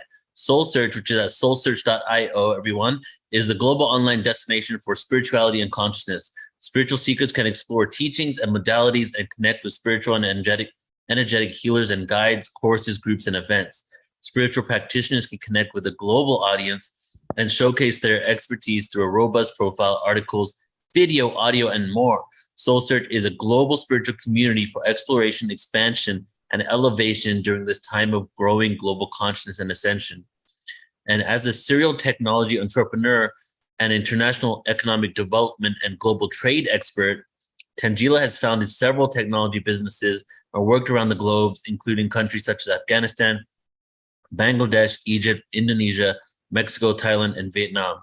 So before she launched Soul Search, she had been on an incredible journey of not only spiritual journey moving forward in life, as she's been a spiritual seeker for a lot of her life, but also in regards to getting to the point where she has now fully invested all of her energy and her time into growing Soul Search because of her realization of how important it is to create connection. And that really goes into who she is as a person, but she is not only a beautiful soul that I had opportunity to spend time with and even stay with here in Shasta, but she's also a huge networker and connector. Like she's probably one of the biggest networkers I know. Everybody that meets her loves her, you know, and just when she talks to you and says hi, it just makes you want to smile, you know, and that's who Tanjila is as a person. So I'm just excited to be connected with her and working here. And then she, of course, has introduced me to Nicole because they're working together very closely as part of Soul Search. And let me give it over to you, Nicole. Why don't you say some words about her? Sure, I'd love to. Yes, you hit the nail on the head.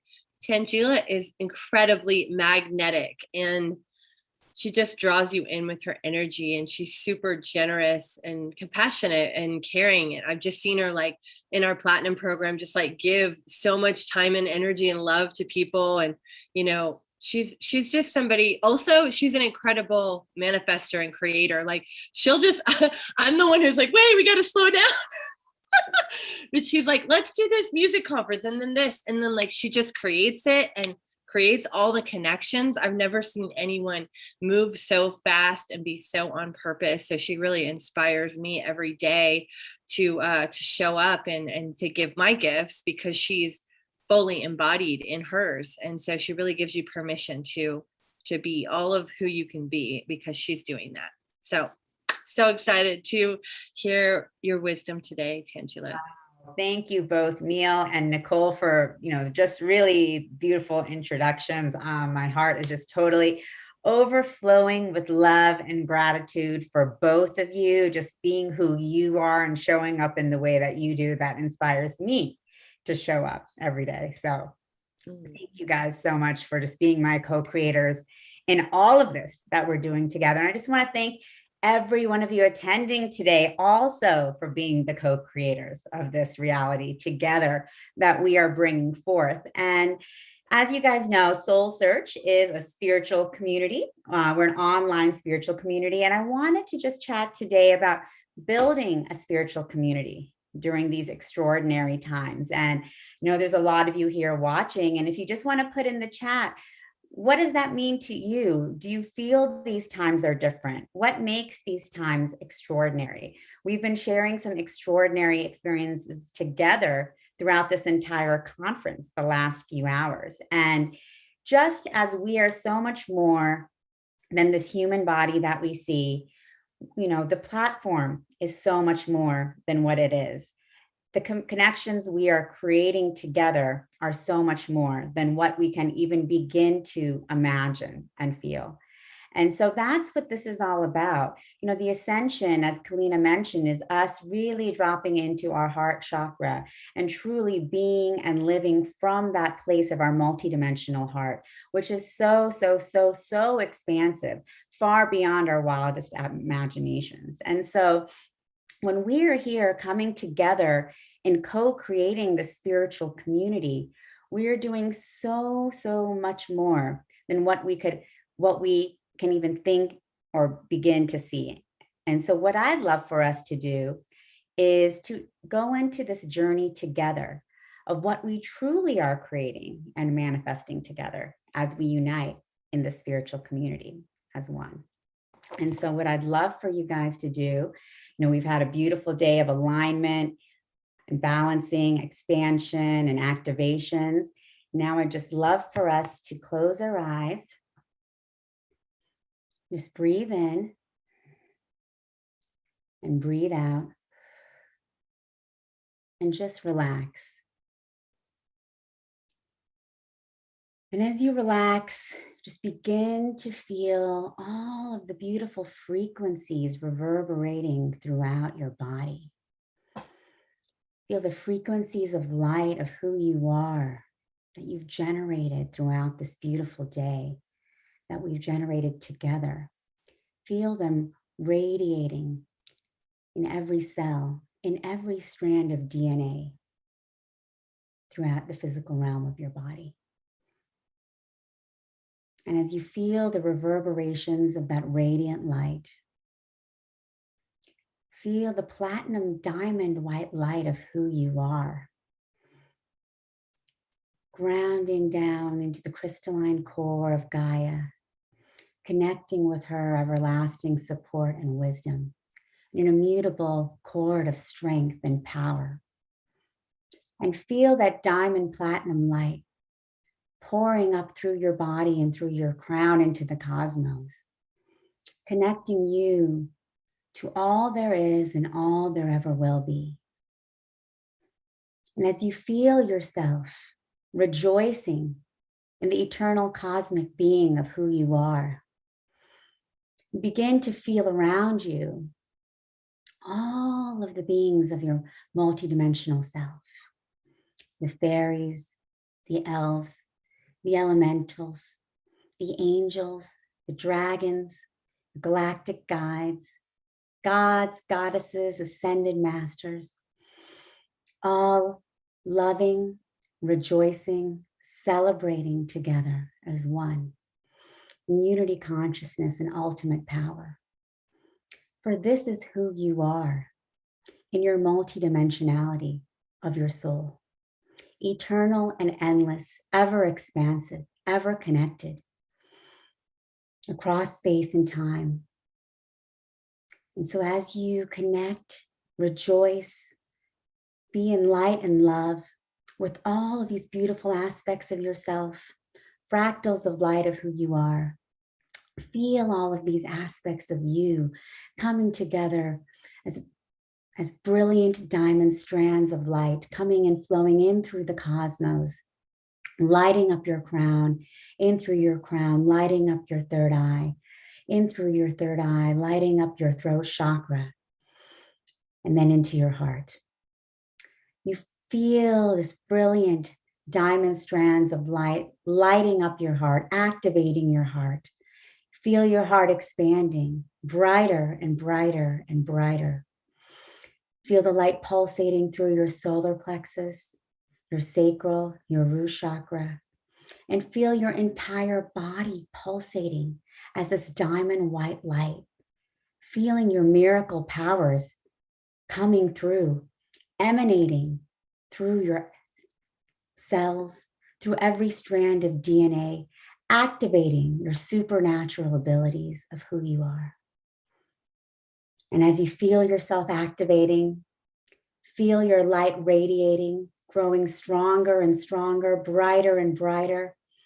Feel your power, abilities, capabilities bursting through the confines of your physical body, bursting through as the frequency of light that you truly are. That fractal of light ever connected to the cosmos, and feel yourself as cosmic unity, eternal power and force.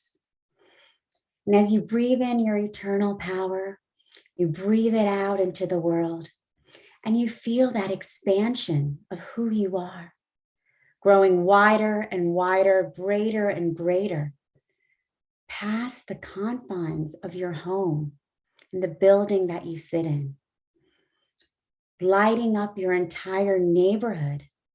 You feel yourself lighting up the entire city, whether you're in Cape Town or San Francisco.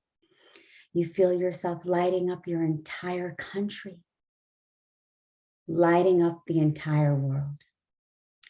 See yourself as a luminous being of light, with the highest frequency,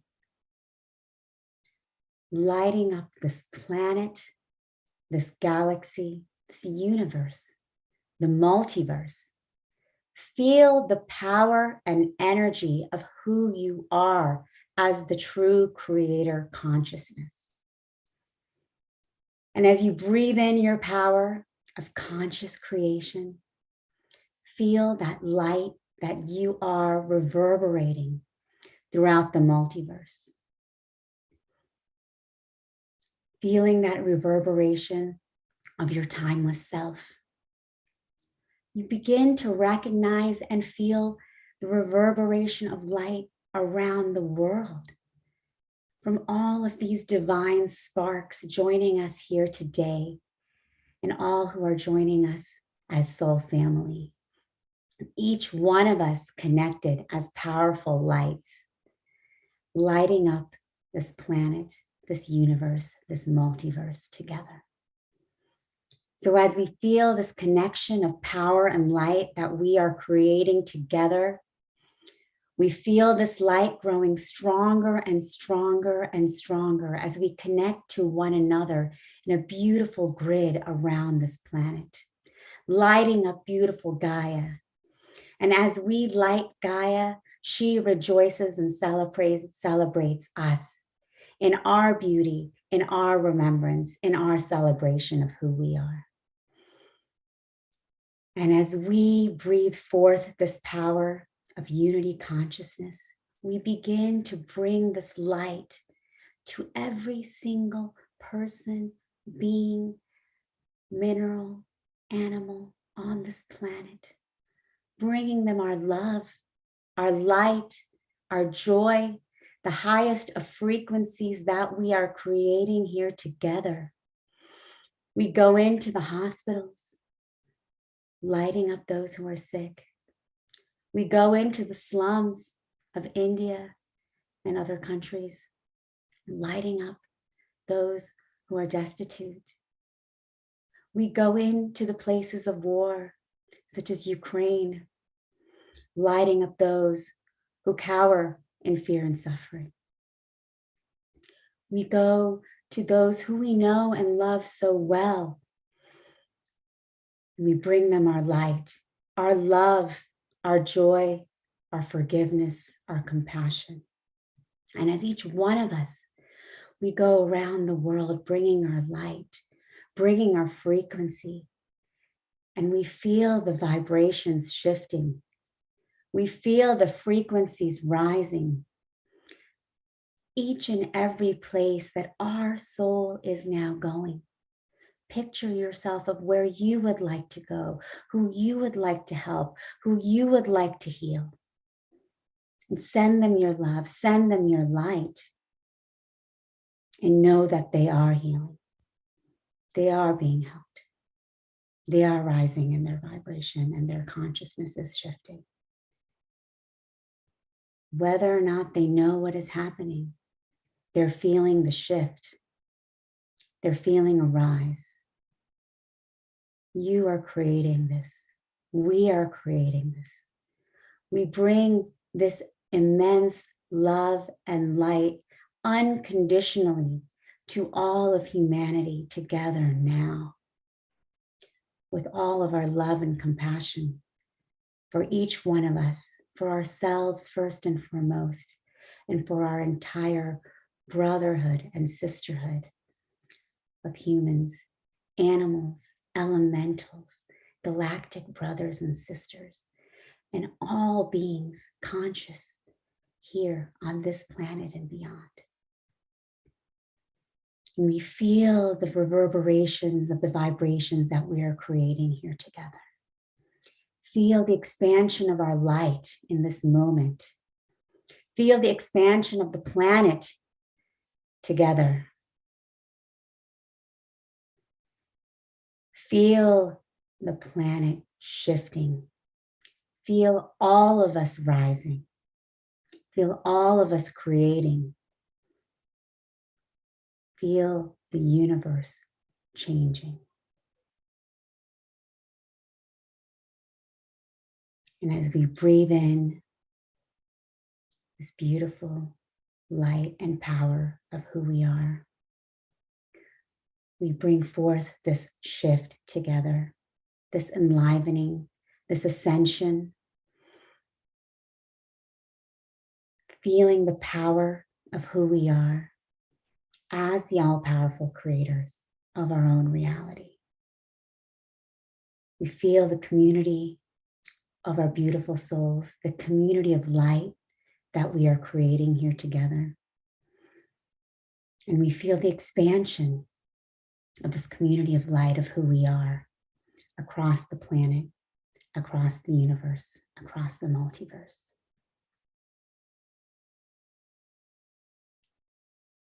And as we feel this reverberation of our expansive, radiant selves, feeling that heart connection that each one of us has to one another,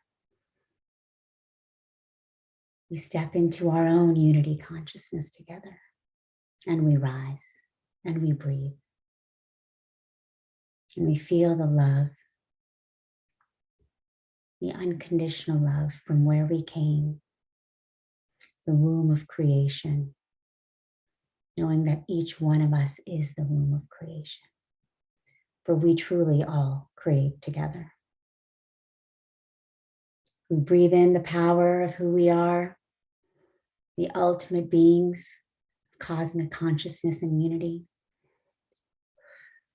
And we bring forth with our breath out into the world this knowingness of our power, this knowingness of our love, feeling the highest frequencies of who we are and celebrating that together we can and we do bring this forth into the world.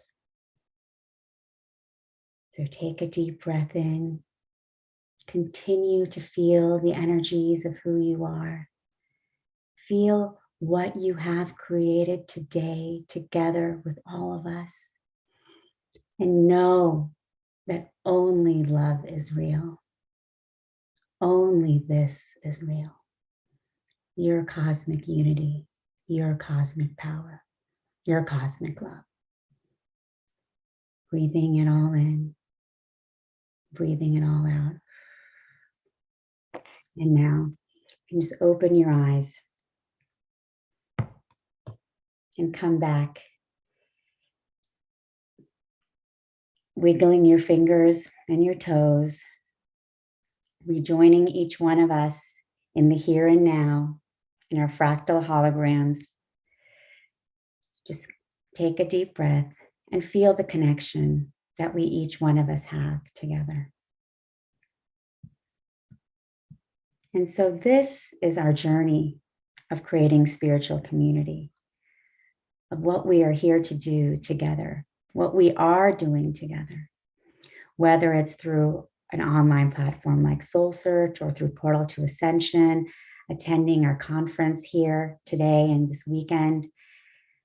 At every level, we are working far beyond the confines of our human body, the confines of our 3D matrix that we have here. We are working at so many levels, on so many frequencies, supported by so many seen and unseen guides, masters, and angels. And being able to remember that and experience that together is so beautiful, because that is what we are doing in every moment together.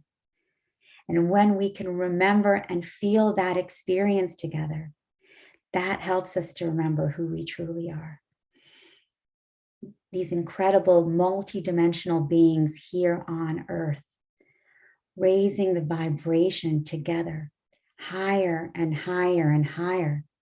We no longer have to look outside ourselves, where to go, who to be.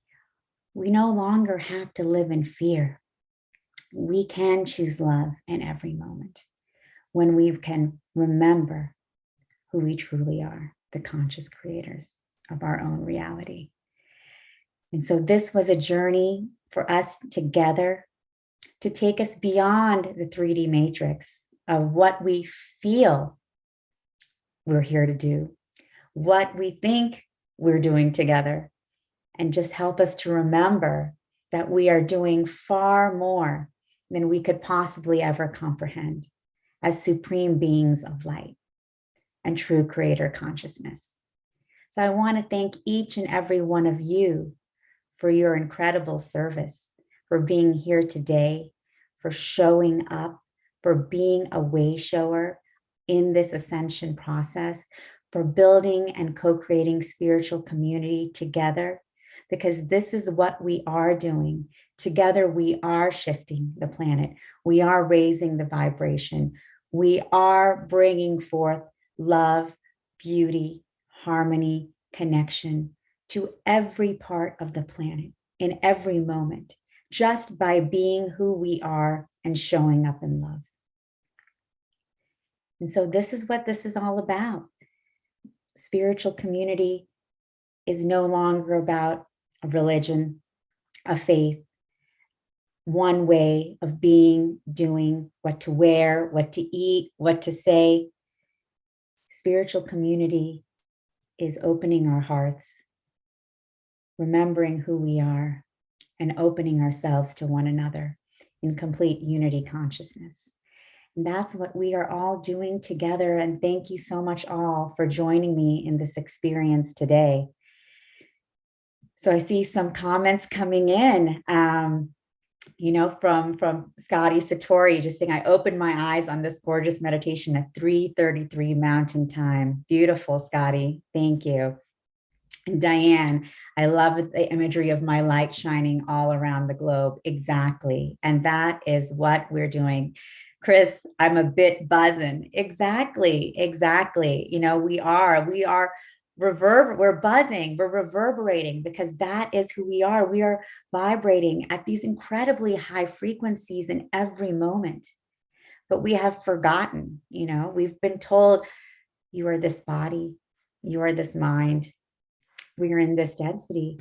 But as we come together in cosmic unity, we are able to come forth and radiate higher and higher and higher together. And like Diane says, our light shines around the entire globe. Remember, you are shifting the planet. You are transforming consciousness. You, as the individual, are the teacher, are the guide, are the goddess, are the god. You are the healer. You are the supernatural one. And you are here to share your gifts. And so it's so beautiful for all of us to be here together, creating this spiritual community. And it's just such my gift and great honor to be here with all of you. Thank you, Tanjila. I wanted to ask you, I mean, you really kind of explained it through your meditation, but what is your, like, if I was to ask you, what's your intention with Soul Search, and where do you see it growing? Like, what do you see with the work that you're doing, where it's going to be in the future? Do you have a vision for it? Sure. Thanks, Neil. Well, I think the work that we're doing is, like I mentioned, is on so many levels.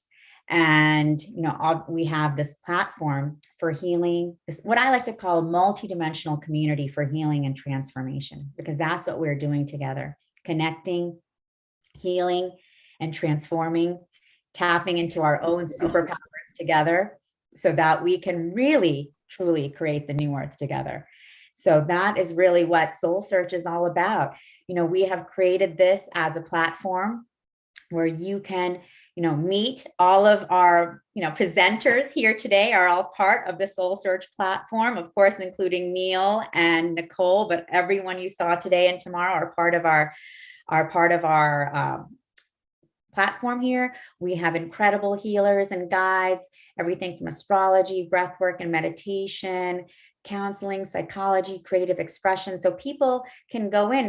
There was someone asking earlier, where do I begin? Where do I start? So you can really start exploring all these different modalities on Soul Search. You can go in, you can go to our blog, our video gallery. You can check out different videos, meditations. You can go into our community and see what events are coming up. So it's really incredible that you can just start diving in, checking out different profiles, seeing who you connect with as a healer. Here we see Krista, who is a gifted medium, psychic healer, who also does epigenetics. So you can go in and explore your these healers' profiles, see if someone resonates with you. You can check out some videos or articles that they've written, their reviews, client testimonials, and then connect with them directly, or see if they have an event that they're hosting that you can be a part of. So we really are just creating this portal for people to start exploring ways to tap into their healing, their transformation, their development, but at a superpower level. You know, every healer here is just like one of you. Every one of you is just like all of the healers on our platform. We each have such incredible gifts that we are here to bring forth onto the planet together. So, you know, that's really what we're doing with Soul Search. And, you know, we just invite all of you to be a part of it as a healer, as a guide, if you were as an explorer, as a seeker, and join us.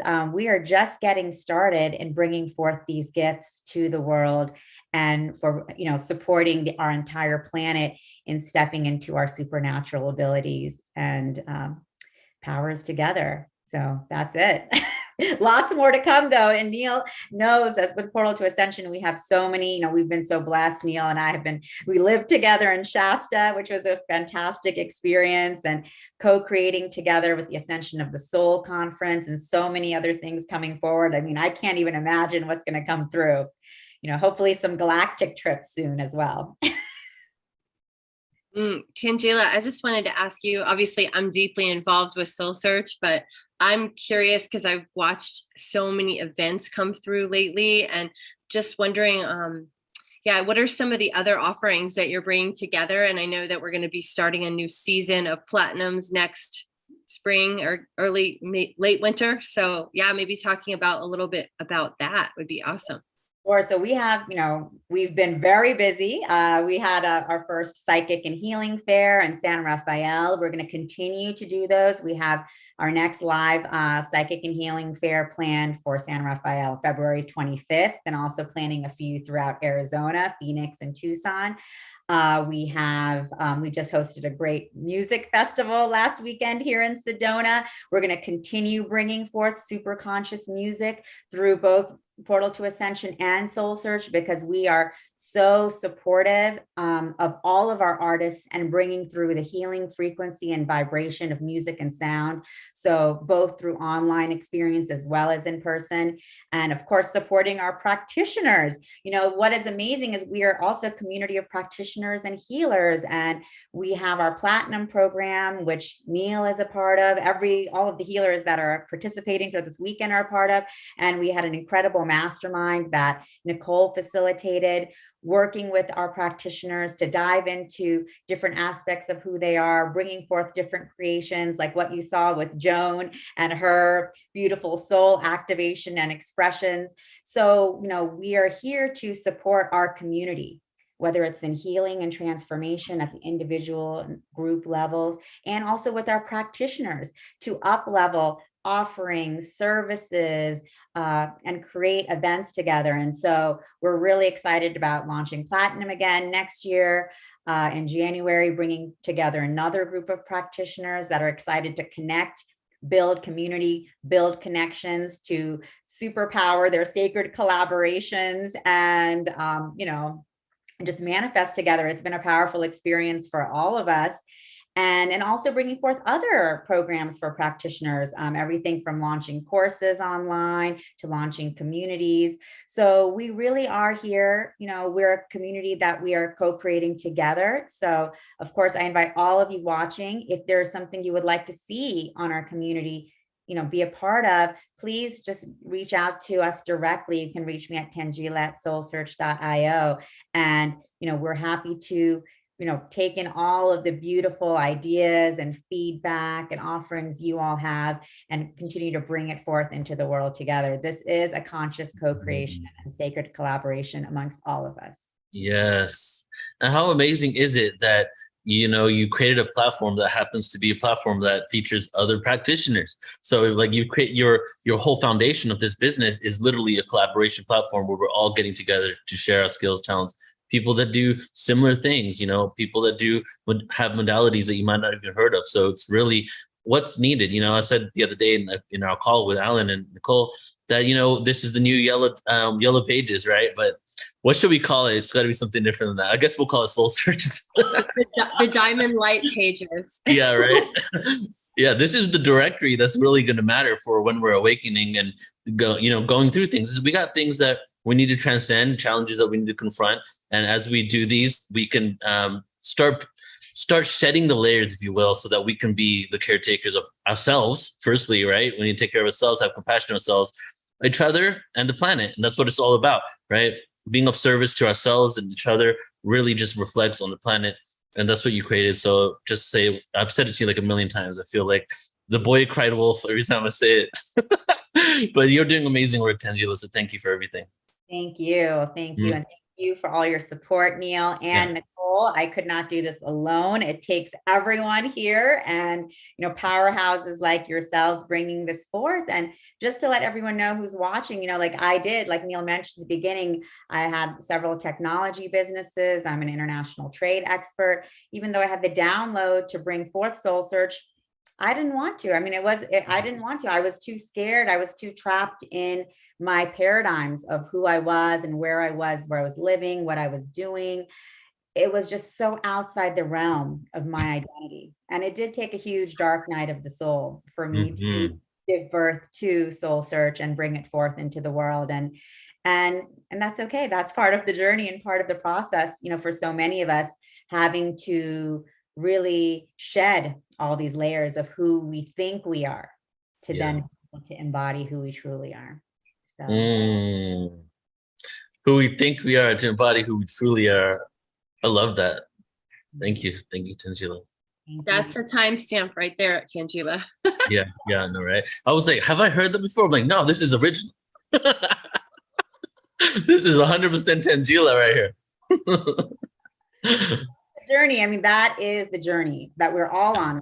Straight That's up. what Ascension is about, because we have been taught that we have to be in this box of, whatever our profession is, where we went to school, who we're marrying, who, all of these things, like where we're from, like what our religion is, what our culture is. And we're in these boxes that creates who we are. We're like little box people, Yeah. but we're not box people. We're radiant beings of light. So, but for us, for our radiant light to shine through, like we did today during that experience together, we have to burst through all those boxes. And that can be scary and it can be difficult. And for me, I was resisting it all the way. So it was very painful, but it doesn't have to be. And that's why we have Soul Search, because we want you to know that you're completely supported in this journey process. And, we all go through it together.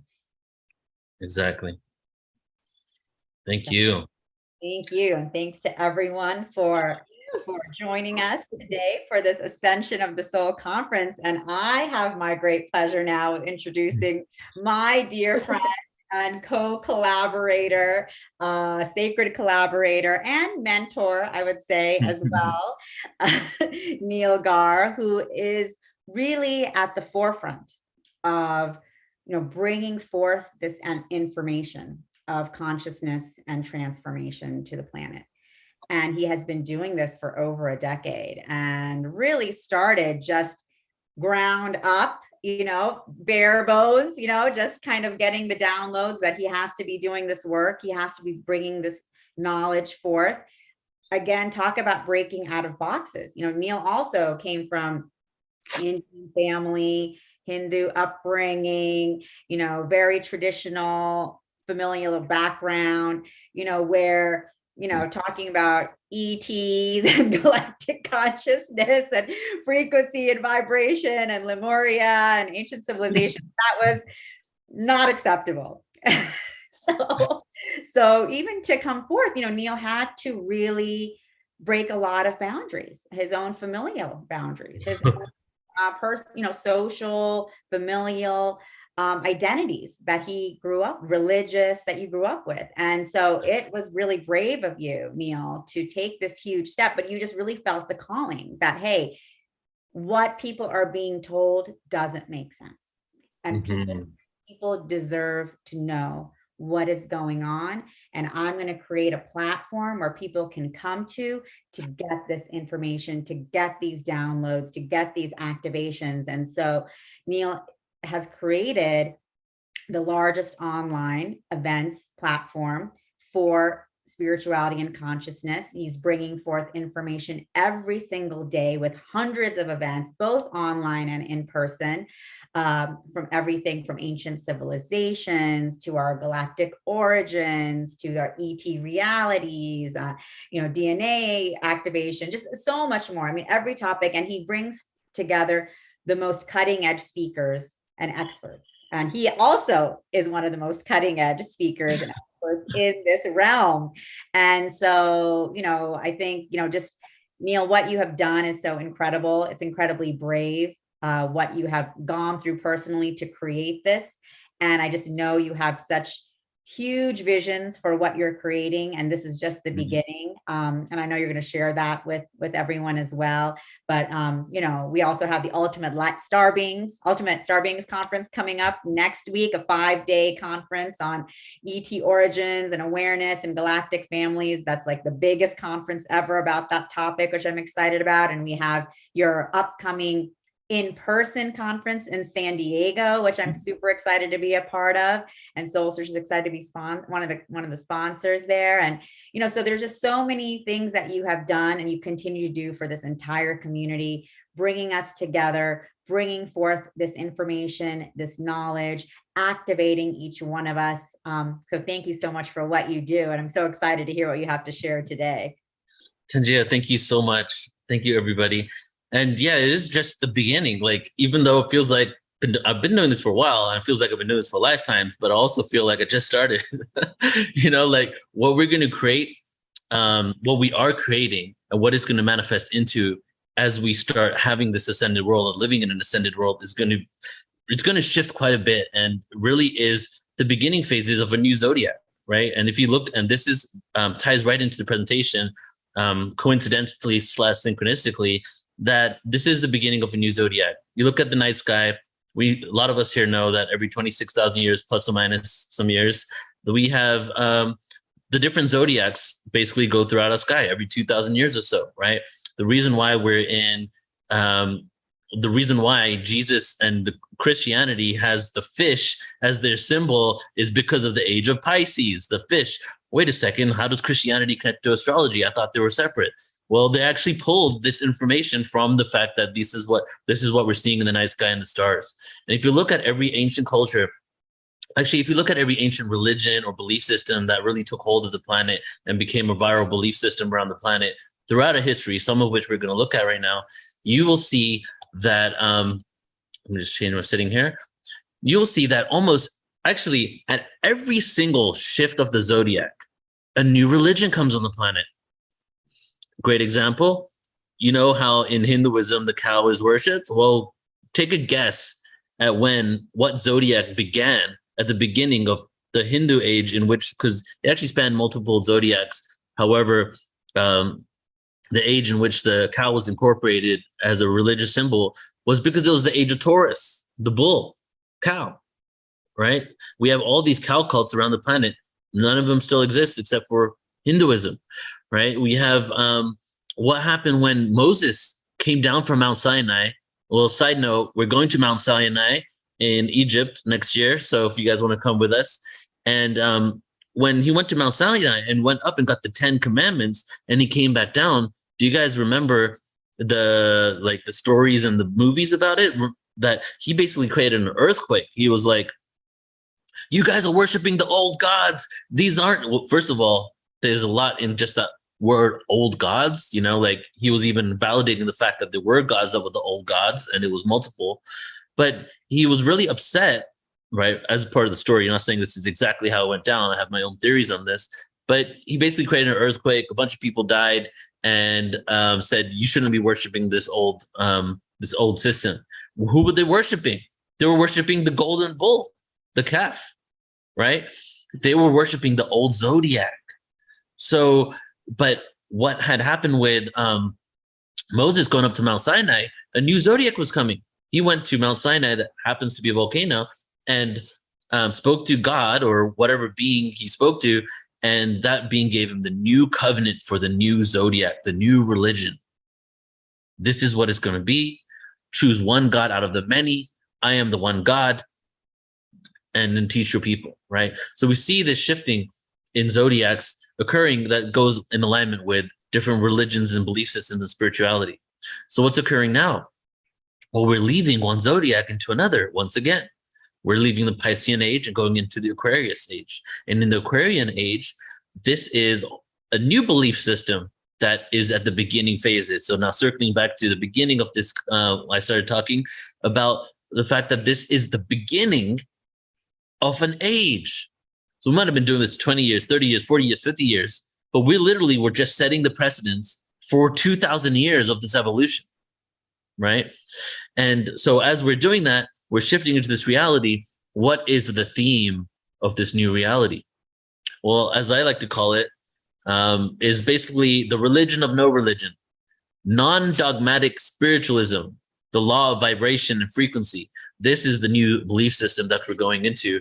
Just to keep it simple, obviously it goes way deeper than that, because we also have the opportunity for full remembrance, recall for past lives and ET lives. So what I'm going to do here is I'm going to kind of freestyle it in regards to the fact that I've spoke about the Yuga cycles, which is my presentation today, the cycles of time. I'm going to speak about it through 3 different presentations. And I love doing this freestyling, just grabbing presentations and just seeing how it pieces together. So I got 3 presentations up in which I've put aside certain slides within each of those presentations that all fit hand in hand. So I'm going to go ahead and share my screen, and we're going to start with the first one here. So this one is from my, let me do a setting thing. Okay, this one is from my presentation on galactic origins, dimensions, and black holes. So I'm specifically showing you this. Here is how we're going to flow. I want to talk about the Milky Way galaxy, what it looks like. What are the light years from stars to stars? What kind of rotations are we going through? What are some anomalies? How does it all connect together? And maybe even while we're doing this, you can kind of look at it and be like, wait a second, this looks like a really intricate clock, a clock within a clock within a clock. The way that these things work, and they go in alignment with each other and rotate around each other with perfect synchronicity and perfect amount of time and years that pass by. So just to really just show you and welcome you and introduce you to your home galaxy. And then after we've done that, we're going to go into ancient India and talk about the Ramayana and the Mahabharata and connect that to the cycles of time. In Hampi, India, specifically the place we're going. And then after that, we will go into the flood story and the cycles of time and flood. And that will be it. And the reason why we're doing it like so is because the reason why I'm even talking about this, going through all this with you guys here today, is because this is basically what I like to do when I do conferences. I look at what everybody else is presenting, and then I see what things will fill in the gaps and kind of bring things together. And then I like to present on those things just to tie a lot of stuff together. So everything that we're sharing here and all these modalities that people share and gifts that we have that, that you're receiving through these downloads are really connected to what I'm about to show you right now, which is the cycles of time. And the fact that it's inevitable. We are evolving. Our consciousness is expanding. So once again, welcome to the Milky Way galaxy. So our galaxy is speeding through space and Earth, traveling through space about 1.3 million miles per hour. And we're going 25 miles per second closer to the center of the Milky Way galaxy. So we've been told conventionally. We're also traveling alongside our local cluster galaxy, 375 miles per second towards the Virgo cluster, which is an enormous collection of galaxies around 45 million light years away. And usually I show this image later, but I'll show it to you first, since even Deborah Gusty talked about this, the photon belt and the understanding of the Mayans. And 2012, right? So in 2012, as we all know here probably, that there was a belief that we were shifting. There was a shift of ages occurring, right? A mainstream conventional movie, Hollywood style, went down. Oh, they try to say it's the end of the world, but it was not the end of the world. So it's all a farce, right? But we know, and if you actually look at the scriptures, it doesn't say the end of life and existence. It says the end of ages. Ages. Well, that is where the misunderstanding is now. The end of ages. Oh my God, we're going to die. Well, this means the end of one age, Piscean age, the beginning of a new age, Aquarian age, even the end of one dimension, the beginning of a new one. So the 2012 shift, some people were like, that day, December 21st, 2012. And then all of a sudden, a lot of people shifted and said, well, it's actually a period of time.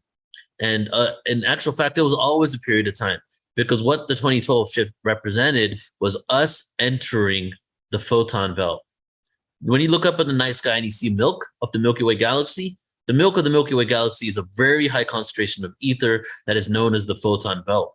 The flat plane of the galaxy, which is an interesting term to use anyway, because what really is a flat plane within space, is what you can see right here. Now, what you see in regards to us going up and down and up and down, is the trajectory of our solar system around our galaxy.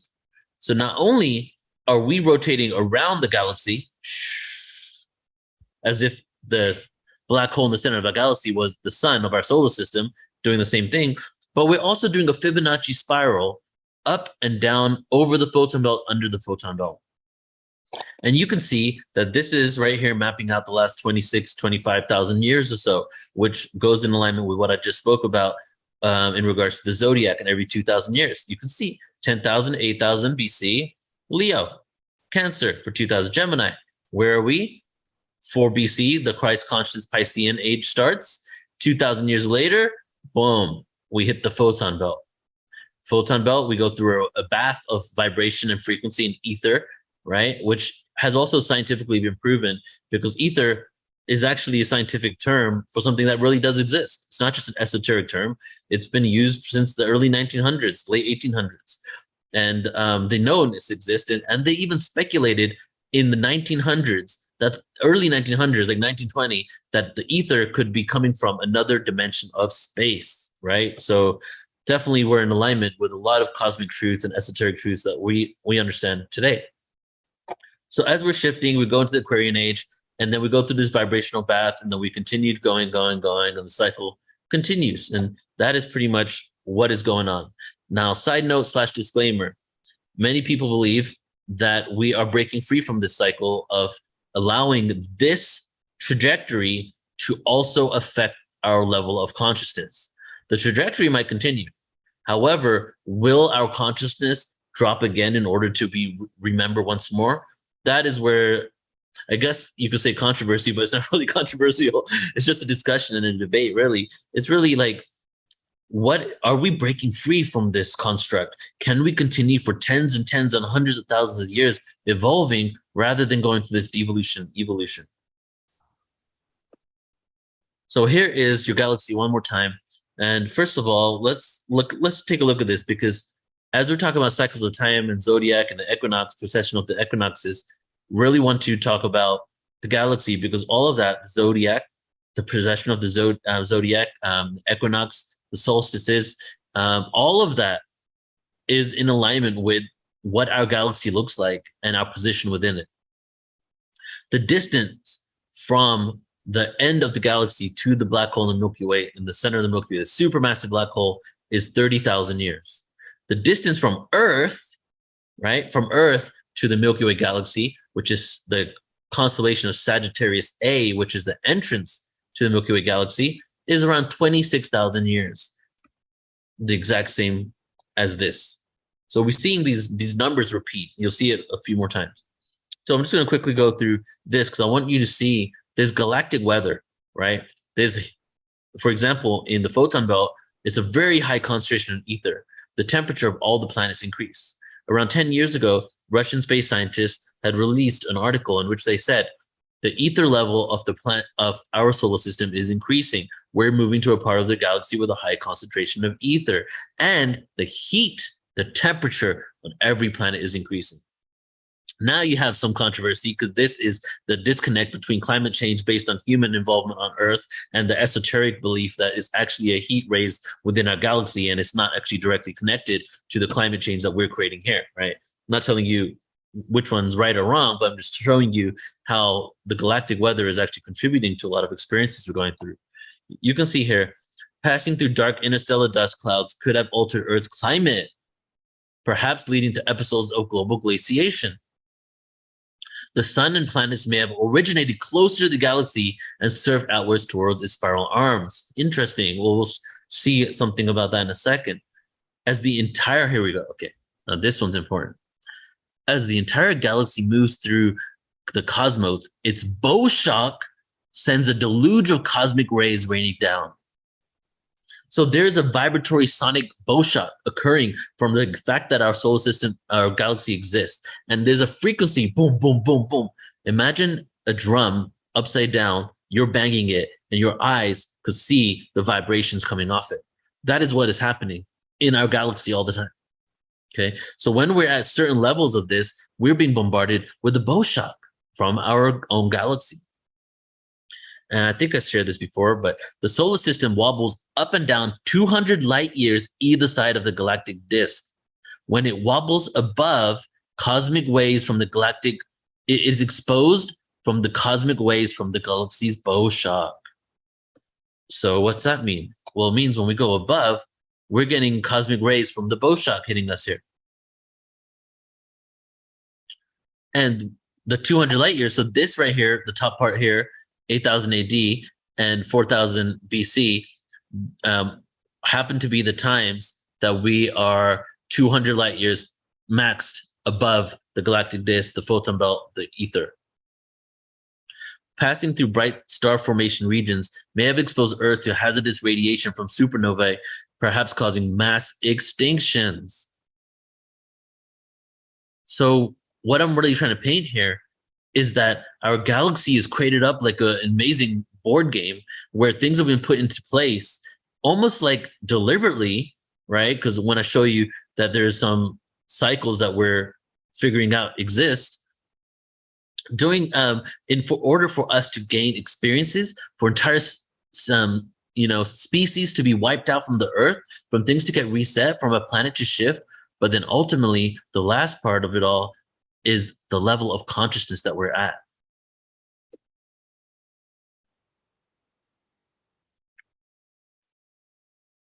Since we were talking about the Milky Way galaxy's supermassive black hole, we should really talk about, just about that a little bit. So let me just talk to you about the galactic core.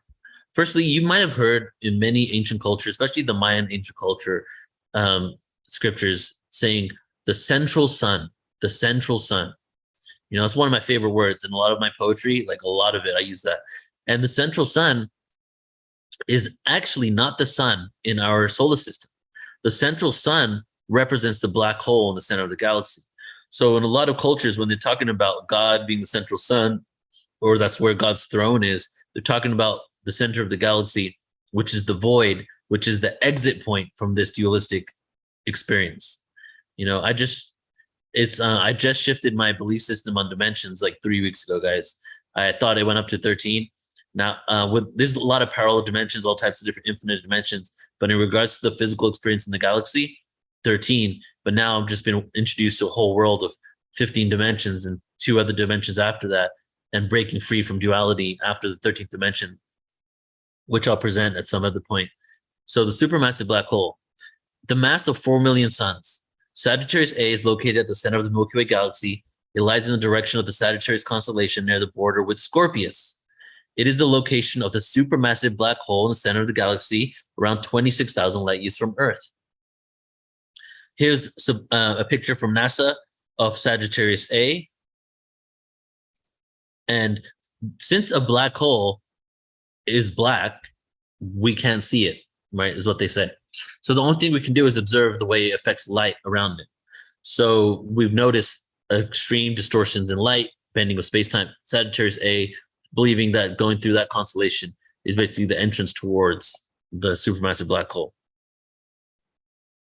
Now, this image here, before we move from galactic origins to something, to one of the other slides, is another anomaly that also affects Earth, affects our consciousness, affects the fact that we're waking up. So if you remember a few slides ago, I shared that new evidence suggests that Earth started closer to the supermassive black hole, kind of like where the sun is right there. Well, there is a galaxy that has been colliding and integrating with our galaxy for quite some time. I'm not sure if you guys, were taught this getting, being raised as I was in my classes on science, is that in like millions of years, if not, I don't even know if it was billions of years, we're moving towards the Andromeda galaxy. The Andromeda galaxy is moving towards us. So eventually we're going to collide and integrate with each other. And it's going to be many, many, many, many, many, many ages from now. And that's what we've been told is going to happen, right? However, did you know that we are already colliding and integrating with the galaxy in this moment? And actually, it's been happening for 8 billion years. And the galaxy is a dwarf galaxy called Sagittarius. And some of the evidence now points to Earth originating in that galaxy and then coming into integration into the Milky Way. And the way it occurred was that this galaxy had a collision course for ours, and the solar system was picked up and near the black hole in the side of the galaxy, and then slowly moved out towards the position we are now. One of the main reasons why this belief it exists, and there's evidence for this, is that the way our solar system, let me show you a little visual here with my arms. The way our solar system is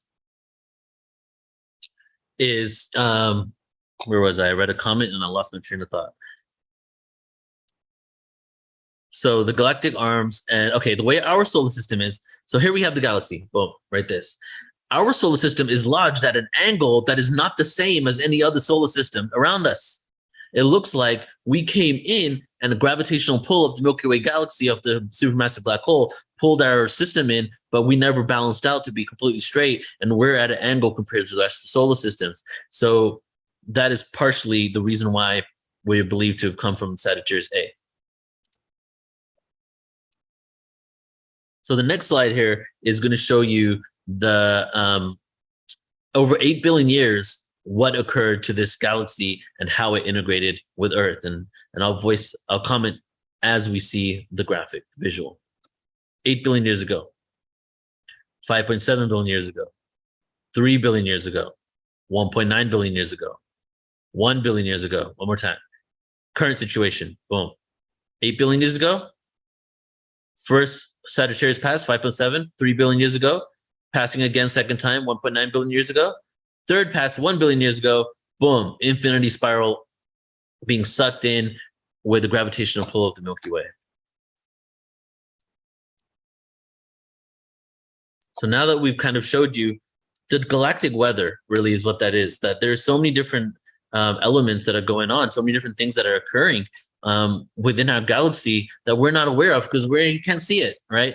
That is actually affecting our experience on Earth.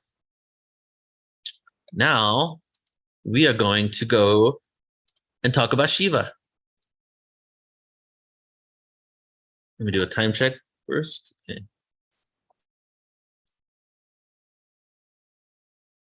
All right, so Shiva, since we're talking about the black hole, let's break down Shiva a bit. Shiva translates to no thing, the nothingness within all things. Shiva was a representation of the no thing, not nothing, but of not a thing, not nothing, not a thing. Because we're all frequency, we're not even a thing. We just perceive ourselves as this. As Suzanne said, it was a really advanced virtual reality game. So Shiva represents the nothingness, represents the black hole, right? And the Kalima, the female aspect of Shiva, the destructive force doesn't represent destruction, but together they represent recycling through the center of the black hole. Now we have another god, just like the central sun. We have Shiva also having a representation of the black hole. So it kind of went like this. I'm oversimplifying it. A lot of ancient cultures that were very advanced, black hole worship, if you will, right? More like reverence for the black hole. And then it started becoming sun worshiping, and it became very limited with our sun and our trajectory around the sun, which further ingrains us into linear time. When you go into black hole reverence, right, for lack of a better explanation for that, when you go into black hole understanding and spirituality, you start getting secular time, because now you're not talking linearity based on our distance from the sun, but you're talking about the cycles that we're taking through our galaxy, through the photon belt over and over again, 26,000 years around the Milky Way galaxy. So a lot of ancient cultures that held these truths speak about the black hole in a metaphor, if you will. Okay, so before Shiva, see if I want to skip this. Yes, I do. Okay. So this presentation I'm showing you pieces of right now is a presentation on Hampi, India, which is a place in India that has a lot of history and also supposedly was the Kishkin kingdom, which was the monkey kingdom of Hanuman in the Ramayana. It was once the richest cities in the world when it was at its peak. And the reason why I'm showing you this is because it connects to a few stories that really fit within the cycles of time. So astronomical, archaeological, historical, scriptures, and more point to the following dates for the Mahabharata and the Ramayana. Do check out our Ancient Indian Origins 2-day conference. It was 10 hours a day, and we go one of the most epic events we've ever done. Like a 2-hour presentation on all types of scientific, intuitive, spiritual, archaeological information to prove the dating of the Mahabharata, and another separate 2-hour presentation specifically on the Ramayana. And those, for everybody on youtube.com/portal to ascension, are being released in its entirety next week. All 10 hours, they're going to be streamed 2 days in a row on the YouTube. So check it out there. So the Mahabharata took place around 5,561 BCE. The Ramayana took place around 12,209 BCE, right? Which is a time that we were supposedly very primitive, because we were told that the cradle of civilization started in Babylon around 6,000 BC, but they weren't even really advanced until a little bit later. So this really shifts the dates. So let's talk about the story of the Ramayana and how this connects to this Yuga cycles. The story of the Ramayana is a joint venture with the reincarnations of Shiva, which is Hanuman, as you see right there, Vishnu, which is Rama, who's sitting right there, Parvati, and which is Vishnu's wife, and the Naga snake. The snakes that Vishnu have are called Nagas. And his brother Lakshman, right? His brother Lakshman was a reincarnation of one of those snakes, reptilian beings. You can see here just some images of Nagas. We have one across the neck of Shiva. We have Vishnu's. We have Medusa, right? Which was just a misunderstood soul, everybody. She was just misunderstood. She was not as evil as they painted her out to be. She was a Nagini. And so, yeah, we have the serpent all over the place. And this is also another presentation in itself, which I'll do one day, which is just serpent, ancient history of the serpent and how it got distorted in the West, and how obviously the Eastern world with the dragon, with the snake, with the Nagas had a different point of view in regards to the serpent. So in the Ramayana, it conventionally believed to happen in the Treta Yuga, right? That's what we've been told, the Treta Yuga, which is, I'm going to show you the Yuga cycles in a minute. But evidence points to it being written down in the Treta, and multiple disciplines of research point to the story occurring in the Satya. So instead of happening in the Treta Yuga, which is the age after the Satya Yuga is the golden age. Probably heard of it because we're talking about that all the time in the consciousness community. It was written down in Treta, but it looks like it probably happened in Satya Yuga. There's 7 kandas or books. The story connected to Hampi happened in the Kishkinda Kand, which is the monkey kingdom, passed down orally for thousands of years before it was even written down. In the story, Lord Rama fought in Hampi, which is in the south. The story is of the rescue of Lord Rama's kidnapped wife, Sita. And the Indian New Year's, which is called Diwali, is the representation of Rama coming back after being banned from the forest, into the forest, and also coming back with Sita after saving her from Ravana, which is the demon god. Hanuman is believed to have brought rocks from all over India to build a bridge from Hampi to Lanka to save her. Lord Shiva, who married goddess Pampa, which is the daughter of Lord Brahma in Hampi. So there's a lot of connections to this area. And here is the moment we've been waiting for, which is the cycles of time calendar. So now we're going to connect it a little bit. So there have been 2 versions of the cycles of time. This one is the one that's most circulated now. They're only off by a few hundred years, you know. The major difference is that one thinks that we're exiting the Kali Yuga now, but the other one says we exited the Kali Yuga 200 years ago, and there's a 200-year transitory cycle in between every age. So let's go over this. First of all, let's look at the Ramayana taking place in 1209 BC and 5500 BC for the Mahabharata. What ages are those? Okay, so let's go to 1209 BCE, which is right before the tip on the top of the golden age, before we went into the descending ages, ascending ages, descending ages. So right before the end of the last ice age and the end of the Younger Dryas period, and before there was a global flood, which we'll talk about soon, that occurred on the planet, if I have time. And so this is basically based on a lot of different evidence. Look at that conference to really find out and prove to yourself without a reasonable doubt the dating, because that really, really resonated with me. And then we have 5500 BCE, which is around here at the beginning of the Treta age, into the Treta right here, a little bit of the Mahabharata. Okay, so now in each age, you can see that there's this little area that's kind of sectioned off. If you see my cursor, these are 200 years.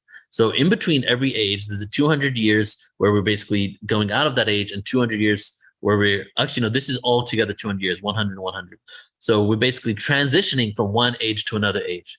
If you look back at ancient history and you look at some of the most mythical wars, right, Mahabharata, or actual real ancient wars that we can document, like the Trojan War was considered a myth until we found archaeological evidence for it, all took place at the beginning and fall of different ages, right? It fits within this calendar.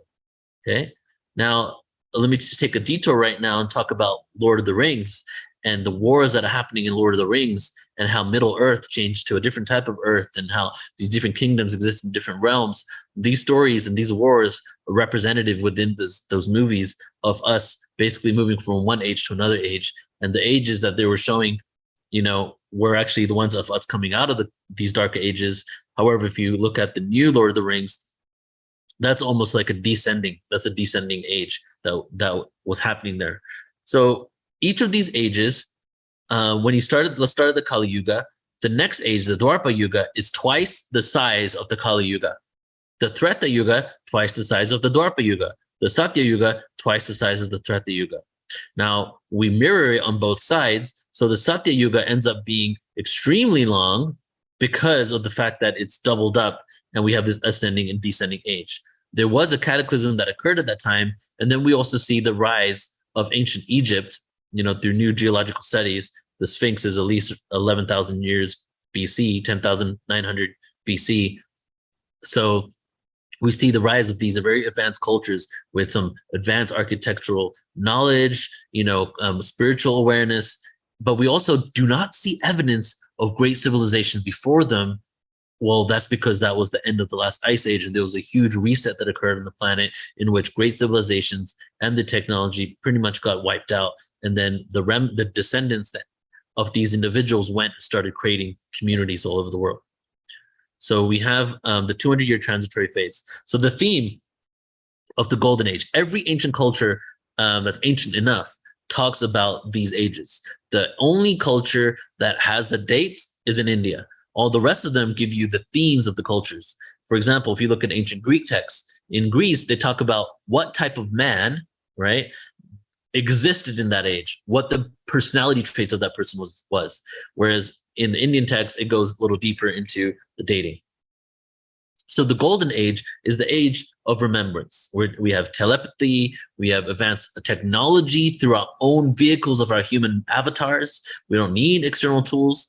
And then we start descending into the Treta Yuga, 200-year transitionary phase. We get into the Treta Yuga, and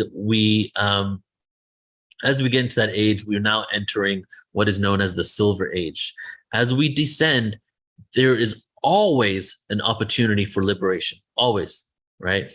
You were never 100% a victim to the existence. In the higher ages, obviously you have more people awake than you have asleep. In the lower ages, you have less people awake, but everybody has the opportunity. There needs to be an escape route. There needs to be an exit route, a key. No one is allowed by the law of free will to be completely victimized. There needs to be an escape, which is why they hide the truth in plain sight. Movies all over the place, plausible deniability. We told them, you know. So Treta Yuga. Then we go down into the Bronze Age. As we go into the Bronze Age, which is known as the Dwapara Yuga, we are now getting into more linear thinking, right? We're losing some of the abilities that we had before. In the Treta cycle, we still had some advanced powers and abilities and tapped into and shamanic awareness. And now we're starting to create in Treta into Dwapara external tools to maintain spiritual practices. This is where we see the introduction of language, written language, things that were passed down verbally before because we had the ability to do so and remember it, are starting to be written down.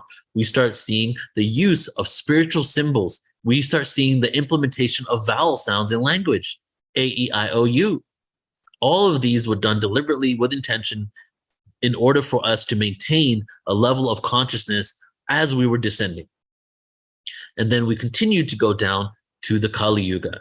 And as we enter the Kali Yuga, this is now known as the Dark Ages, the age of forgetfulness. Each of these ages have a theme. The theme of the Kali Yuga is the age of hierarchy and delusion. Hierarchy and delusion. What does that mean? Well, it means we give up our power to authorities and we feel that people have more authority over us and sovereignty has gone out the window. And it also, the age of, what did I say? I say the age of, okay, then we shift. Yeah, the age of delusion was the other one. So hierarchy and then delusion. I mean, I don't need to tell you guys, but what is a delusional world? Is a world where all these spiritual concepts that we're talking about are really true and all these realms exist, but 75% plus of the planet will tell you that you're crazy. It's delusion. It's basically a mass gaslighting of humanity, of spirituality. So it's when what's wrong is right, what's right is wrong. Like, that's the ages that we've been in. And now as we shift and we go up into the Dwapara Yuga, what is the theme of the Dwapara Yuga? Well, when did the Kali Yuga end? The Kali Yuga ended around 1700, and there's a 200-year transitory phase into the 1900s. Okay, so during those 200 years, we see what happens at the beginning 1700s. We see the invention of electricity, light bulbs being used, all of these things. Well, what is the theme of the Dwapara Yuga? The theme of the Dwapara Yuga is the theme of sovereignty. Hello, we're going to regain our sovereignty. And the theme of energy. Energy, well, what does that mean? Well, energy represents electricity, number one, right? So that was the first discovery. What's the second level of energy, understanding, and awareness? What happened in 1900? The age of quantum physics, Max Planck. What happened in 1700 with Galileo, Newton, and all those people around that time? Atheism in regards to electricity, energy, and that kind of awareness. What happened with Albert Einstein, Tesla, and Max Planck is a deeper level of energy, subatomic world of energy, and all these people were spiritual.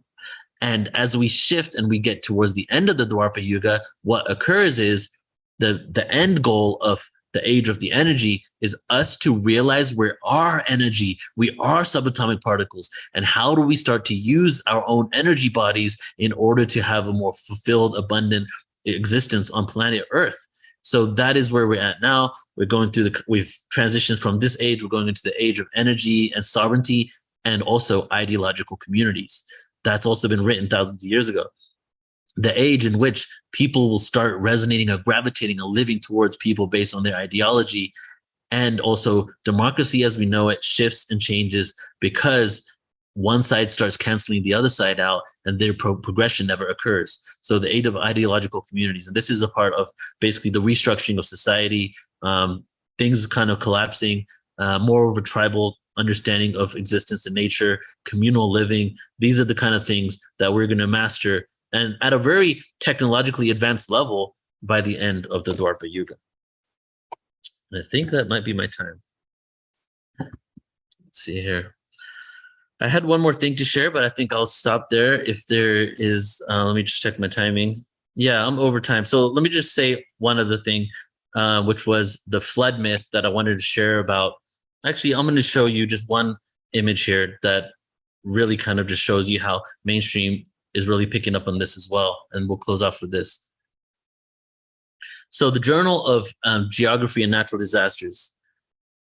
Earth accelerates on its path to an ice period. Ice period, Young Dryas time, 13,000 years ago, and slows during its back to global warming.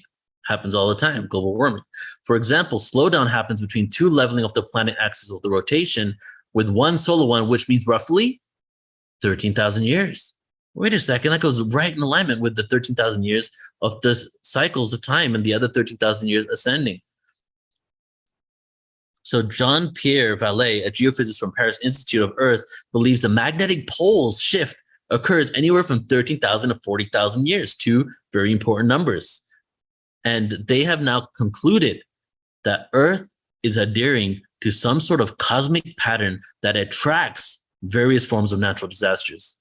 And here's the article just to let you know, I didn't make it up, that mainstream science, the Journal of Geography and Natural Disasters, is now realizing that Earth is going to this 26,000 year cycle. There's pole shifts within it, and there's an ice period and a global warming. And the way the Earth is moving through our galaxy is attracting various forms of natural disasters that create resets on the planet. Just to show you how this is like some really beautifully intricate,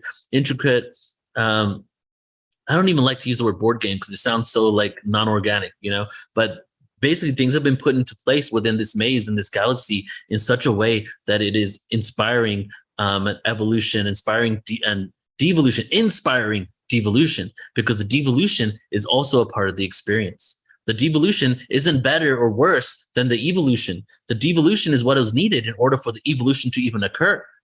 The darkness teaches us the beauty of the light, right? And that's really what this understanding and how we're going to shift into this dimension is going to happen, is for us to embrace and transmute the light rather than trying to, rather than having fear about it, pushing it away, and realizing that the darkness existed, because in a world of amnesia, how are you going to remember your light unless you experience the darkness? And that's it, guys. Thank you so much. Wow, Neil, thank you so much. That was just so comprehensive, mind blown, incredible. We have a lot of questions coming in, so I think maybe you could take a few of them, and that would be great. So one is, when is the conference with these teachings? Yeah, so they all exist as presentations on Portal to Ascension independently right now, you know, the full one. The Galactic Origins ones, the 4 hour is 4 hours. It's on YouTube. The Creation Stories one, it's 3 hours. It's on YouTube. And what actually, let me just say this, guys, I'm going to Mexico in a few weeks, and I am actually planning over Christmas time to go live on YouTube for like 5 days in a row, doing 5 different 2-hour presentations. And all of these are going to be covered too. It's just going to be like something for fun that I do during that time. It's my Christmas gift to everybody. Wow, awesome. So guys, stay tuned for that. And then we have Diane Soriano asking, when is the end of this Yuga? Well, so, okay, the Dwarpa Yuga, let's just take a look real quick here. 700, 2,000 years. So 1,700, 2,000, 2,700. Wait, actually, no, wait, 2,000 years. Okay, wait. So 1,700 plus 2,000, 3,700. So 3,700, that's the year. Wow. Okay, great. And then Marilyn Donkersley, she has her hand up. So Marilyn, do you want to chat us a question, or do you want to pop on? I can ask you to, you want to pop on Zoom and ask your question to Neil?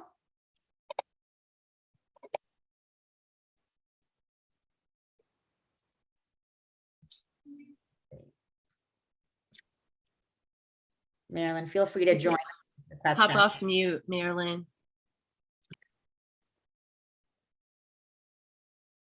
She might have just put her hand up by mistake. Oh, okay. All right. So we'll move on. But that was well, there's a question right here. So let me just answer this one real quick. So as I said, when I said that, I'm not saying which one's true or not, but I'm just showing you that even mainstream, well, the question is, global warming is not human induced, right? So we're definitely creating pollution on the planet. However, in regards to what's being pushed, for us to basically blame, you know, certain systems and institutions for it isn't entirely the truth. But we are definitely polluting the planet. We need to shift out of that. Now, however, even mainstream scientists, you know, NASA, Russian scientists, many different ones all around the world have noticed that the increase of temperatures occurred on all the planets in our solar system. And we're going through a global warming phase. We're actually not at the warmest that Earth has been at. And it actually may go even warmer than this right now. That really doesn't have anything to do with what we're doing on the Earth, but also has to do with our position within our galaxy. So if we entered the photon belt in 2012, we fully emerge on the other side of it 200 years later. So for those 200 years, it's a very high concentration of ether. The temperature of where we're at in our galaxy happens to be very high. So I'm not saying it's one or the other. I think it could be a combination of both. Wow. Okay. And one last question here from Judith.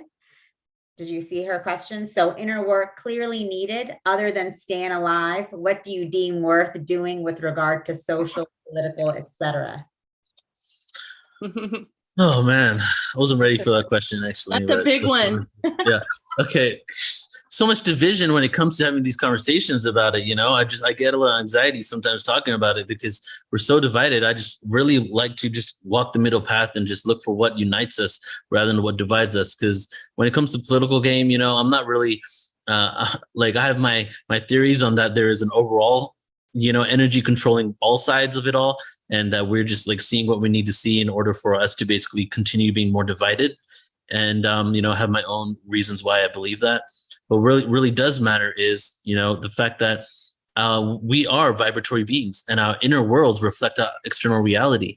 So I know somebody earlier shared about this, that when we do the inner work, and if more of us do the inner work, and if over half the planet's doing the inner work, and we really are creating inner peace and harmony within ourselves, the external reality has no choice but to reflect that. So we can have magic occur overnight. If all of us just happen to do it, or if we all just chanted Om 3 times together around the planet, I'm sure that all of a sudden overnight, the next day we can be in another dimension, right? But see, the solutions are easy, but getting 7+ billion people to do it at the same time, that's the challenge, right? So that's why we're just taking it one person at a time, just speaking about this information. But as I shared at the beginning of my presentation, we're just at the beginning of this right now, right? There are more people awake than you might even realize. Ultimately, humanity by default does not have the original sin. They aren't evil and want to hurt people. They just want to love and be loved. And a lot of issues that occur on this planet is from the lack of love, right? So we need to figure out how to truly love ourselves and love others, but not loving ourselves for the fact that, we do what we do. I love myself because I'm a lawyer that makes 6 figures. I love myself because I'm Neo that created Portal to Ascension, which was pretty much the reason why I love myself for like a decade. And now it's like, how do you love yourself for the simple fact that you're a beautiful divine aspect of creation, that you exist? Can you love yourself for just existing without the fact that you got to do all these things? That's the journey I'm on. I'm definitely not there, but I realize that that's like true self-love isn't based on what you do, but just what you are, right? Mm. And that's what we are moving towards, being those beacons of love and the beacon of frequency, so external reality can be a harmonious one. Yeah. Oh, yes. I just got the term unconditional self-love is the next level. Oh yeah, I love that, Nicole. Right? And Neil, one last question from Grace. So does ascension happen before the next cycle? So ascension is always happening, guys, because technically, if you look at ascension and descension cycles, we started ascending like at the bottom of that cycle when we're still in the Kali Yuga, going through all types of craziness on the planet. And then when we descending, we were just descending so we can gain the experiences for the next ascension. So this, when I first started doing Portal to Ascension, I would have some emails every now and then of people very upset that I use the word ascension. Like, not too many people, but every month or so, 3 or 4 people. And a lot of people would say spiritual bypassing, escapism, all that stuff. But my definition of ascension isn't like leaving somewhere. It's not like waiting for something else. The only way we can live in an ascended reality is by finding the beauty of the moment, finding peace in the now, right? Everything within existence is paradoxical, right? And so the paradox is, the only way we will ever inherit a reality on earth that's ascended is by finding the beauty in this present moment. Because the more we're looking for something else in the future, the universe is one big Xerox machine. It's an unconditional, non-biased Xerox machine. It's literally going to copy whatever you put out there. So if you're going to keep putting out there that we're not there, when are we going to be there? That's what the beautiful universe is going to give to you, child, right? You'll be like, I'll gift you with that more of we're not there yet, right? So how do you get to a point where you realize you are there, and how do you start enjoying this moment? And, and that's what I feel the true ascension is. Wow. Amazing. Well, thank you, Neil, for this exciting presentation. Mind-blowing. Wow. Yeah. Shauna's saying this is so high, blows my mind, and I love it. So great. So thank you so much for your wisdom, your knowledge, giving us a whole download on these Yuga cycles of time. I mean, I just have to actually go back and re-listen to this presentation. Yeah, it was that good. It was so damn through magic. So interesting, Neil. Thank you. The Yuga cycles was my COVID hobby. I got certified as I took a whole college course on Yuga cycles, and then I became like a certified Yuga cycle practitioner over those 2 years. So, and it fits within everything, you know what I mean? Because if like the reason why we do what we do and where we're going is because we're going through these cycles, and what we could be doing is transcending this cycle and creating a balance rather than going through this dualistic experience. Yeah. So thank you, everyone. Exactly. Thank you. Okay. Without further ado, shall I introduce our next beautiful guest? Awesome. I'm so honored and excited to be able to introduce my dear friend, sister, and land neighbor, India, Zoe Prema. I'm so excited she's here with us. She's amazing. She supports people through their awakening, through their shadow work, or shadow bliss, or shadow play, as we sometimes call it. She's really, really gifted as a seer and a behavioral tracker. And I've actually had the pleasure to work with India with my sacred union. And just, she's really amazing at holding a safe, sacred space to help people awaken to their own part in everything, right? And so that part of awareness of awakening up to our shadow is what liberates us into our light side and actually allows us to expand instead of continuing to expand and contract and expand and contract. This is that deep work that allows us to liberate into a higher ascended space. So India is amazing. She does workshops, she works with couples, she works with individuals. And she just wrote a book that's coming out in the spring. India, you'll have to, I know the name has changed a few times, so I don't want to get it right. It was Unearthed. I think it's Burning the House Down, which is really exciting. Is that right? Yes, Burning Down the House. Burning Down the House. And I've helped her with her book process, and it's coming out in the spring. Welcome, India. Thank you. Thank you. Oh my God, I'm so excited to be here. And coming on the tail end of Neil, and that was like a lot to take in, even in the last 10 minutes. But it was really awesome. And the thing that he said, which is going to lead me into what I'm going to share today, he said, how are you going to experience the light without knowing the darkness? And, you know, this is all very multi-layered. And it's not just a flat, we are in a multi-dimensional state. We're in a multi-dimensional galaxy. What's happening out there is happening down here. And so for me, the shadow is the foundational piece for expansion and to be able to hold the frequency, if you will. And this has been my own experience. I mean, I went higher than a kite a few years ago. Everything was in synchronicity. I couldn't believe everything that was transpiring for me. And I hadn't looked deep into my shadow or that layer of it. And I just came crashing. And I was like, oh. And so, you know, I didn't really realize it at the time. And then as time went by, and then I went more into my shadow again and peeling back the layers of the onion, I started to see the universal law of what was transpiring. And there are so many different perceptions, so many different viewpoints. I don't know what the truth is. All I know is what has transpired for me. And working in the shadow is the piece that unravels us, so that way we can start to rebuild and look at our conditions, our beliefs, our perceptions, where all those stem from. And, you know, knowing and embodying all aspects of ourselves from the inside out is the foundational piece.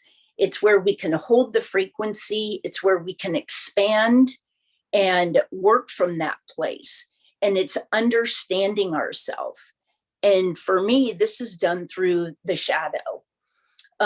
It's the shadow, and why I use shadow bliss and shadow play is because it is also work.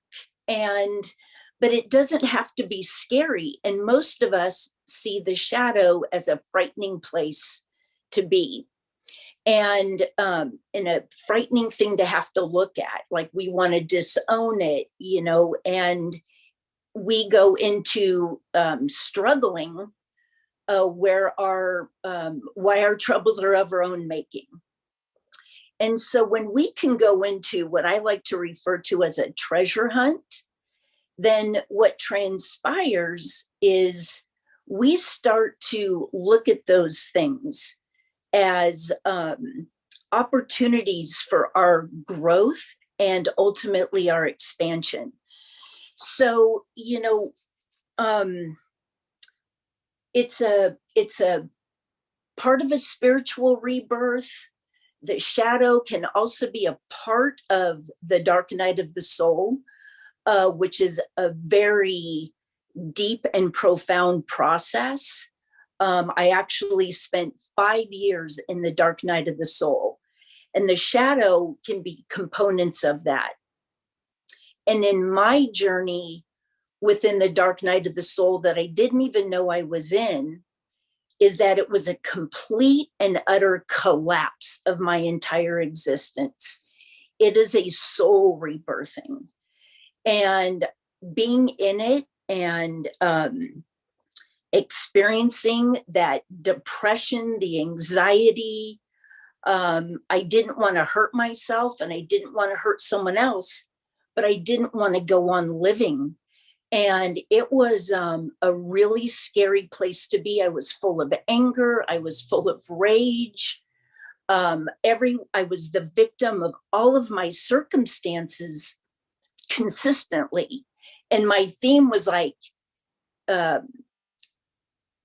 justifying my story. You know, if this happened to you, you would feel this way. If that happened to you, you would feel this way. Even when I had 10 life crises happening in 10 months, I was still the victim of all of it. I mean, I had a nervous breakdown, and the shadow was a part of that, but it was so much of my shadow that my higher self just rattled my world beyond my comprehension. And once I came out of that and started really deepening and deepening and deepening my work, my self-work, I started to see the parts of the shadow and why I ended up in the dark night of the soul. And it's because I wasn't listening.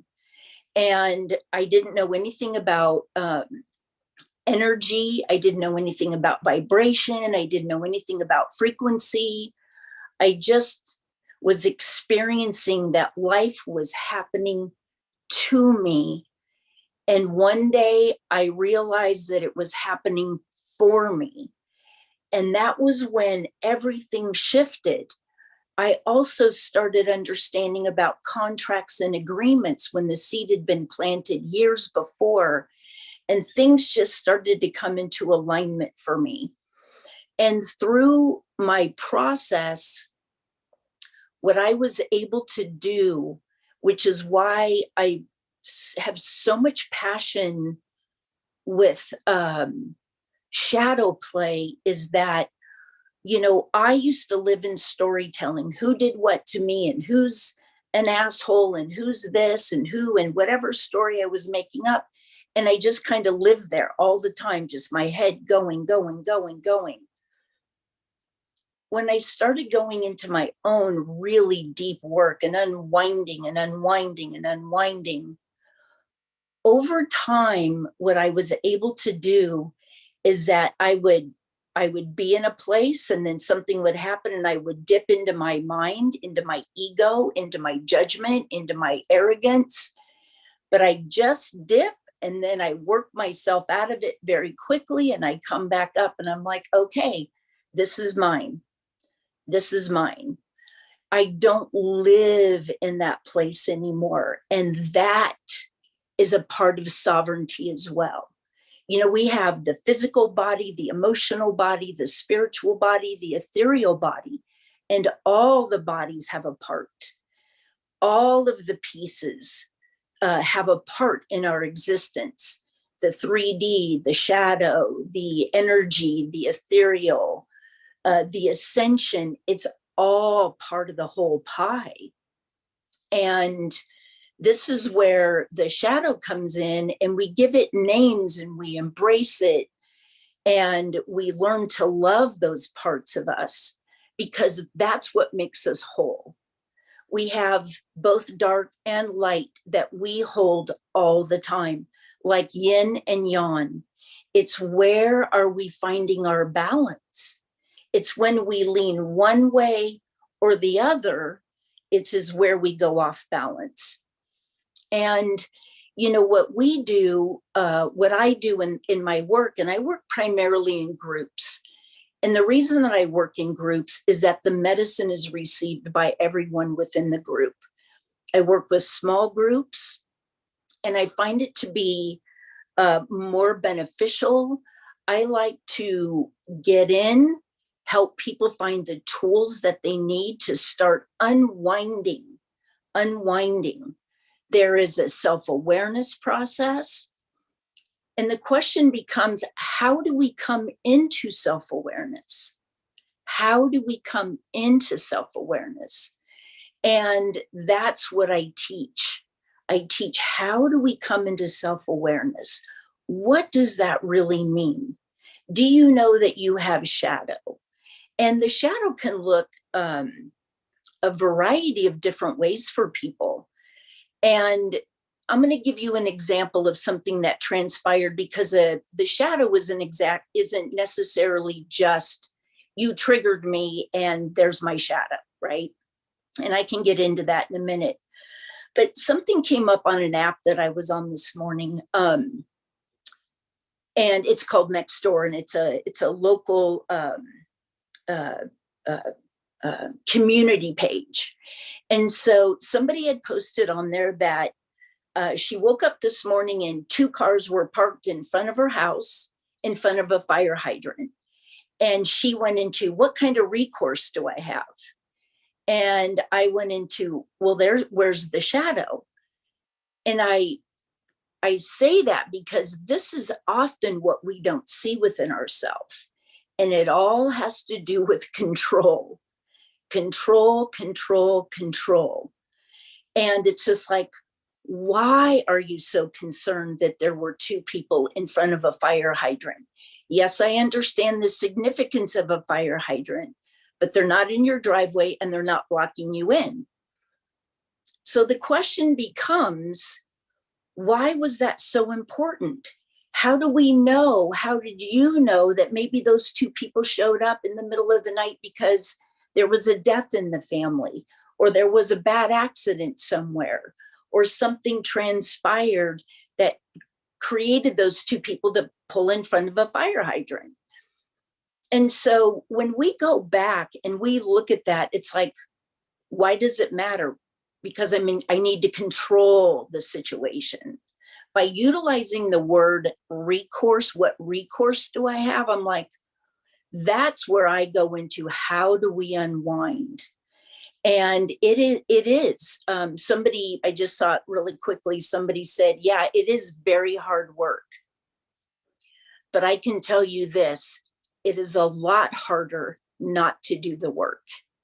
Because what happens is that the universe, our higher self, source, whatever name you want to call it, it is going to take charge, and it always does. What happens is that when we don't listen and when we're not willing to do the inner work, our lessons get more and more and more painful. And I know this firsthand. You know, when I had a life crisis and I'm in the dark night of the soul, I didn't get my lesson. I went back to putting my my life back together from the outside. And what happened is that 3 years after my calamity of crisis happening, I had breast cancer.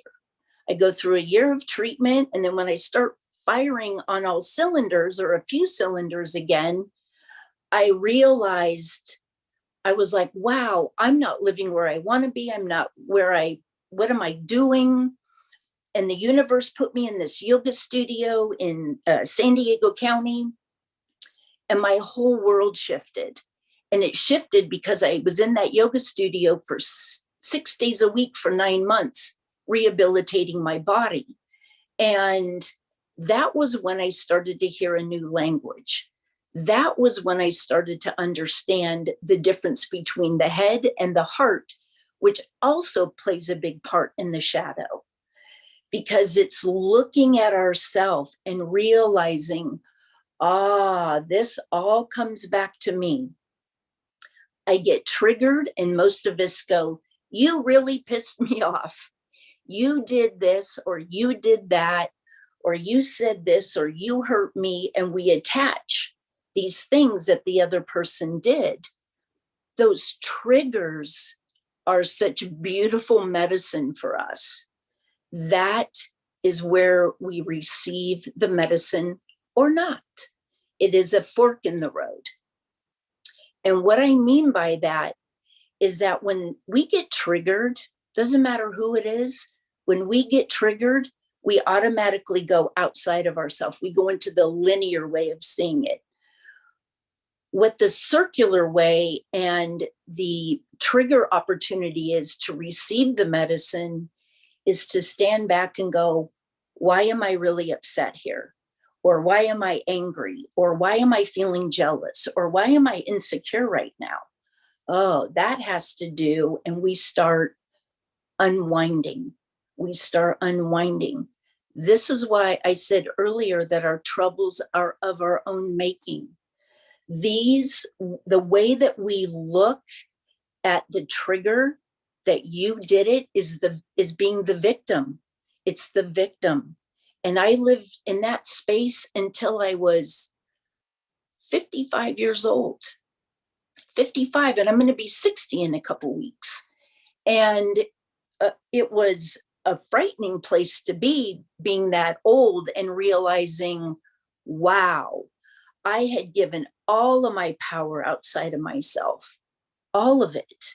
And the sovereignty comes in through freeing our mind of all the stories we're telling, the conditions, the patterns, the programming, everything we've picked up along the way. Sometimes we know why, and sometimes we don't.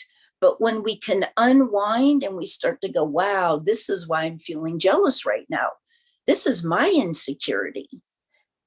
They're not doing anything. And when we start seeing ourselves over and over and over, when we go inward to look, we start to realize that we have work to do. When we stay outside of ourselves, then we know that we will never be able to understand that we are the creator of our reality. And this is where the freedom and the sovereignty is a part of it. It is freeing the mind. And when we start to free the mind of the stories that we are creating, we eventually soften. We soften and we start dropping down into the heart, down into the heart. And then we start to have more mature conversations. We start to listen to people differently because we're softer. We can have more compassion because when we have compassion for ourselves, we can have compassion for others. We cannot give away what we don't have. And when we do the inner work, then we have more opportunity. And Neil said this somewhere, is that then we turn around and we share. We share, this is what the wounded healer is. I did not set out on this path. I had a beautiful career for 21 years that I am still passionate about. And the universe went, we need you to write a book. You know what I mean? And it was just like, okay, I don't really know what I'm doing, but I felt through 3 experiences that I won't get into, and then my own feeling of responsibility and what I learned by being in Alcoholics Anonymous for 21 years was that I have a responsibility to share my experience, strength, and hope. And in that is that healing my own self. I mean, I was a train wreck, and it was to have a nervous breakdown with 21 years of sobriety. But I can tell you this, because I'm a deep diver and have been willing to do the work, and even in my sobriety, I did all the work that was asked of me. And that was at a whole other lower level of work. It took me way into my behavior. But I was always seeking. And then when my life collapsed around me in 2008, 2009, I never went to another meeting again. Like, everything got stripped. people, places, things, money, stuff, my 17-year relationship, my mom died. I mean, everything was wiped out. And I was 47 years old, standing looking in the ocean and saying to myself, I don't know who I am without all of my labels.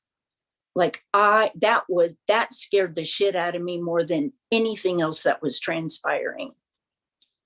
And what transpired for me is that I knew I was on a spiritual journey. Even though I was so into 3D, I had this sense of knowing that I was on a spiritual journey. And fortunately for me, I will be 35 years sober in February of 2023. And I say that because it was so important that when we do the inner work to the best of our ability, when things get crazy all on the outside, the roots of our tree is in. We are in alignment with who we are, and we don't get, we're not getting blown all over the place. And this is part of freedom. It's part of sovereignty. It's part of being in the heart. It's part of ascension. But we have to do the work if we want to do the work. If you don't want to do the work, you can choose to stay where you are. That is okay. That is okay. The place that I arrived to in all these different layers of things that were transpiring that came to me through some really deep shadow work. I mean, it was brutally painful. And I don't have to go down so far anymore all the time. I'm like, oh, I recognize this. And so the beautiful thing that happens is that I no longer live in storytelling. And even as recently as a year ago, in September of 2021, that was when my book was originally going to be launched. I had just moved to Sedona. A week later, it was supposed to be launched. And two really big things happened 4 days before and 2 days before, in which the book didn't get released. And I had a meltdown. I gave myself an hour. I gave myself permission to feel the disappointment because I knew what was happening. I knew what the universe was doing. And I was like, okay. And somewhere, and so my book still isn't released. I handed it over to a ghostwriter to do some beautiful work with it. And what transpired is that I was able to, first of all, let go of the control of when I believed the book needed to go out because it's already in its divine timing. Lesson learned by doing my shadow work.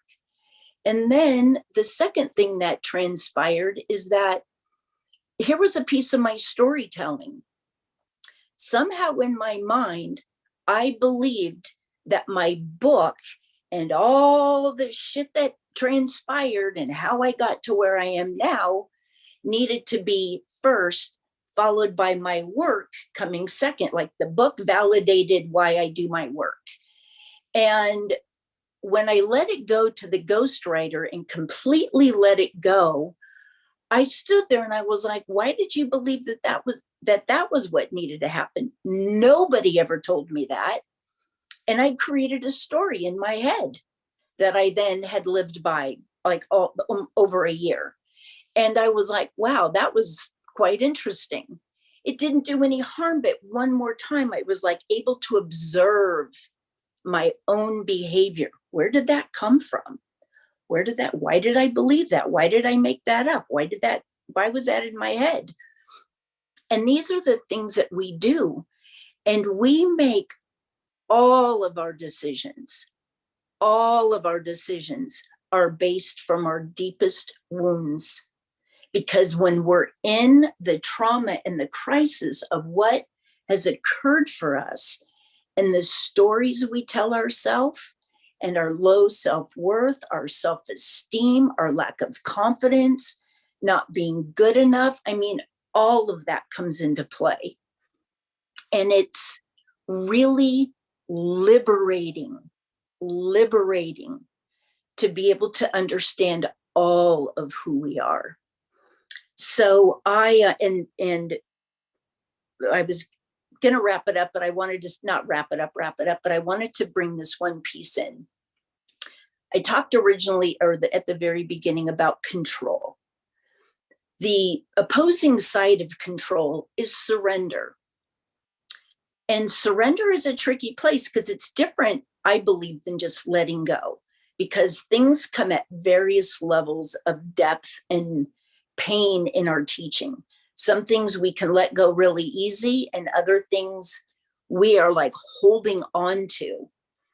And it's so fascinating to me in our human behavior that when something is uncomfortable, but I know it, it's familiar, I can see it, I can touch it, but man, I'm uncomfortable.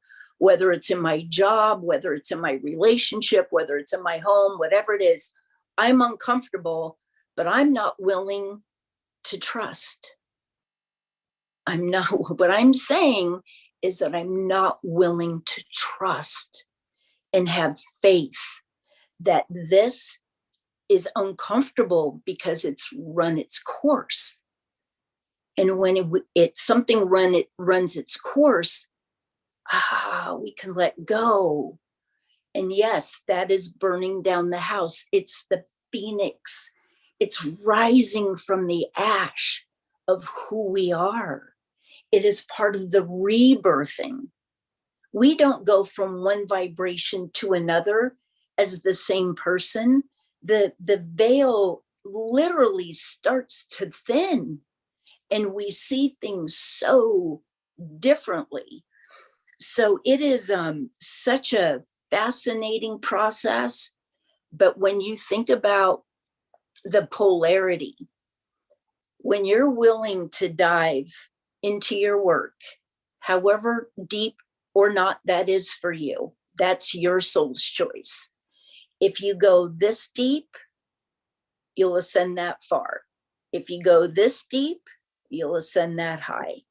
It's the polarity. It's like being in love, deeply in love. If it's a beautiful love and something happens, the grief will be in its polarity. And so it really is true.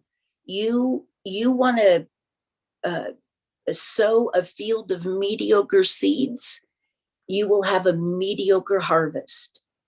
And so I would love to encourage you to get in there, to do some digging. I love this work.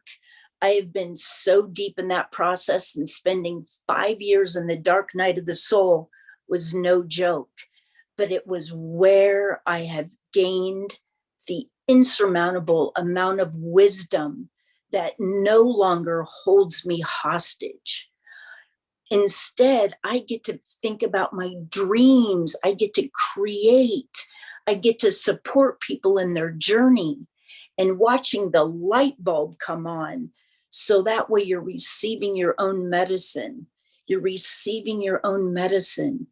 And surrendering is the most beautiful and the most powerful gift you can give yourself that I can give myself. And for me, the surrendering, the deep surrendering is something that is very sacred. It's between you and your creator, you and your higher self, you and God, whatever that is for you. It is a very deep process. And when that transpires, that's where the ascension comes in. It's energy.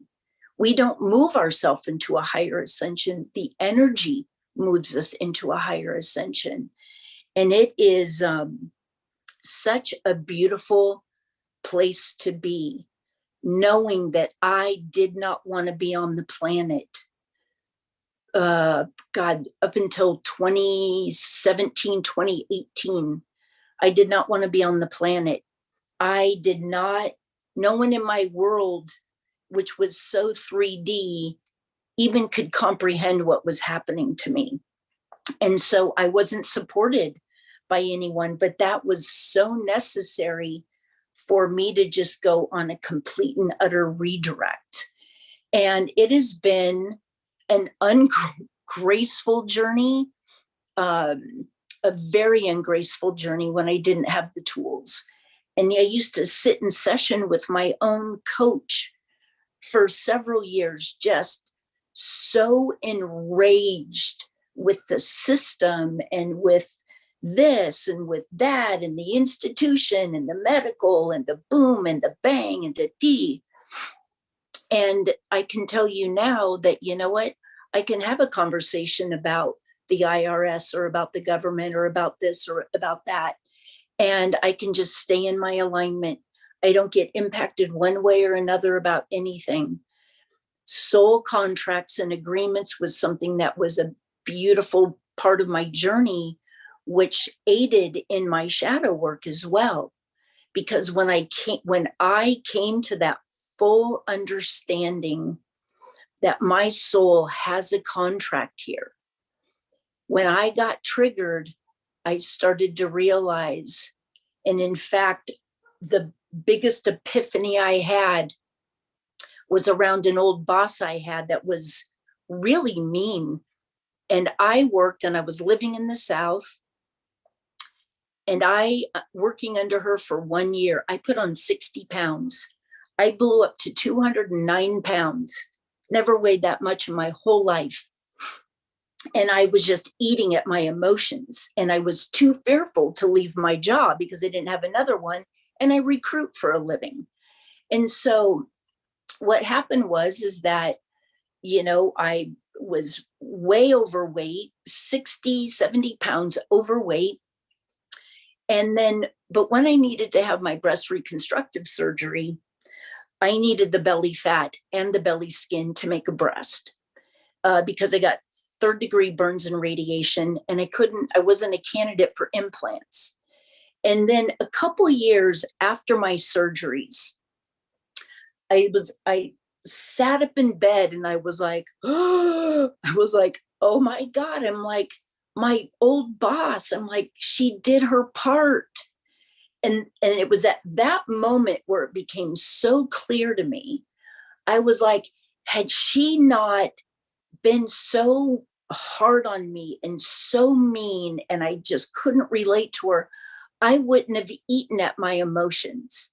Had I not eaten at my emotions, I wouldn't have put the 60 pounds on. If I didn't put the 60 pounds on, I wouldn't have never been able to have a breast, because that's what it was made from, my fat and my skin. And at that moment, I set that woman free and I set myself free. And ever since then, and that happened in late 2017 or early 2018. And I had so much gratitude for coming into the awareness of that. And then I could start to see soul contracts and agreements everywhere. And that's what the trigger is. When we get triggered, when I get triggered, I'm like, thank you, because that's my teacher. That person, that situation, that plate, that's my teacher in that moment. Because if it's a deep lesson we're not getting, it will show up somewhere else, by someone else, in another place, in another time. It will keep rearing its ugly head. So the trigger comes, and that is where we have the opportunity to receive the medicine. When we do that, that's where the gift comes, because the gift is the wisdom. And then next time we're in that situation, we go, I know what this is. I know what's happening here. And then we start unwinding ourselves. And this is the beauty of the work I do. It's understanding our need for control and where is that derived from. Because if we don't understand the root of it, it will continue to reoccur. So we get in and we unwind and we unpack and we reprogram the way that you look through things as it pertains to you. And then surrender, it's the most beautiful thing. It is all the process. It's all the process to freedom, to sovereignty, and to ultimately to our ascension. So I have no idea how long I've talked. Hey, India, you're doing great. You're just right on closing time, but we did want to open it up to anyone in the audience that has, if anyone has any questions, just type into the chat for India. It's funny, as you were just talking, I just thought about the most recent thing that came up for me, and I was thinking about it differently, because I'm like, what is the medicine in this? Why did this happen for me? So I was really in that process with you. So thank you for the deep wisdom. And I've had the pleasure of receiving your medicine. And it's so funny how there's so many things, we have blind spots that we can't see, right? Thank you so much. Yes. India. So beautiful. And I just love how you brought the shadow work aspect into this, amazing conversation about ascension that we've been having all day, and really segueing from what Neil was saying in terms of shadow work, without the shadow, where is the light? So, this is exactly what it is. And we do have a question coming in from Diane. She's saying, thank you. What is your daily self-care ritual energetically? Beautiful question. Yeah, it's a very beautiful question. So because I get really bored easily, I change my rituals up. And one of the things that I do is I can either go out to our guardian tree in the morning. We have this beautiful, we call her the guardian. I will either spend time with her. This morning, I walked out into the garden. I was listening to some beautiful mantra. I'm barefoot. I will take my Vespa out. It clears my mind. I will listen to meditation. I will sit in silence for hours. I will do a variety of things on how I feel that particular morning. Sometimes somebody sent me an early birthday song yesterday, and this beautiful song was like just looking into the sunlight. And so, sometimes it's just going out and just putting my face towards the sun and just being in gratitude for that. Yes. Awesome. Does anyone else have a question for India? Let's see. Yeah, well, I do want to reflect, India. A lot of people were saying, I needed to hear this today, and this message is for me right now. So obviously you're hitting a chord, as we all have shadow play or shadow work to do. And I do like how you say it's more painful to not do it, because that is so true, because then you're literally always left wondering, why does this always happen to me? Yeah. Yes. Whatever your version is. Yep. I mean, the freedom that I have experienced in my mind, in my energy, in my heart was so worth. And let me tell you, I would not wish upon the dark night of the soul to anyone. Joseph has a question for you. He wanted to know if you still attend AA meetings. I have not been to an AA meeting since somewhere late in 2008, maybe January of 2009. So just to follow up on that, what has shifted, and do you feel like the trauma that you've released and the shadow work you've done has helped you to stay sober? I guess is my question, because yeah. Yes. I did a lot of work in Alcoholics Anonymous, but that work is not designed to take you deep. It's a behavioral based. There's nothing wrong with that. For someone like me, I kept getting called for more. When my life unraveled, I didn't intend on leaving, but I knew that I was not going to go to another meeting. And I mean, I won't get into this very cathartic experience I had. And I kind of went into the void for about 5 years, the void between I didn't have a fellowship and I didn't know what I know now. And I didn't have the tribe and the community I have now. I was in this void, but I was never going to drink. That is something that I hold very strong in my conviction. And I knew I was on a spiritual journey, and drinking was not going to be the solution at all. And these last years, this whole world that I live in now with energy and vibration and heart is a whole different place for me. It's like drinking doesn't even occur to me. And it shouldn't at 35 years of sobriety. Oh, beautiful. Oh, another question. Do we agree? It's from Grace. She asks, do we agree to work through multiple shadows from birth and or generational trauma? What about karmic shadows? Oh, that's an interesting question. Like coming into this life with karmic. Yeah, I have a little bit of experience with that myself. Yes, and so did I. And I went into a deep karmic shadow back in 2020, in which I literally put myself into a woman's trauma center for 30 days. I was in a karmic cycle with my ex-partner. I mean, we had 7 lifetimes together. I mean, it was all converging on me at once. And I was like, what is happening here? And it was one more layer. And this is the beauty. And I want to bring this forth because it's so important.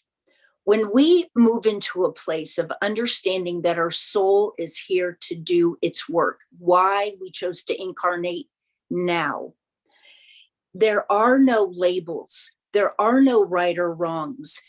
Everything is exactly as it should be. So when we go sideways, like I found myself in a trauma center, I didn't do anything wrong. It was another layer of the onion. It was another layer. And that's what this is. We're just peeling back our layers. We can't go from kindergarten to Harvard overnight. So we take ourselves, I say, we got to pluck ourselves off the cross. We cannot do that to ourselves. It's the shame and the guilt and the remorse and, oh my God, realizing our behavior. I'm like, thank you. Yeah, I just want to give you a shout out. India is also speaking at the 1111 conference, and we're going to do a workshop to help people dig through a little bit of the layer. Grace also just wanted to ask you about early life trauma, abuse, and or neglect. And is that the dark night of the soul? So maybe you could share a distinction of like what the dark night of the soul is. And then, yes, like all of those things she mentioned bring up plenty of shadow. And how does that? Yeah. So that's a really great question. And it's a very multidimensional answer because it's not just flat. For me, the dark night of the soul it didn't have to do with my trauma.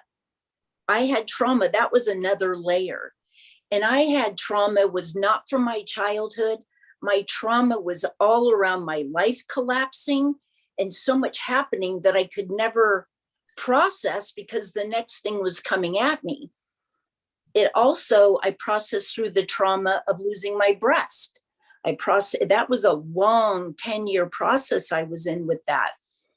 That was one part of it, but that did not have to do with my dark night of the soul. My dark night of the soul experience everything was gone. I had 10 life crises in 10 months, death, divorce, job loss, Wall Street collapsing, financial calamity, and money embezzlement. I mean, it was, wow. I couldn't even get my head wrapped around. What I came to understand a few years ago, after many years of just like getting annihilated and I couldn't make any sense of it, I did what we are taught to do.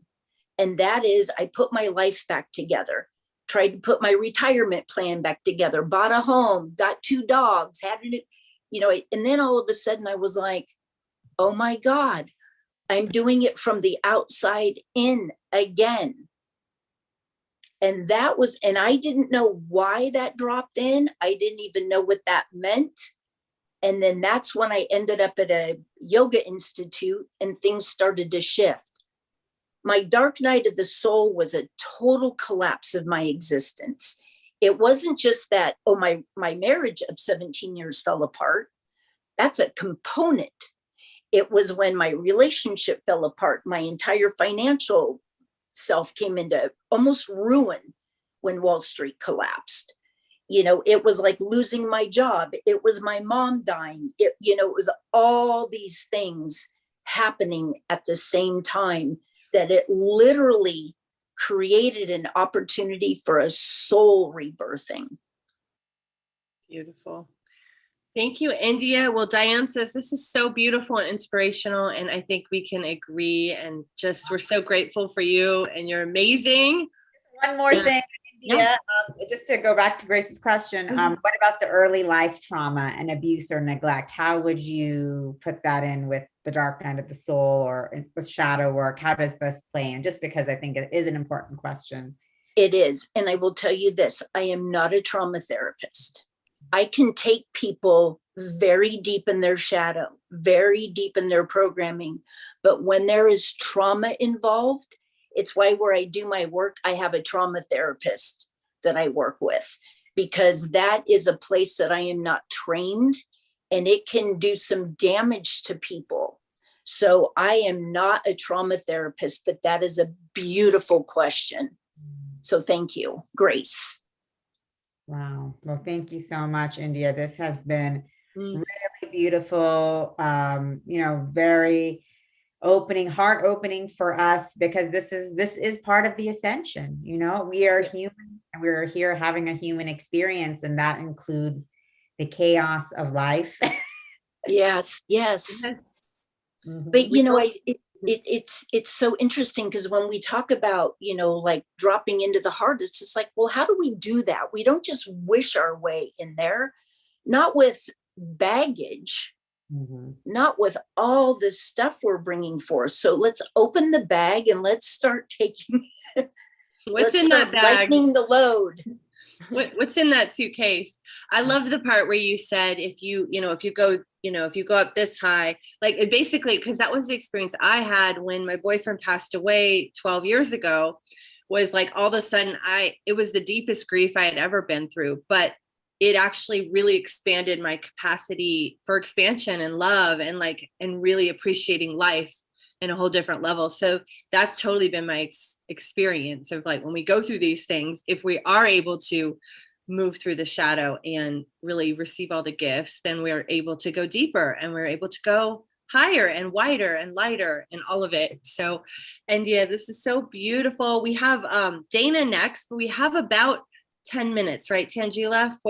We thought we would just ask the audience to share what is something from the whole day that you're taking with you that you received. It could be from India or it could be from any of the other speakers.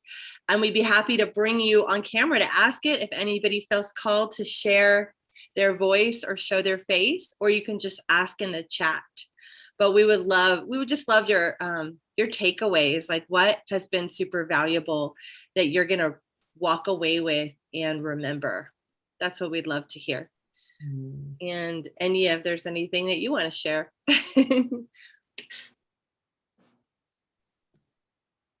Grace said, psychic surgery. Yeah, just drop in the chat if you guys have anything to share. We'd love to hear. And anything that you all are feeling about ascension. What have you learned? Has anything shifted for you? Do you view ascension differently after coming in here and being with us for the last few hours? So we just would love to hear your thoughts or reflections. And I don't know if Nicole or India, you'd like to share your thoughts and reflections on ascension, what ascension means for you and what this day has been. And I see Diane coming in, that we can shift from healing to service in the world. Yes, very much. Beautiful. Yeah, exactly. And I think that is the huge takeaway from today, is that when we heal, we are able to love ourselves more deeply, and then we're able to love all more deeply, and then be able to service. Yes, totally. For me, Neil blew my mind. I was like, what?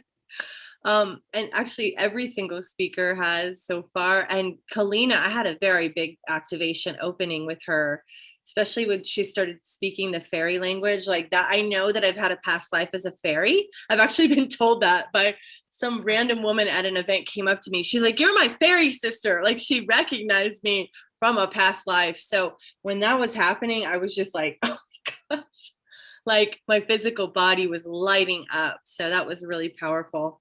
And India, I always love hearing your perspective, because I am working on some parts of my shadow that I didn't even know were there. And that's the funny part. There, you know, sometimes a new relationship will come in, or a new job or whatever, and then that will bring up another aspect to work on that you didn't see. And I've certainly been releasing, you know, being able to work with Tanjila has opened me up, just let go of other pieces of control in my life. And, you know, stop maybe being, I mean, I'd say I was sort of an artist. Perfection, that side is definitely there. Like, I believe in excellence, but it's really shifted me to be able to drop more into authenticity and vulnerability, because there is no such thing as perfection. Sometimes the microphone will turn off. Sometimes, like, I lead calls on Zoom, like it's not always perfect. And so the more you can be transparent and you can bring in humor, there's so many tools. But yeah, working with Tanjila has helped me with that, just being on these platforms where we're at the mercy of technology. Happens. Yeah. I want to say Juan here says, very reaffirming with your knowledge. Says all the knowledge and the love you share is what the world needs. Looking forward for the day this conferences are in the mainstream media. Exactly. Oh, yes. You. Calling that in, brother. New earth we are creating together for sure. And Joseph, processing a lot. Beautiful fellowship. Thank you, everyone. Yes, definitely. Grace, I am surrendering and agreeing to let go, study, reflect, and find out for myself what I need to lovingly accept. The universal divine is waiting for me to return. And Dawn says, how to love for everything and everyone, human and not human. Yes. Exactly. And then Judith, I think one of the most clear and valid remarks was by India, recognizing that she was trying to work on the outside again, and not at the point of origin that is within. All the work of the soul is, in my estimation, an inside job. Yep. Trust me, if it were an outside job, the world would be in a much different place. So true. Right? So Neil said this earlier, our outer reflection of what's happening on the planet is the collective of what's going on internally. So true. It's so true. Someone asked earlier, like, well, what should I be doing? I do think that doing our shadow work is something that we can all be doing to contribute to this global harmony that we want to create. It's very true. Exactly. And then we have Lawrence saying, when India said responsibility to share experience, strength, and hope.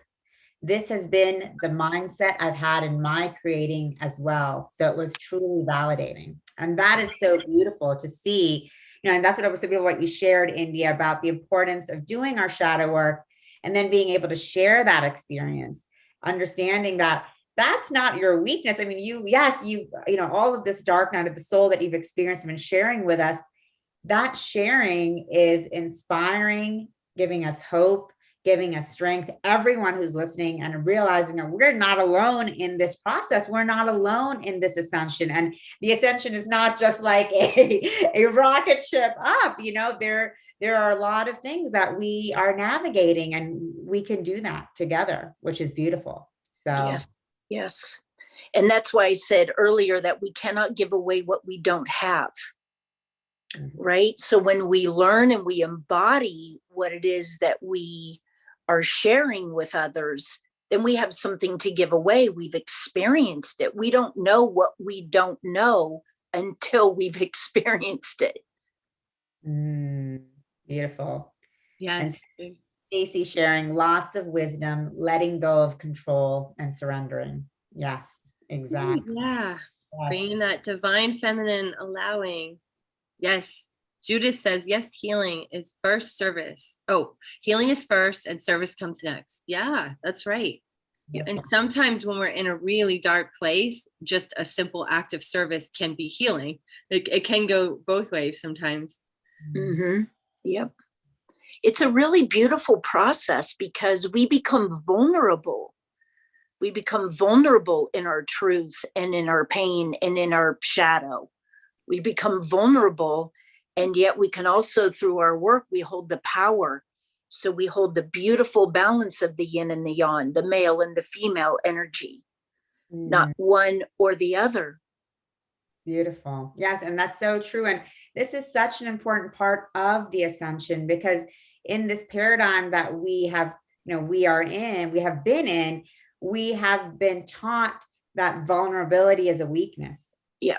And showing constant, unwavering strength is what we should be doing, even if it's not authentic to who we are, where we are, and what we're going through. And so as we're shifting into who we truly are, we're now able to say, yes, this is me. And in my authenticity, I have good days, I have bad days, I have my crises, I've lost everything. So, and that's okay. And I love myself because of that, not I'm finding to love myself despite of that. So this is a huge part of the ascension, because it is like, like Judith, like Stacy was saying, letting go and surrendering to who we truly are and loving ourselves for it and through it. Yep. And when we look at the shadow, we start to realize, like in my work, I ask a lot of thought-provoking questions. Just, are you current with who you are? Because most of us are not. Like, are you current? Have you done an inventory recently of like, oh yeah, I thought I was this, and gosh, I haven't done that for 25 years. You know what I mean? We don't really see who we are today. And that tells us, because I live this way, that we're outside of ourselves if we don't know who we are, if we're not current. Beautiful. Does that make sense? Yeah, for sure. Totally. We're always evolving, and yet there's an essential nature that's always there. That like the essence. It's kind of that uncovering and discovering that essence of who you are. But there can be a lot of layers that you have to shed first. Well, we have beautiful Dana here. Is there anyone else? I think we're gonna bring Dana on. Just said, sharing these wisdoms allows spirit comfort on each of our paths. Ever grateful. Wow. Thank you, Ginger, and thank you, India. So beautiful. Thanks to you all for helping us to relax into who we are. It's beautiful today. And welcome, Dana. Yes. Thank you, India. Thank you. All right. So I'm going to introduce beautiful Dana to the tribe. Dana is the person that you want to connect with when you are ready to cut ties with the conversations, behavior patterns, limiting beliefs, and habits that are no longer serving you. Her vision is for humanity to return to the remembrance that the body is a temple, that the kingdom is found within. This deep connection is optimized and activated through the synergy of superfood nutrition, cellular cleansing, and holistic practices to revitalize the soul, while detoxing from foods, thoughts, energies, and relationships that bring anguish to the mind and create dis-ease in the body. She works with all kinds of amazing clients, Fortune 500 CEOs, executives, professional athletes, their children, celebrities, and many well-known influencers. She mentors other coaches, facilitators, and spiritual practitioners who are fine-tuning their craft. Dana offers a unique blend of life coaching in combination with shamanic practices, healing through frequency, ceremony, and Reiki to support her clients in receiving an instantaneous cellular upgrade, DNA repair, mindset reprogramming, connection to self and the creator. She offers both live and remote sessions to groups and individuals. And as a plant-based ceremonial chef, she follows indigenous dietas and understands how nutrition optimizes the body and clears the vessel. Dana, welcome to this amazing conference. We can't wait to hear your wisdom, sister. Thank you so much for that introduction, Nicole, and thank you so much for having me, Tanjila, everyone. I feel so grateful and honored to be here. It was so beautiful to listen to everyone's comments and to be part of this conversation. And India, like, it's so amazing how we all weave this web together. And so she was speaking about shedding layers and divine masculine and feminine, and really taking inventory for yourself, within yourself, to see what's necessary, what gets to shift in order for you to experience ascension. And so the title of this workshop is Soul Cleanse to Ascend.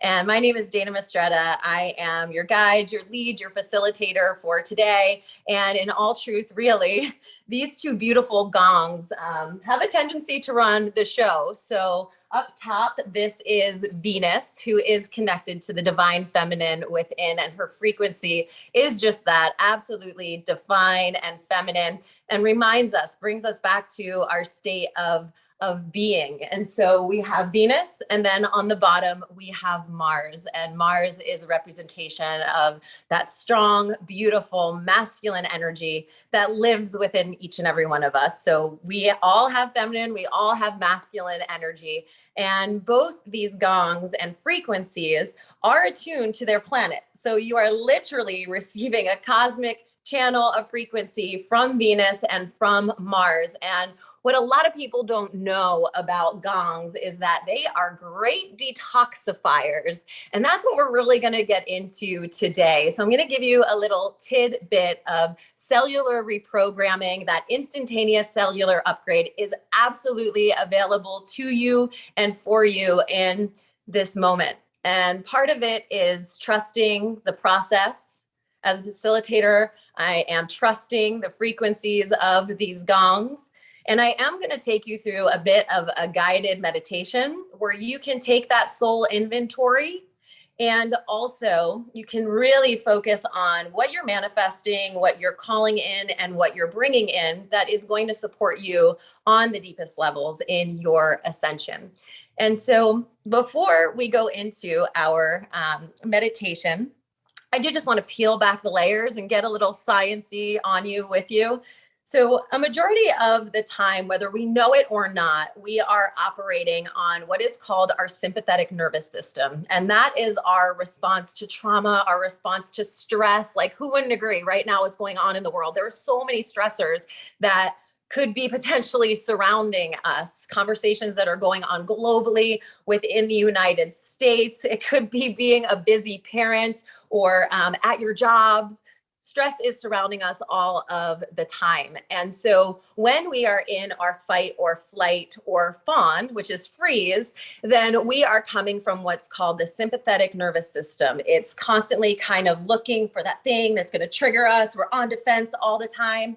And very little do we get to, are we blessed to tap into what is called the sympathetic nervous system, which is a little bit more associated. I heard that, like, surrender, that femininity, that way of being that you were guided through on your last call, on your last conversation. And so the parasympathetic nervous system comes in and it really puts the body at ease. It allows us to reach deeper levels of support and healing. And so the beautiful medicine of gong and gong frequency is right about the 5-10 minute mark. This medicine enters the body and it switches you from the sympathetic system into the parasympathetic system, where you can get that deep healing.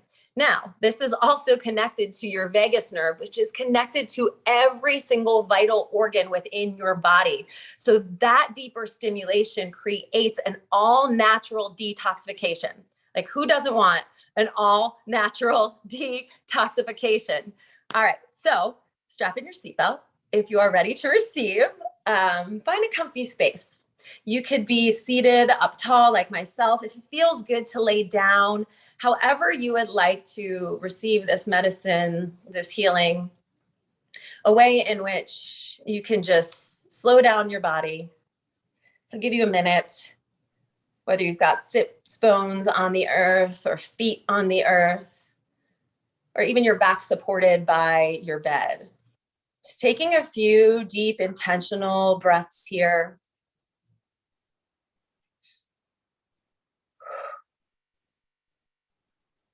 And bringing your focus, bringing your attention, bringing your awareness to the exact place where your body touches the ground or the surface below you. And really feeling into this space as a reminder that you are always grounded, you are always guided, you are always supportive. No matter what goes on in this world around you, Mama Earth, Pachamama, Mother Gaia has your back. And so just feeling that place of deep connection, if it's your tailbone that's on the earth, imagine a grounding cord going down, down, down, down, down, down, deep, deep, deep, deep, deep, deep, deep, deep down into the center, into the core of the earth. If it's your back, the same thing. Imagine maybe from your hip bones, maybe from where your shoulder blades are, that you are growing roots. That we are all tall, strong, and rooted. So imagine your root going down, down, past all the different layers of Mama Earth. There's crystalline layers, there's water, until you get to the center, the core. And wrap your roots around her. Feel her body, feel her breath, feel her heartbeat and her nourishment. And take a moment to breathe it all in. Soak it all in. And imagine her nutrients, her love coming up through your root, all the way up, up, up, up, back through all of her beautiful layers until they reach your physical body. If it's starting at the tailbone, imagine that energy coming all the way up your legs, coating your knees, your hips, all the way up to your solar plexus, to your heart, to your shoulders, up through your crown chakra. And when you get to the top of your crown, imagine it opening like a lotus flower all the way up to Father Sky, open and ready to receive the divinity, the wisdom of the cosmos. And maybe you see that divinity, that wisdom shining down, showering down upon you in beautiful light. Maybe your light is white or iridescent or opalescent.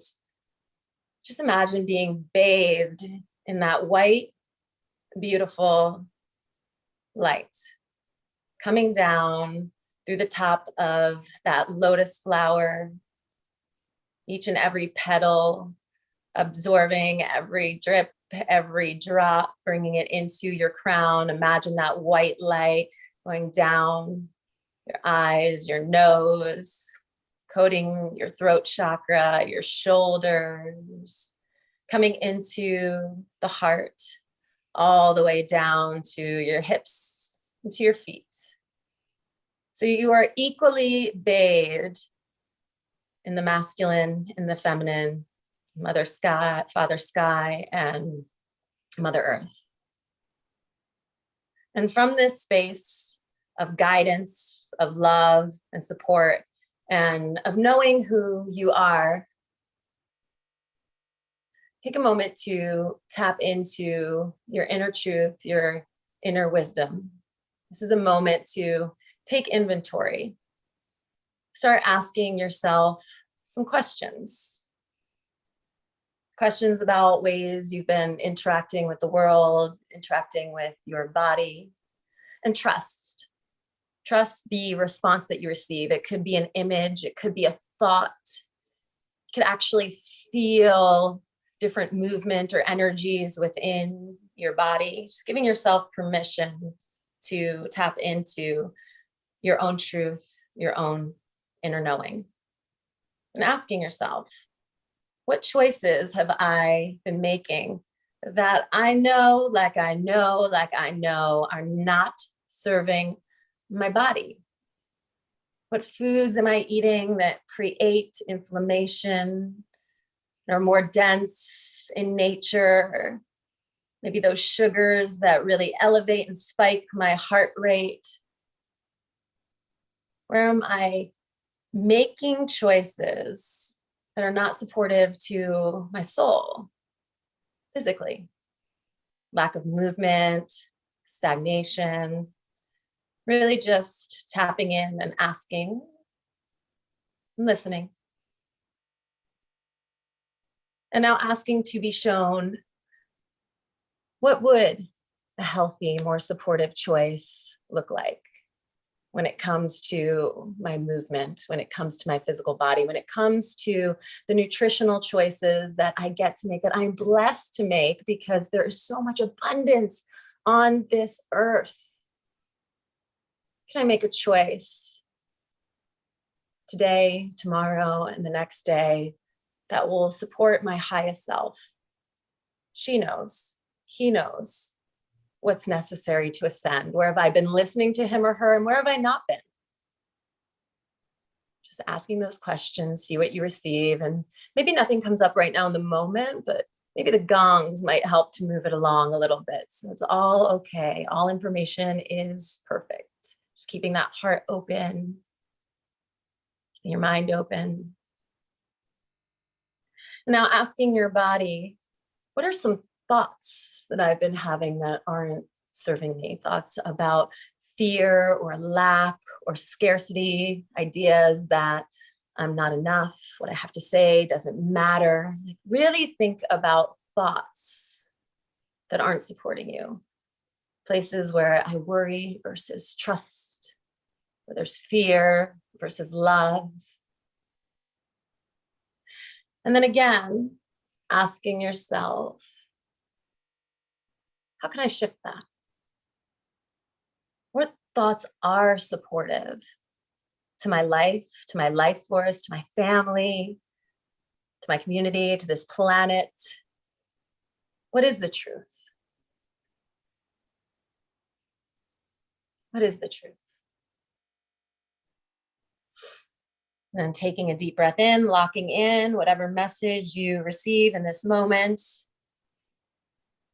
and moving it into the awareness of your emotional response. Where in my life has there been a circumstance, something outside of me that shifted my emotional state of being, that put me in a place of fight, that put me in a place of flight, or maybe paralyzed me and froze me? So just taking inventory. This is not right. This is not wrong. There is no shame. There is no blame. This is part of the human experience. We've all been to different places within our own journey. So just taking a moment to honor those places. It's a safety mechanism. It's kept us safe from getting our hearts broken again, safe from taking a risk. Might not have ended so great the first time. So thank you for keeping me safe. And now what's the truth? What's the truth of what's necessary for my expansion? Is it fight? Is it flight? Is it fawn? How do I progress? How do I shift my emotions to a state of joy, of love, of happiness? And so just see yourself there. Imagine yourself making those choices, those decisions. What do they feel like within your body to honor your emotional state of being? Just because a circumstance comes up doesn't mean I waver. I'm unwavering in my stance of who I am, who I get to be, of who I'm blessed to be. Now taking it into your spiritual body. How have you been honoring your passion, your purpose, your deep intuition, listening to the voice of the creator, or maybe not listening to the voice of the creator? Once again, no shame, no blame, just taking inventory and asking, seeing yourself honor those choices, honor that walk, honor that pathway. When you hear the knock, see yourself opening the door and walking through. Nice deep breath in.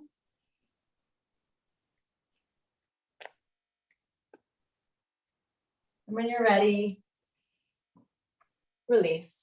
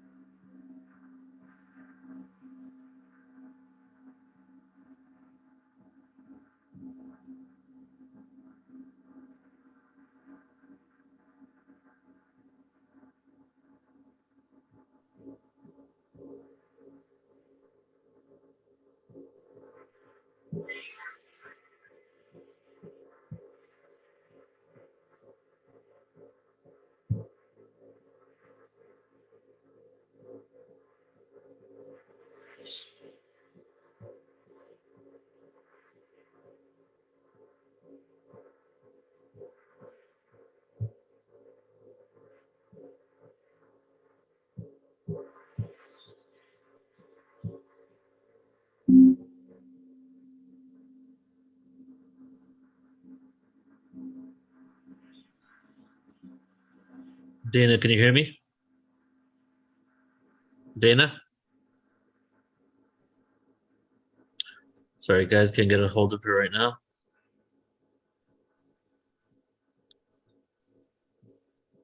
There we go. Dana, can you hear me?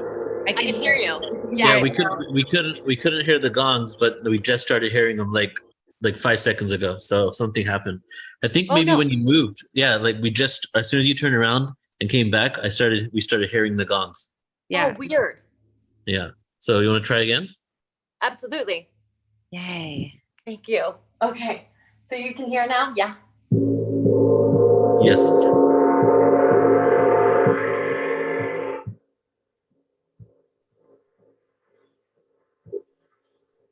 Right now. It just went out again. Yeah, it just went out again, Dana. We heard it in the beginning and then it went out when you stood up. Huh. Yeah, Martha's saying you have the Zoom audio settings set to compression external sounds. So maybe just adjust the volume settings to accept background.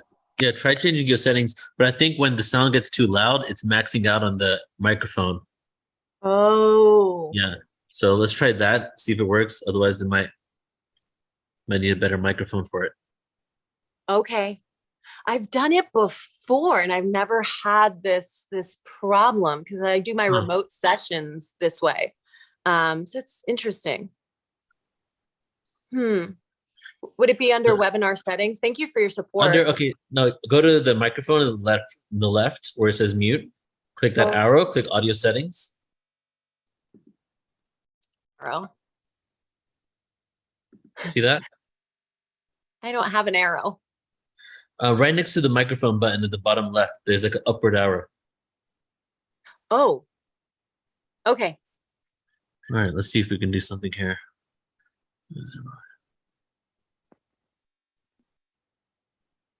Okay, click advanced. All right, I don't even know if that's it. It says screen, photos, iCloud Drive, Dropbox,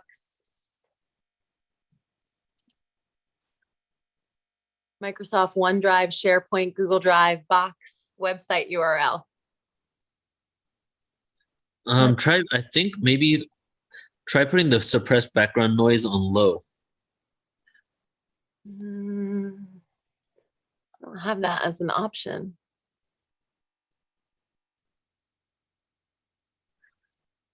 I think we should just try one more time. Let's see if it comes through. If not, maybe we need to move on from that.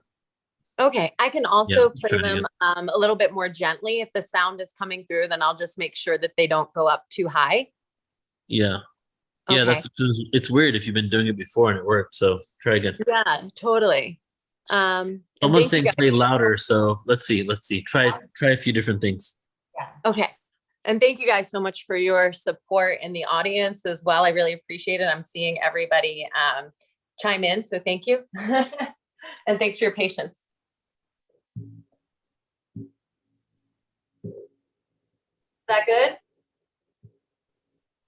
Try It's louder. not coming through. Yeah, try louder.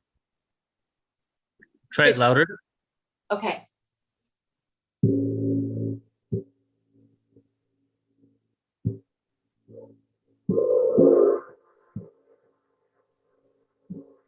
No, we hear it like for a second and then we don't hear it anymore.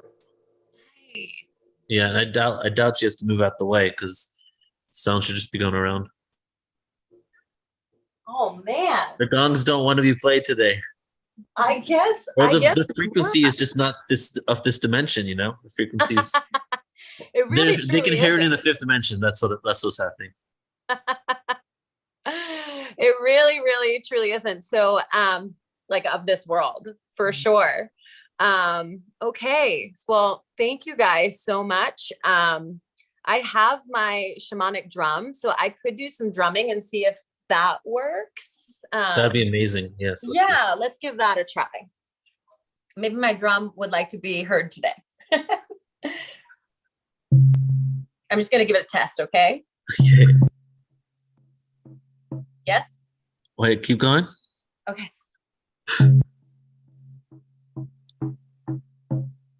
It's not coming through. The first one or two are coming through and then it stops. It drowns out. Brandon, Okay, we to adjust the audio settings. yeah. Does anybody know what the setting is? Because Yeah, I'm Brandon, sure if it's you not wanna coming through. advise us, we can actually bring you in and just maybe.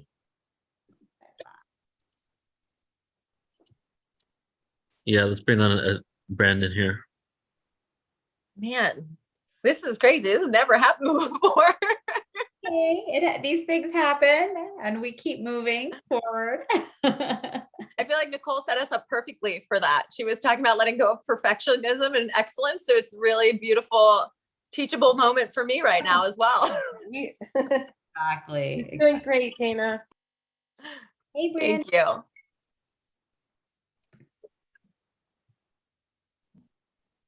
Mark is suggesting suppress background noise. Brandon, if you're talking, you're muted. Oh, Yeah. I'm unmuted now. No, so if you click on the mute button and click on there's an up arrow right next to the mute button, and that's where you click on audio settings. On your Zoom screen, Dana.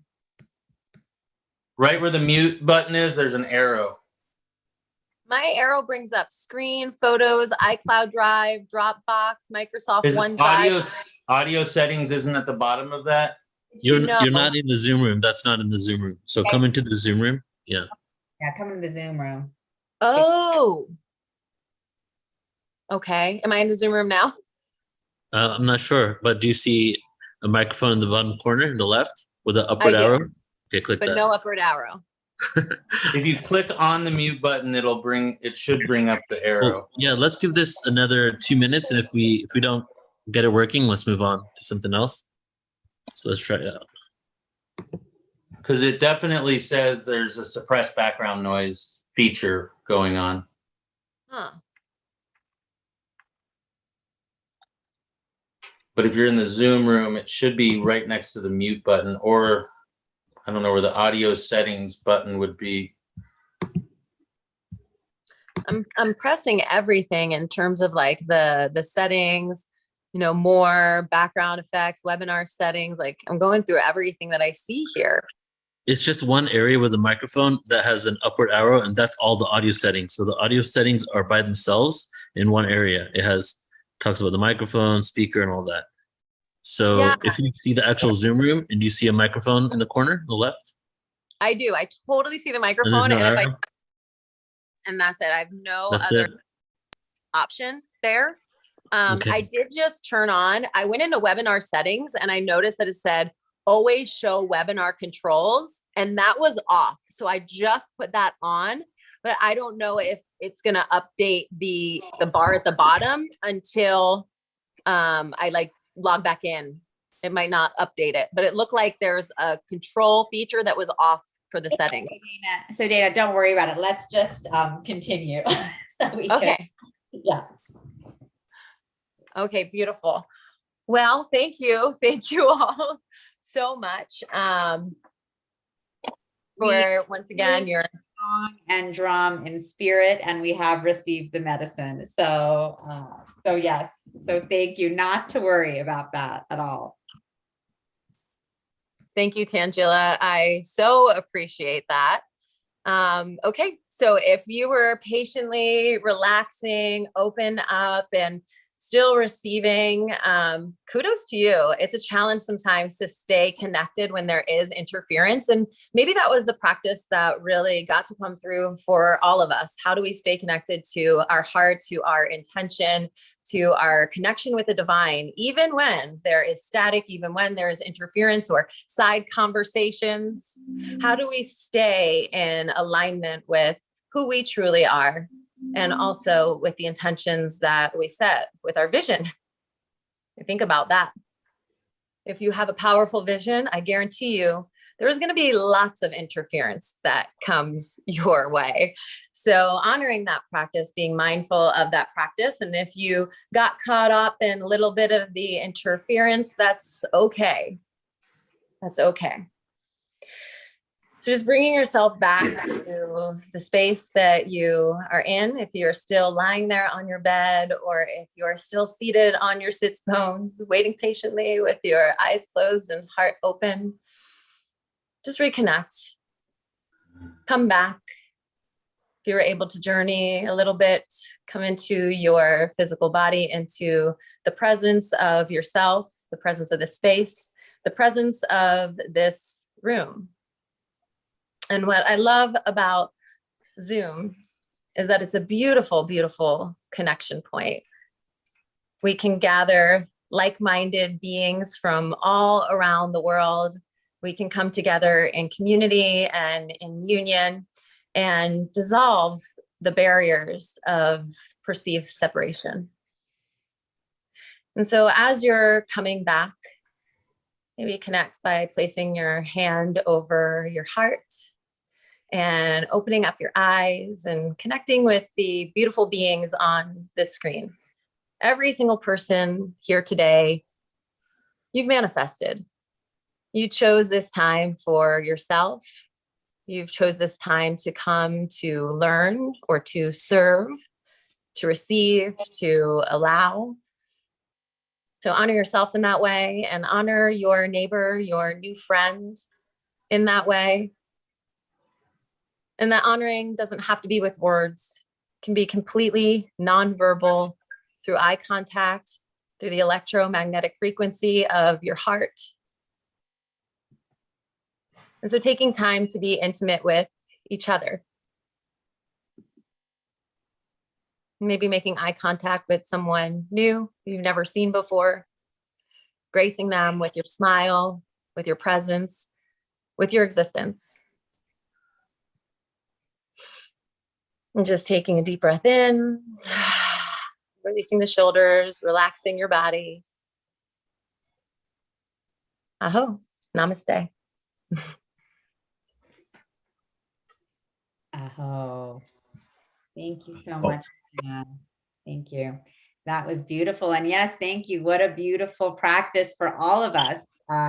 We always, as we were talking about before we started your session with us, we can make all of the perfectly aligned plans and they can go awry, but we can still always remain in our own perfect alignment. and that's what you've shown us today. So I really thank you for bringing your gifts to us for the Ascension Conference.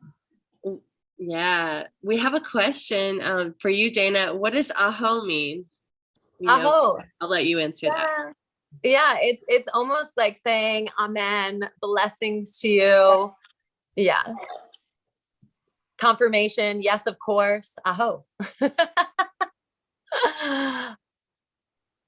Beautiful. Wonderful. Well, thank you for that. And then just so you can let Ginger know, so what tradition, where does that come from? Yes, it's from the Native Americans. And so as Nicole had introduced me, I am a shamanic practitioner. So I do work with actually Navajo lineage, and I'm really blessed to serve in Sweat Lodge and work with different ceremonies with the Native Americans. And so that's where it comes from, is from the tribes. Wonderful. Beautiful. Thank you. And thank you for just, helping us and supporting us and remembering our body temple today as part of our ascension process. So thank you. Yeah. I also want to really honor that the teaching that came through. It's like, I think it was perfect because we are going through so much of the, you can't turn away from what is happening out there. Of course, we can hold in our mind's eye and our creation power what we want to create. And we're all for that here. But the whole interference lesson that just came through was so beautiful, like how to keep your composure and your balance and your alignment, your divine alignment through no matter what's happening, right? If you're on the phone and there's a little kid tugging at you, or, you're in the grocery store and you knock over the whole aisle or whatever it is, right? There's always chaos going on around us. So how can we remain in our frame? I love it. I love that came through, Dana. I know that wasn't your plan. And remain in your frame. That's a good one, Nicole. I think I'm going to take that one. Please take it. That'll be our next workshop. I never know what's going to come through. You can have that one. How to remain in your frame. Yeah, beautiful. Wonderful. Thank you, Dana, for your beautiful presence teaching today. And I'm super excited to be announcing our next presenter for today, and actually our last presenter for today. It's been such a full day, so much wisdom, so much activation, so much knowledge. And we are closing today with Brandon Strabala, who is here with us in Sedona and is the founder of Organites. And he has been creating powerful Organite healing and transformation tools for over a decade. He brings the gift of being able to share EMF and 5G protection with the world. The magic of each device is in the mixture of over 50 different crystals. The crystals add beneficial frequencies to the mix of metal, shavings, and resin. The benefits are numerous and incredible as Organite taps into this ever-present energy all around us that we've been speaking about, and that we can tune into this energy and utilize it for the betterment of humanity, whether you call it chi, ki, prana, organ, ether, the universal life force. We all know underlying energy beyond some confining definition exists and empowers and flows through everything. And we really welcome Brandon here today with us to talk to us about frequency and ascension. Thank you, Brandon. Thank you guys so much for having me. I'm so excited to be here and to be sharing and just to be talking today. It was it's such an honor. Wonderful. Well, welcome. And we're here to share your gifts. I just want to say that Mark Danisovsky is commenting, I just bought a beautiful 5-pointed Organite pyramid from him last Sunday. Organites for the win. Yay. Oh, yay. Oh. Beautiful. Thanks, Mark, for sharing that. And Brandon, we're so excited to hear from you. Oh, no, thank you. I'm excited to share. I'm like, this has been one of the talks I've been looking forward to most, is really about how frequency changes our lives. And that's something that personally, I know it for a fact, really frequency has a big part of our lives right now. And I think Tesla said it best, if you understand the world and you can unlock the world if you understand frequency. And the whole world is made of frequencies and everything's frequency. So it's been something for me with Organite. Frequency is a very big part of what makes Organite work. And since I've been doing it for 10 years, I've gotten so much feedback, so much information. And I'd say it's kind of hard right now to test without having really, really expensive equipment how Organite works. But when I test it on 10,000 people and I get the same results back every time, that's how I know that that frequency is making a difference in people's lives. And I mean, I've had people tell me their headaches go away, they sleep better. Duct taping it under their coworkers' desk, telling me their coworkers chill out. So bringing frequencies into the mix really changes, I think, the way we live our lives. And frequency is so much bigger than just Organite or crystals or anything like that. And that's kind of what I'm excited to talk more about. I mean, I found using my Organite, it's like, I put 50 different crystals in all of them. And each crystal is going to have a unique frequency to it. It's based upon the structure of the crystalline structure within the crystals. But on top of that, the color helps vibrate different frequencies. So you're getting different frequencies off of different crystals. And that's where I find putting them inside of Organite, which you get a piezoelectric effect, kind of like your quartz crystal watch, where you're tuning the frequency of the crystal is actually tuning the watch. And so that's how a quartz crystal watch works. They tune it to the very precise frequency of a quartz crystal. And those good frequencies seem to have beneficial effects in our lives. And that's been one of the things with me that I found putting all those 50 crystals in. I've never had anyone tell me they don't work.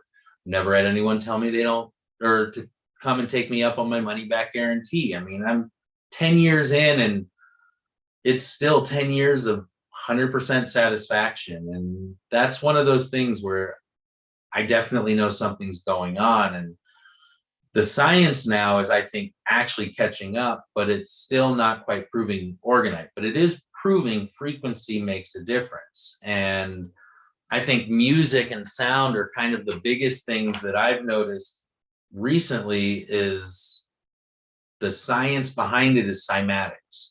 And it's basically taking sound and applying a visual device to it. So a lot of people are playing sound on speakers and you're actually getting these patterns out of the speakers. And that's been one of the things that I've been studying, is like 432 hertz versus 440 hertz. So these are two different frequencies.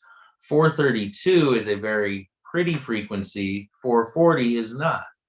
Now, if you can see closer, I have other frequencies as well. And those frequencies are like, you have A2, the piano notes. So they played these piano notes and they actually started getting these symbols out of water, out of sand, and they're getting them out of all these different materials, but it's showing that at certain frequencies, you get these harmonic patterns. And at other frequencies, you get disharmonic patterns. So in essence, these musical tones can bring us more harmony into our life, or actually create more disharmony in our life. And if you really study the music or how music has been cultivated over the past 300 years, they basically started retuning all the instruments in the institutions of music and started adding this 440 hertz in, so that people that were playing 432 hertz couldn't really play with 440 hertz tuned music, otherwise it would sound off.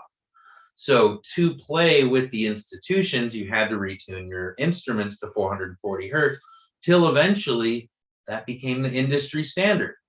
So now we're constantly exposed to 440 hertz music, to the point where people are now retuning their instruments, the music, and everything back to 432, and they're seeing profound results. Or even playing the same song in 440 versus 432. I've heard quite a few people perform it on YouTube, and it's like, wow, that 432, you feel it through your body. And that's because it's bringing harmony. It's like, we love that frequency. We want to listen to it. It's medicine for us. And if we're listening to medicine that's kind of disharmonic, creating these distortions, even if it's the most positive music, it's not helping us to the degree that it could. And that was kind of one of those things that I learned doing testing music, testing sound. Now you can sing apparently the worst song in the world in 432 and it can still cause disharmony. So it's not just, oh, we're using 432, so it's all good. It's like, no, it's also intention. And that's the other aspect of frequency that I think is one of the most important, because I think we're the most powerful radiators of frequency on the entire planet as people, short of the planet itself being a resonator of frequencies. So that was kind of something that I had to look into. And that was actually my first understandings of frequency, was actually looking into Dr. Emoto's Messages to Water. So with that, he was actually, and this, I got another symbol of all of this stuff. And I think a lot of people have seen this. A lot of people are familiar with this work, but it only shows you different frequencies create different patterns. And you have basically Mozart creates a beautiful pattern. I wonder if a Mozart played in 432 looks better than Mozart played in 440. We have peace. We have thank you. I can't read that backwards. Imagine John Lennon, love. And then there's Fujiwara before prayer and Fujiwara after prayer. So the same water taken a picture of creates ugly symbols when it's dirty, but if you pray over it, you create beautiful water. I'm like, and that's one of those things where you can say like love to water, or I will kill you to water. And the I kill you, I think, is the most ugly of all the pictures. It's just like, it's disgusting. I'm like, it should make you feel gross inside to say something like that. And that's, it does actually. Oh, there we go. It's actually, there's science proving that if you say these words, that's how the water inside our body will react. And so when we start filling our bodies and our minds with higher vibrational thoughts, frequencies, ideas, it really changes our lives. And that's been something I've applied into my life. And one of the next things that I learned was language, because language is a frequency, how we talk. I mean, Hebrew was something that changed my life more than anything. And I won't get into it too much, but I was trying to manifest using English prosperity. All of a sudden, I come across that Hebrew is a higher vibrational language. I switched to Hebrew and I write shalom everywhere in my room. And it's like prosperity just starts skyrocketing. And I'm like, I had a poster that said my prosperity is skyrocketing with a spaceship, like with a tractor beam of gold bars. So it was something silly, but it was like, I don't care if I end up with half of that. A spaceship or a pile of gold bars is great. So it was like my prosperity wasn't skyrocketing using English though. I end up with $100 to my name, but then I switched to Hebrew and it's everything changed. And I just started reprogramming my subconscious thoughts of poverty mindset. And those poverty thoughts are a frequency too. And they create that frequency. You embody that frequency. So it's our mind and what we subconsciously think, I think, are some of the most powerful frequencies in our lives. And that's why I find like organite and crystals and things that promote new frequencies into our lives to retrain our bodies to more higher vibrational frequencies. It changes the way our lives work. We don't work under the same principles because we're living in an ascension world, a world that I think if we look at quantum physics, it's like the way we look at the world defines it. But if we stop looking at it, an infinite amount of possibilities appears when you look at quantum physics, even just the double slit experiment. But we start watching it and it goes straight. But I bet you there's somebody that could watch that and make it go up. because they believe it can, or they can make it do it, or it's the power of our intention, the power of what we believe. And that's a vibration that carries, I think, through the world, so powerful, because we're these divine beings that are channeling this divine energy. And when we know how to channel it in the highest vibration, that's not making us fight an uphill battle. It's like using English was an uphill battle for me to create prosperity. Switching to Hebrew flows effortlessly. And all I have to do is remember to surround myself with prosperity, surround myself with Hebrew words of prosperity. And that's, I mean, I have them all over my computer. So when I'm at my computer, I'm subconsciously getting programmed just like ads do. And all of these ads that people are creating are putting bad frequencies. That's why I can't even watch ads. I mean, I'll sit there and cover my eyes and plug my ears and be like, nah. I don't want to hear it. I don't want to see it. I don't want that subconscious programming triggering something within me or reinforcing a trigger. And it's like you start watching these ads and that you find that they're more triggering fears and things like that. That's a frequency too. It's like everything is frequency. Like 99% of my body here is empty space. The thing holding it together is the frequency that our consciousness is literally holding all of this together. The collective consciousness, it's all frequency. And when we decide that we have the power to change the frequency of the things around us, that power just keeps growing. And that's what this ascension is we're moving into higher frequencies where things aren't so dense, where our consciousness can interact with it more easily. And that's what I feel right now is an ascension to the soul, how frequency is changing our lives. Look at the Schumann resonance. The earth has a frequency to it. It's so powerful, but it's been raising. The frequency of the earth is going up. So that's why it's like we're in an ascension time. We can scientifically prove that the frequency that we're vibrating at is going up. Are they testing it? Not really. Can we see the results of it though? And that's where it's like, absolutely. There's no doubt in my mind that people are raising in vibration. Synchronicities are increasing. Flow of the world is increasing. And that's being in the vibration of everything. You start to flow with it. You're not fighting it. You're assisting this creation of this new world that we're coming into. It's going to be a higher vibration. It's going to be a higher frequency. I mean, I think always one of the things that resonated really big with me when I came across it was there was a teacher and he was talking about working at an ashram with families that had moved to the ashram. So the parents had come from our world, the real world, but they had brought their kids to this ashram to start training them in the ways of spirituality and training under monks that have dedicated their lives to this practice. And so these kids just absorbed it up to the point where they had raised their frequency so high that they were vibrating so high that the parents weren't even able to see them anymore. They had literally, because they're at such a high vibration, you're able to see through that energy. It's like an angelic being. It can choose to be there, it can choose not to, but the kids had to then learn how to say, oh, hey, here we are, mom and dad. And the parents had to open up their perception to say, hey, we can see more with our eyes than we're even being led to believe. We can see frequencies outside of ourselves. And that's like, I mean, I've been having a big one with imaginary friends that people grow up with. It's like if kids can perceive these dimensions, these other frequencies, who's to say they're not real?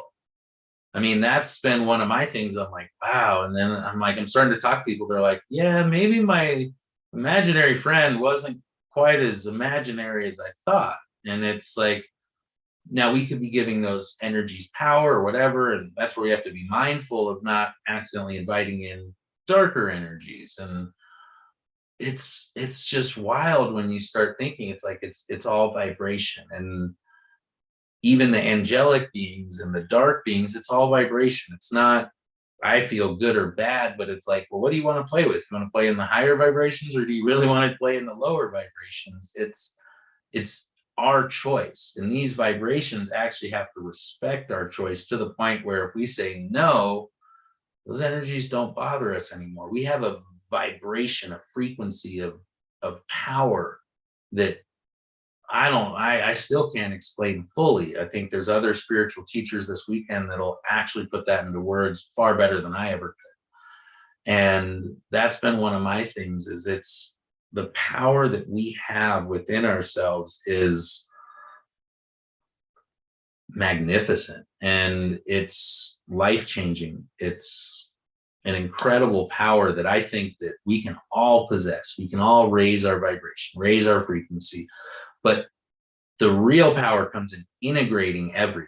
So it's not just saying, oh, I'm going to flow all vibrationally good, because then it leaves polarity. It's like the real power comes in bringing that together and understanding, I'm going to raise the vibration of everything. The darkness, the light, it's all coming up. And we're gonna bring it all up. We're not gonna ignore it. We're not gonna run from it. We're not gonna spiritual bypass it. We're bringing this vibration up. So we have to raise the vibration of even this dark stuff. We have to pull it up. We have to look at it. We have to say, hey, what's going on here? What can we do in a higher vibrational way, so we're not like stringing people up in the streets? It's like, this is higher vibrational thinking. And that's the frequencies that we're operating on. And when we have those higher vibrations, those answers flow through us and it feels good. You use discernment, you check your gut. It's like, that's a vibration too. When it feels bad in your gut, that's like the universe saying, I should look at this a little bit more. And I even got that lesson this past week, is like, listen to your gut. If your gut's saying something, listen to it. And by the end of the day, I knew exactly what my gut was trying to say, but it took the whole day for me to figure it out. And that's one of those things where it's thoughts. Everything is so much important on frequency that if we understand it more and understand how to utilize it and surround ourselves. I mean, we just had a gong bath and drum that was just, would have been incredible to listen to, but you could feel the energy of it no matter what happened. It's like the frequency is still there.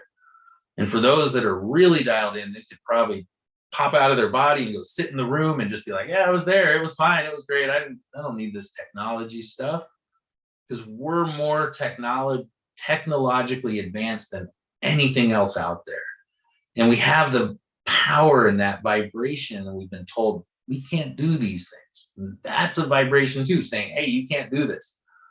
If your vibration says you can't, you're never going to vibrate above that level until you say, psh. Just like the vibration of you couldn't run faster than a 4-minute mile, and then somebody did it, and then hundreds of people did it.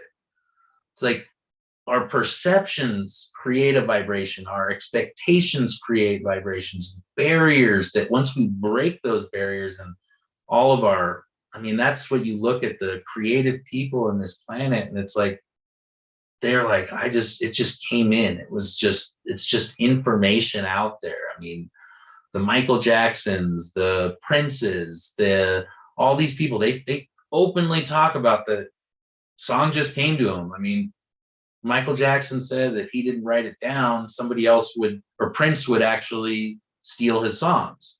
So you start thinking, it's like, it's all vibration. It's all out there. And the visionaries, the luminaries are able to go out and grab that vibration that we start vibrating at. And as we keep going higher and higher, all of these new ideas are popping into possibilities. And a bunch of people are grabbing them all at once and saying, we're going to run with it. And so you're seeing all these people doing the same things, but that's what needs to happen. We all need to be doing these things. We need lots more people doing these things. And that's going to raise the vibration too. And we have a lot of people working together. And that's one of the most powerful frequencies. And that was something that I learned with like the Shalom, is yeah, I can say it to myself all day long, but when I say it to someone else, now I'm wishing peace, prosperity, abundance, kindness on that person in a higher vibrational language, giving them one of the best gifts they can. I mean, somebody told me, they're like, aren't Jewish people all wealthy? I'm like, I bet you the ones that have shalom on their walls and say it to each other are the wealthiest families out there. And it's like, I'm seeing that more as my family of shalom supporters is growing. All of our abundance is growing, and we're wishing that shalom onto each other. And it's very powerful when you get together in a collective effort, and that vibration just grows, expands, and now it's an unstoppable force that nothing on this planet can stop because we're united. And it's like, once we've all come together and we're doing that together, it's like, that's what Ascension's going to be, is a collective vibration that's so high that it just creates this new world almost effortlessly, because we have that capacity within ourselves. But we need to vibrate at those levels to get to those steps. So until we bring everyone else up, we're the high ones up here holding up the people. Now everyone else is rising right now, but we're all of higher vibration pushing up, and there's a lot still just holding us down. So that's falling away, that's dissolving, and that's creating fear amongst all these people. But that's what has to fall away. And we have to look at that from a higher vibration, say, well, what about that can we do to prevent it from happening again, to make sure this doesn't ever occur again? How do we stop these things from happening again? And we have to look at it to say, well, we can't stop it if we don't even know what to stop. But if we look at these things, then we really raise our vibration, not as saying, oh, I'm just all light. It's like, no, I'm everything. And nothing can keep us down, because we're all in a vibration of saying we choose to be this way. Why? Because we know better now. And that's the thing. It's thoughts, everything, feeling good, happiness, joy. It's a vibration.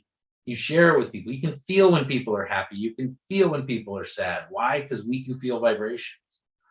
And when we understand those vibrations, it changes our lives, because then we can navigate this world, I think, more easily. And people are putting together those maps of how to navigate those energies, how to deal with them, how to get in and out. And that flow is different for each person. It's like this, I like to go this way and this way. I'm a more extreme person. Guess what? That doesn't work for everybody, but it works for me. And there's nothing wrong with that. And that's what we also have to understand, is each person's on their own path. We can't say, oh, this frequency works for me, it's going to work for you. It's like, no, this thing works for me. It may or may not work for you. But here, if you want to try it, I'd like to offer it, and not feel bad if they say, no, I don't care. And I'm like, cool, that's fine. I'm fine with it because I use it. But if you don't want to, and that's where I have to learn with organize. So many people every day, every weekend, it's like, whatever. I'm like, that's cool. I still guarantee it. And if you want your money back and it doesn't work, I'll still give you your money back. So please, if you don't want it, great. If you do want it, great. It doesn't matter. Because hopefully me just sharing with them opens up their mind a little, and the next person down the road has an easier time opening up their mind. But if I attack them and say, you need it, they're like, I don't want to talk to any spiritual person ever again. It's like, because we need to go out with spreading the good vibrations. And it goes out with respecting and honoring and knowing how to, when we start feeling somebody's vibrations coming back at us, it's like, I'll back off. Thank you. I'm sorry. And that's how we navigate these frequencies and understand and master ourselves and know that nothing's really bad, but how we express some of those frequencies can definitely be good or bad. But I don't know. I think that's kind of where I would leave my frequency talk on what's changed my life and how I hope it can help change your life more. And I don't know if we have enough time for any questions or. Sure. Thank you so much, Brandon. That was wonderful. And I just love what you were saying, that there really is no limit to our vibration and our vibrational possibilities. And you know, we can just keep creating and expanding together. So it's really true. It's so amazing. And we had a question coming in earlier when you were speaking. Someone was asking about Hebrew and if that was your language and that's why you chose it, or is it because it's an ancient language? Wanted to answer that. No, I ended up like with $100 to my name a couple Februarys ago, and synchronistically, I'm like sitting there like, what am I going to do? And I open up a book, and right there on the front, the page I opened to was Sanskrit, Hebrew, Aramaic, and Egyptian were very high vibrational languages given to us by higher vibrational beings. And I was like, that's interesting. I'm like, well, I don't know anybody that speaks Egyptian because it's a lost language. And I know a bunch of Jewish people, so I'm going to go with Hebrew. So that was kind of what ended up sending me down that path. And it's changed my life, like I said, more than anything, more than organite. It's like language. It's like how we use language. Like, are we really going to free ourselves? Or are we going to keep weakening ourselves? And that was, I mean, something with language. It's like we say we go to work week. We go to our work week. W-E-A-K. It's the same sound. Our subconscious mind does not discern it. We work week every day. We look forward to our weekend. We're weekend. We're weekend during our weekend. It's like your subconscious mind does not discern these things. It's a vibration. And our language is so sabotaging and so hurting us. It's like that was something with language that I felt was very powerful with frequency, because yeah, it was like, I mean, you start looking at it. I awake in the morning. It's like, no, I only mourn at wakes. I grand rise when and it's like, why does everyone hate mornings? Because you're awake, you only mourn at wakes. Your subconscious mind does not discern this. You're literally waking up to a funeral every day on your subconscious mind. So you got a grand rise, and it's like, or something else. I mean, there's all sorts of weird stuff that spiritual people are starting to say, but it's like, stop sabotaging ourselves and our language. And it's like that's a big one for me.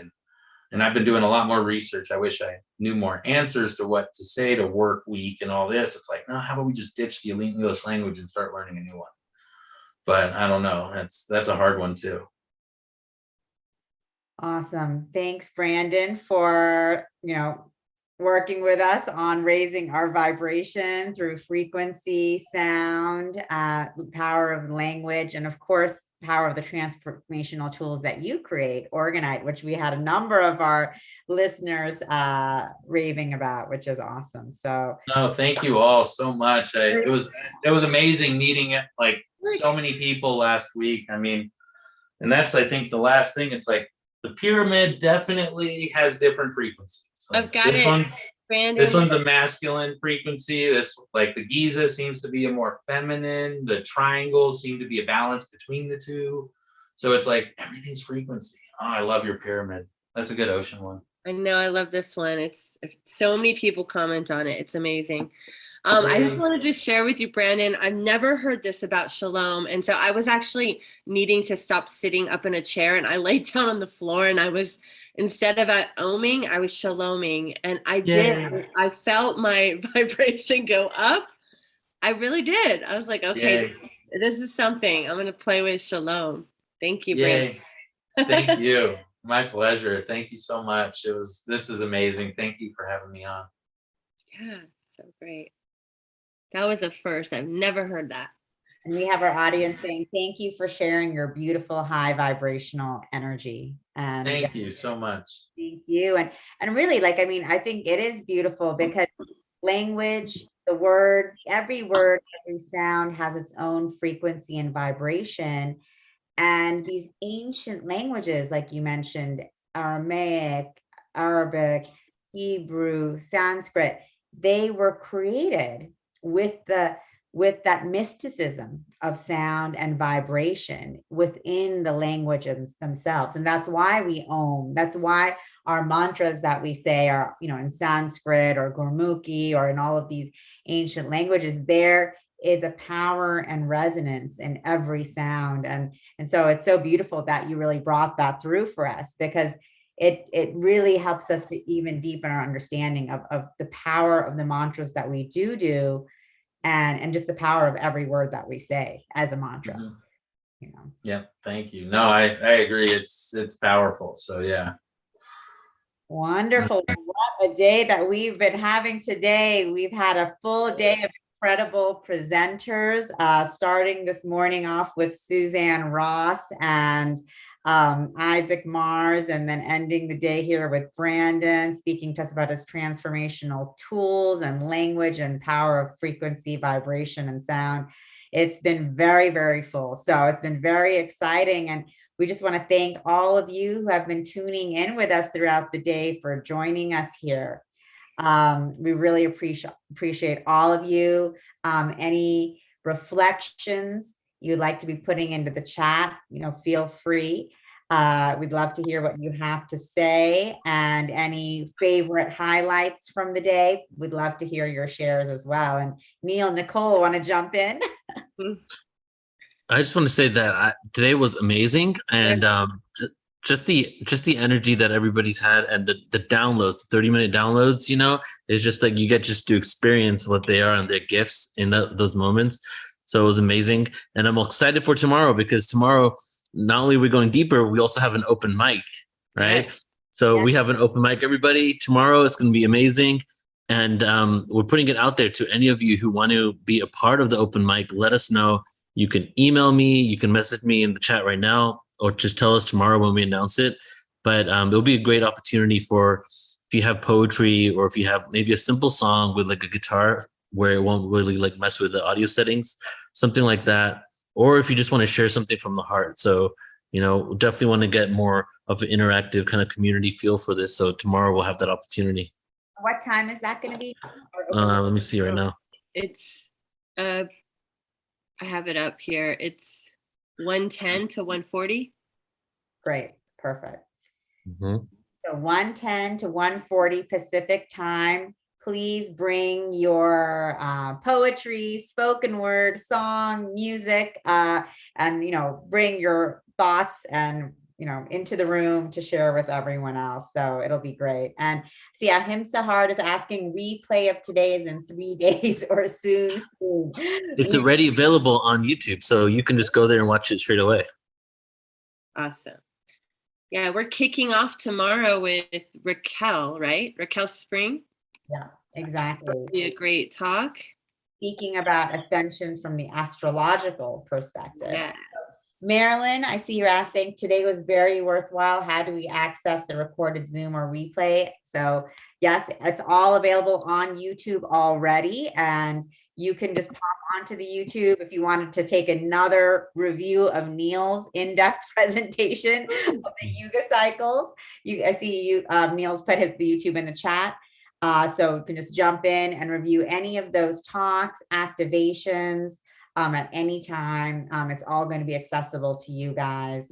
And Chris, I'm so happy you're feeling the fairies today. They're amazing friends for those that are available. And yes, they are our amazing friends, and they have been excited and joyful to be dancing and playing with us today for sure. And we're back tomorrow. Oh, wait, Sahar, did you message me? I will absolutely check out where did you message me, sister or brother? Sister. Yes. Okay. I'll look for you. Awesome. Oh, okay, great. Awesome. Thank you. What a beautiful day. It was so fun to co-host with the two of you also. It was just like great to get to know you better, Neil, and just you too. Wow, your wisdom, your download. Tangila, your meditation, or I don't even know, it was like activation / meditation / journey into Lemuria. It was amazing. Thank you. No, I mean, just the whole day, just so many different activations, downloads, meditations, wisdom and knowledge coming through. It was so powerful. I just feel so activated after this whole day sharing from the heart on how we are all raising our vibration together, because that's what this ascension is all about. And it's just been beautiful for us to do this in community with community. I think earlier one of our guests, she said, I finally found my people. Exactly. You know, That's nice. we are connecting our soul tribe, our soul family. As we remember who we are, we connect with our soul familia. And, you know, just so much love flowing today with all of you here, and especially my co-hosts, Neil and Nicole and Alan, and of course, our amazing community here with us today, raising the vibration together. Like, just thank you everyone for being of service as we took that journey together. You know, earlier today, we actively were recognizing that we are bringing so much light and love to all of the parts of the world, all of the parts of the universe, all of the parts of the multiverse. So I just want to recognize each and every one here for your great service, your bravery and your courage, for accepting this mission on Earth as an Earth. Yep. Incarnating into the human body at this time and space, and for doing what you do, which is just being who you are. Beautiful. Thank you. Thank you so much. And thank you everybody for sharing your light with us. And you know, before we close out here, I want to just say again, because we had some more comments about the replay, it is available immediately on YouTube, youtube.com/portal ascension, on Soul Searches as well, New Realities. To all of you who are tuning in on other platforms, thank you so much for being here. We're also live in a Zoom room. So if you want to join us for the Zoom room tomorrow, go to portal2ascension.org, sign up under upcoming events, and you'll get the access to the Zoom. And then you can also be part of the open mic.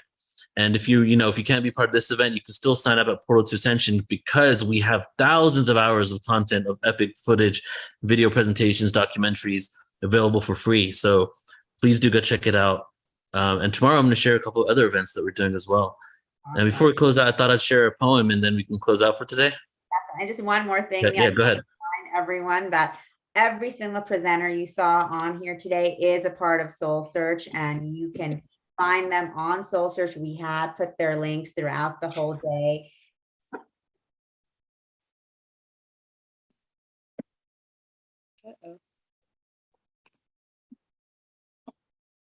Did Tanjila freeze on you too? There you go. You're back, Tanjila.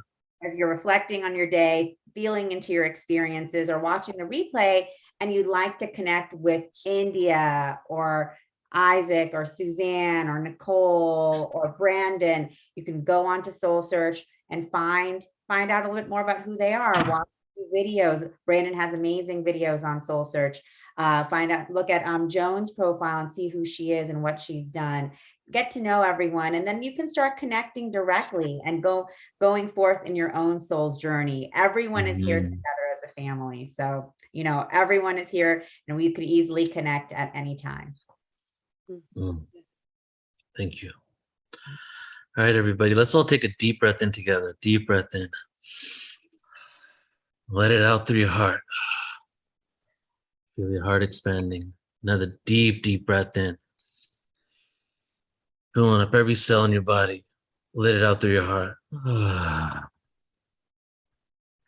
Deep breath in. This time we're going to let it out with a sigh. Deep breath in. Let it out with a sigh. Open up your heart.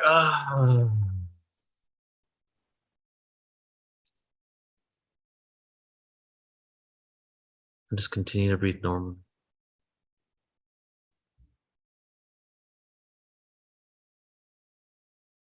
As we remain in silence just for a few moments before we begin on a journey to the spoken word.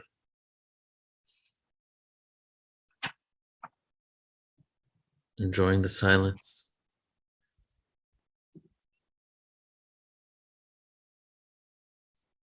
Embodying all of the gifts, information, awareness, remembrance, knowledge that we receive today.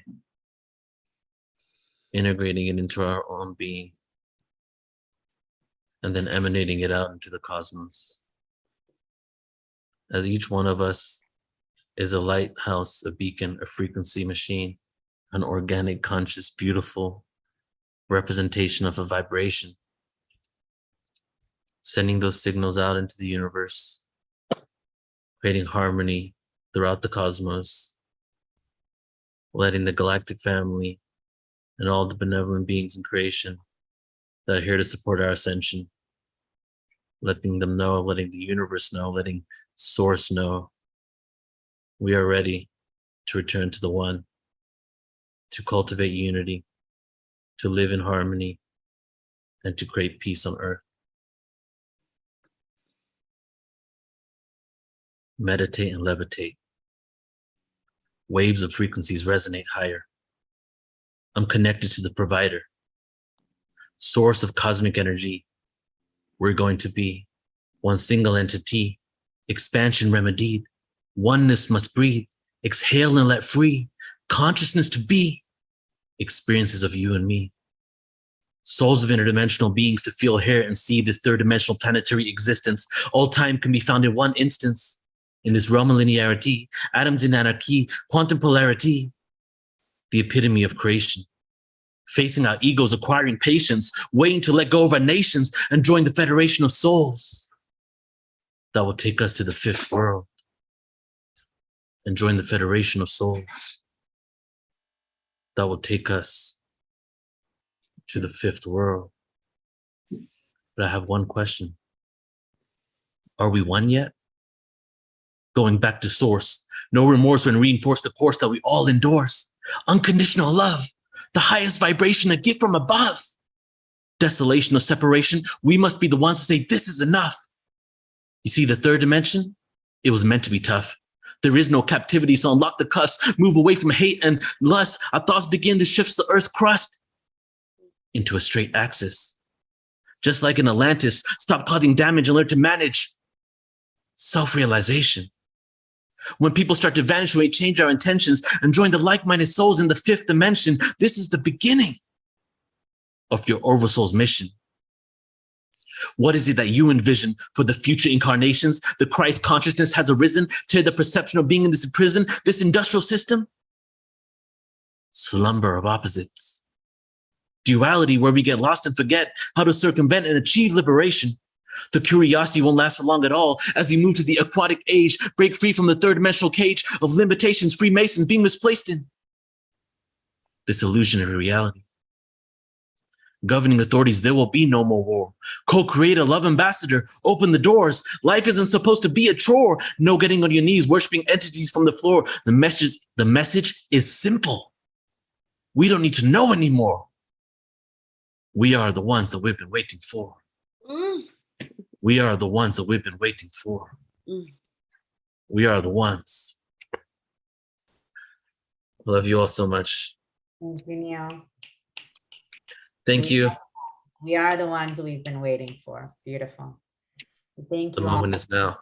Thank you all for being a part of our community and this ascension of the soul. Neil, that was incredible, bringing us to the point. We are the ones you've been waiting for. So thank you for our amazing presenters today and everyone else here. Thank you for your magic and for being the ones. Love you guys. Love you guys so much. See you tomorrow. See you all Bye. tomorrow morning at 10 a.m. Send you Yes, see you all here. huge love and big hugs.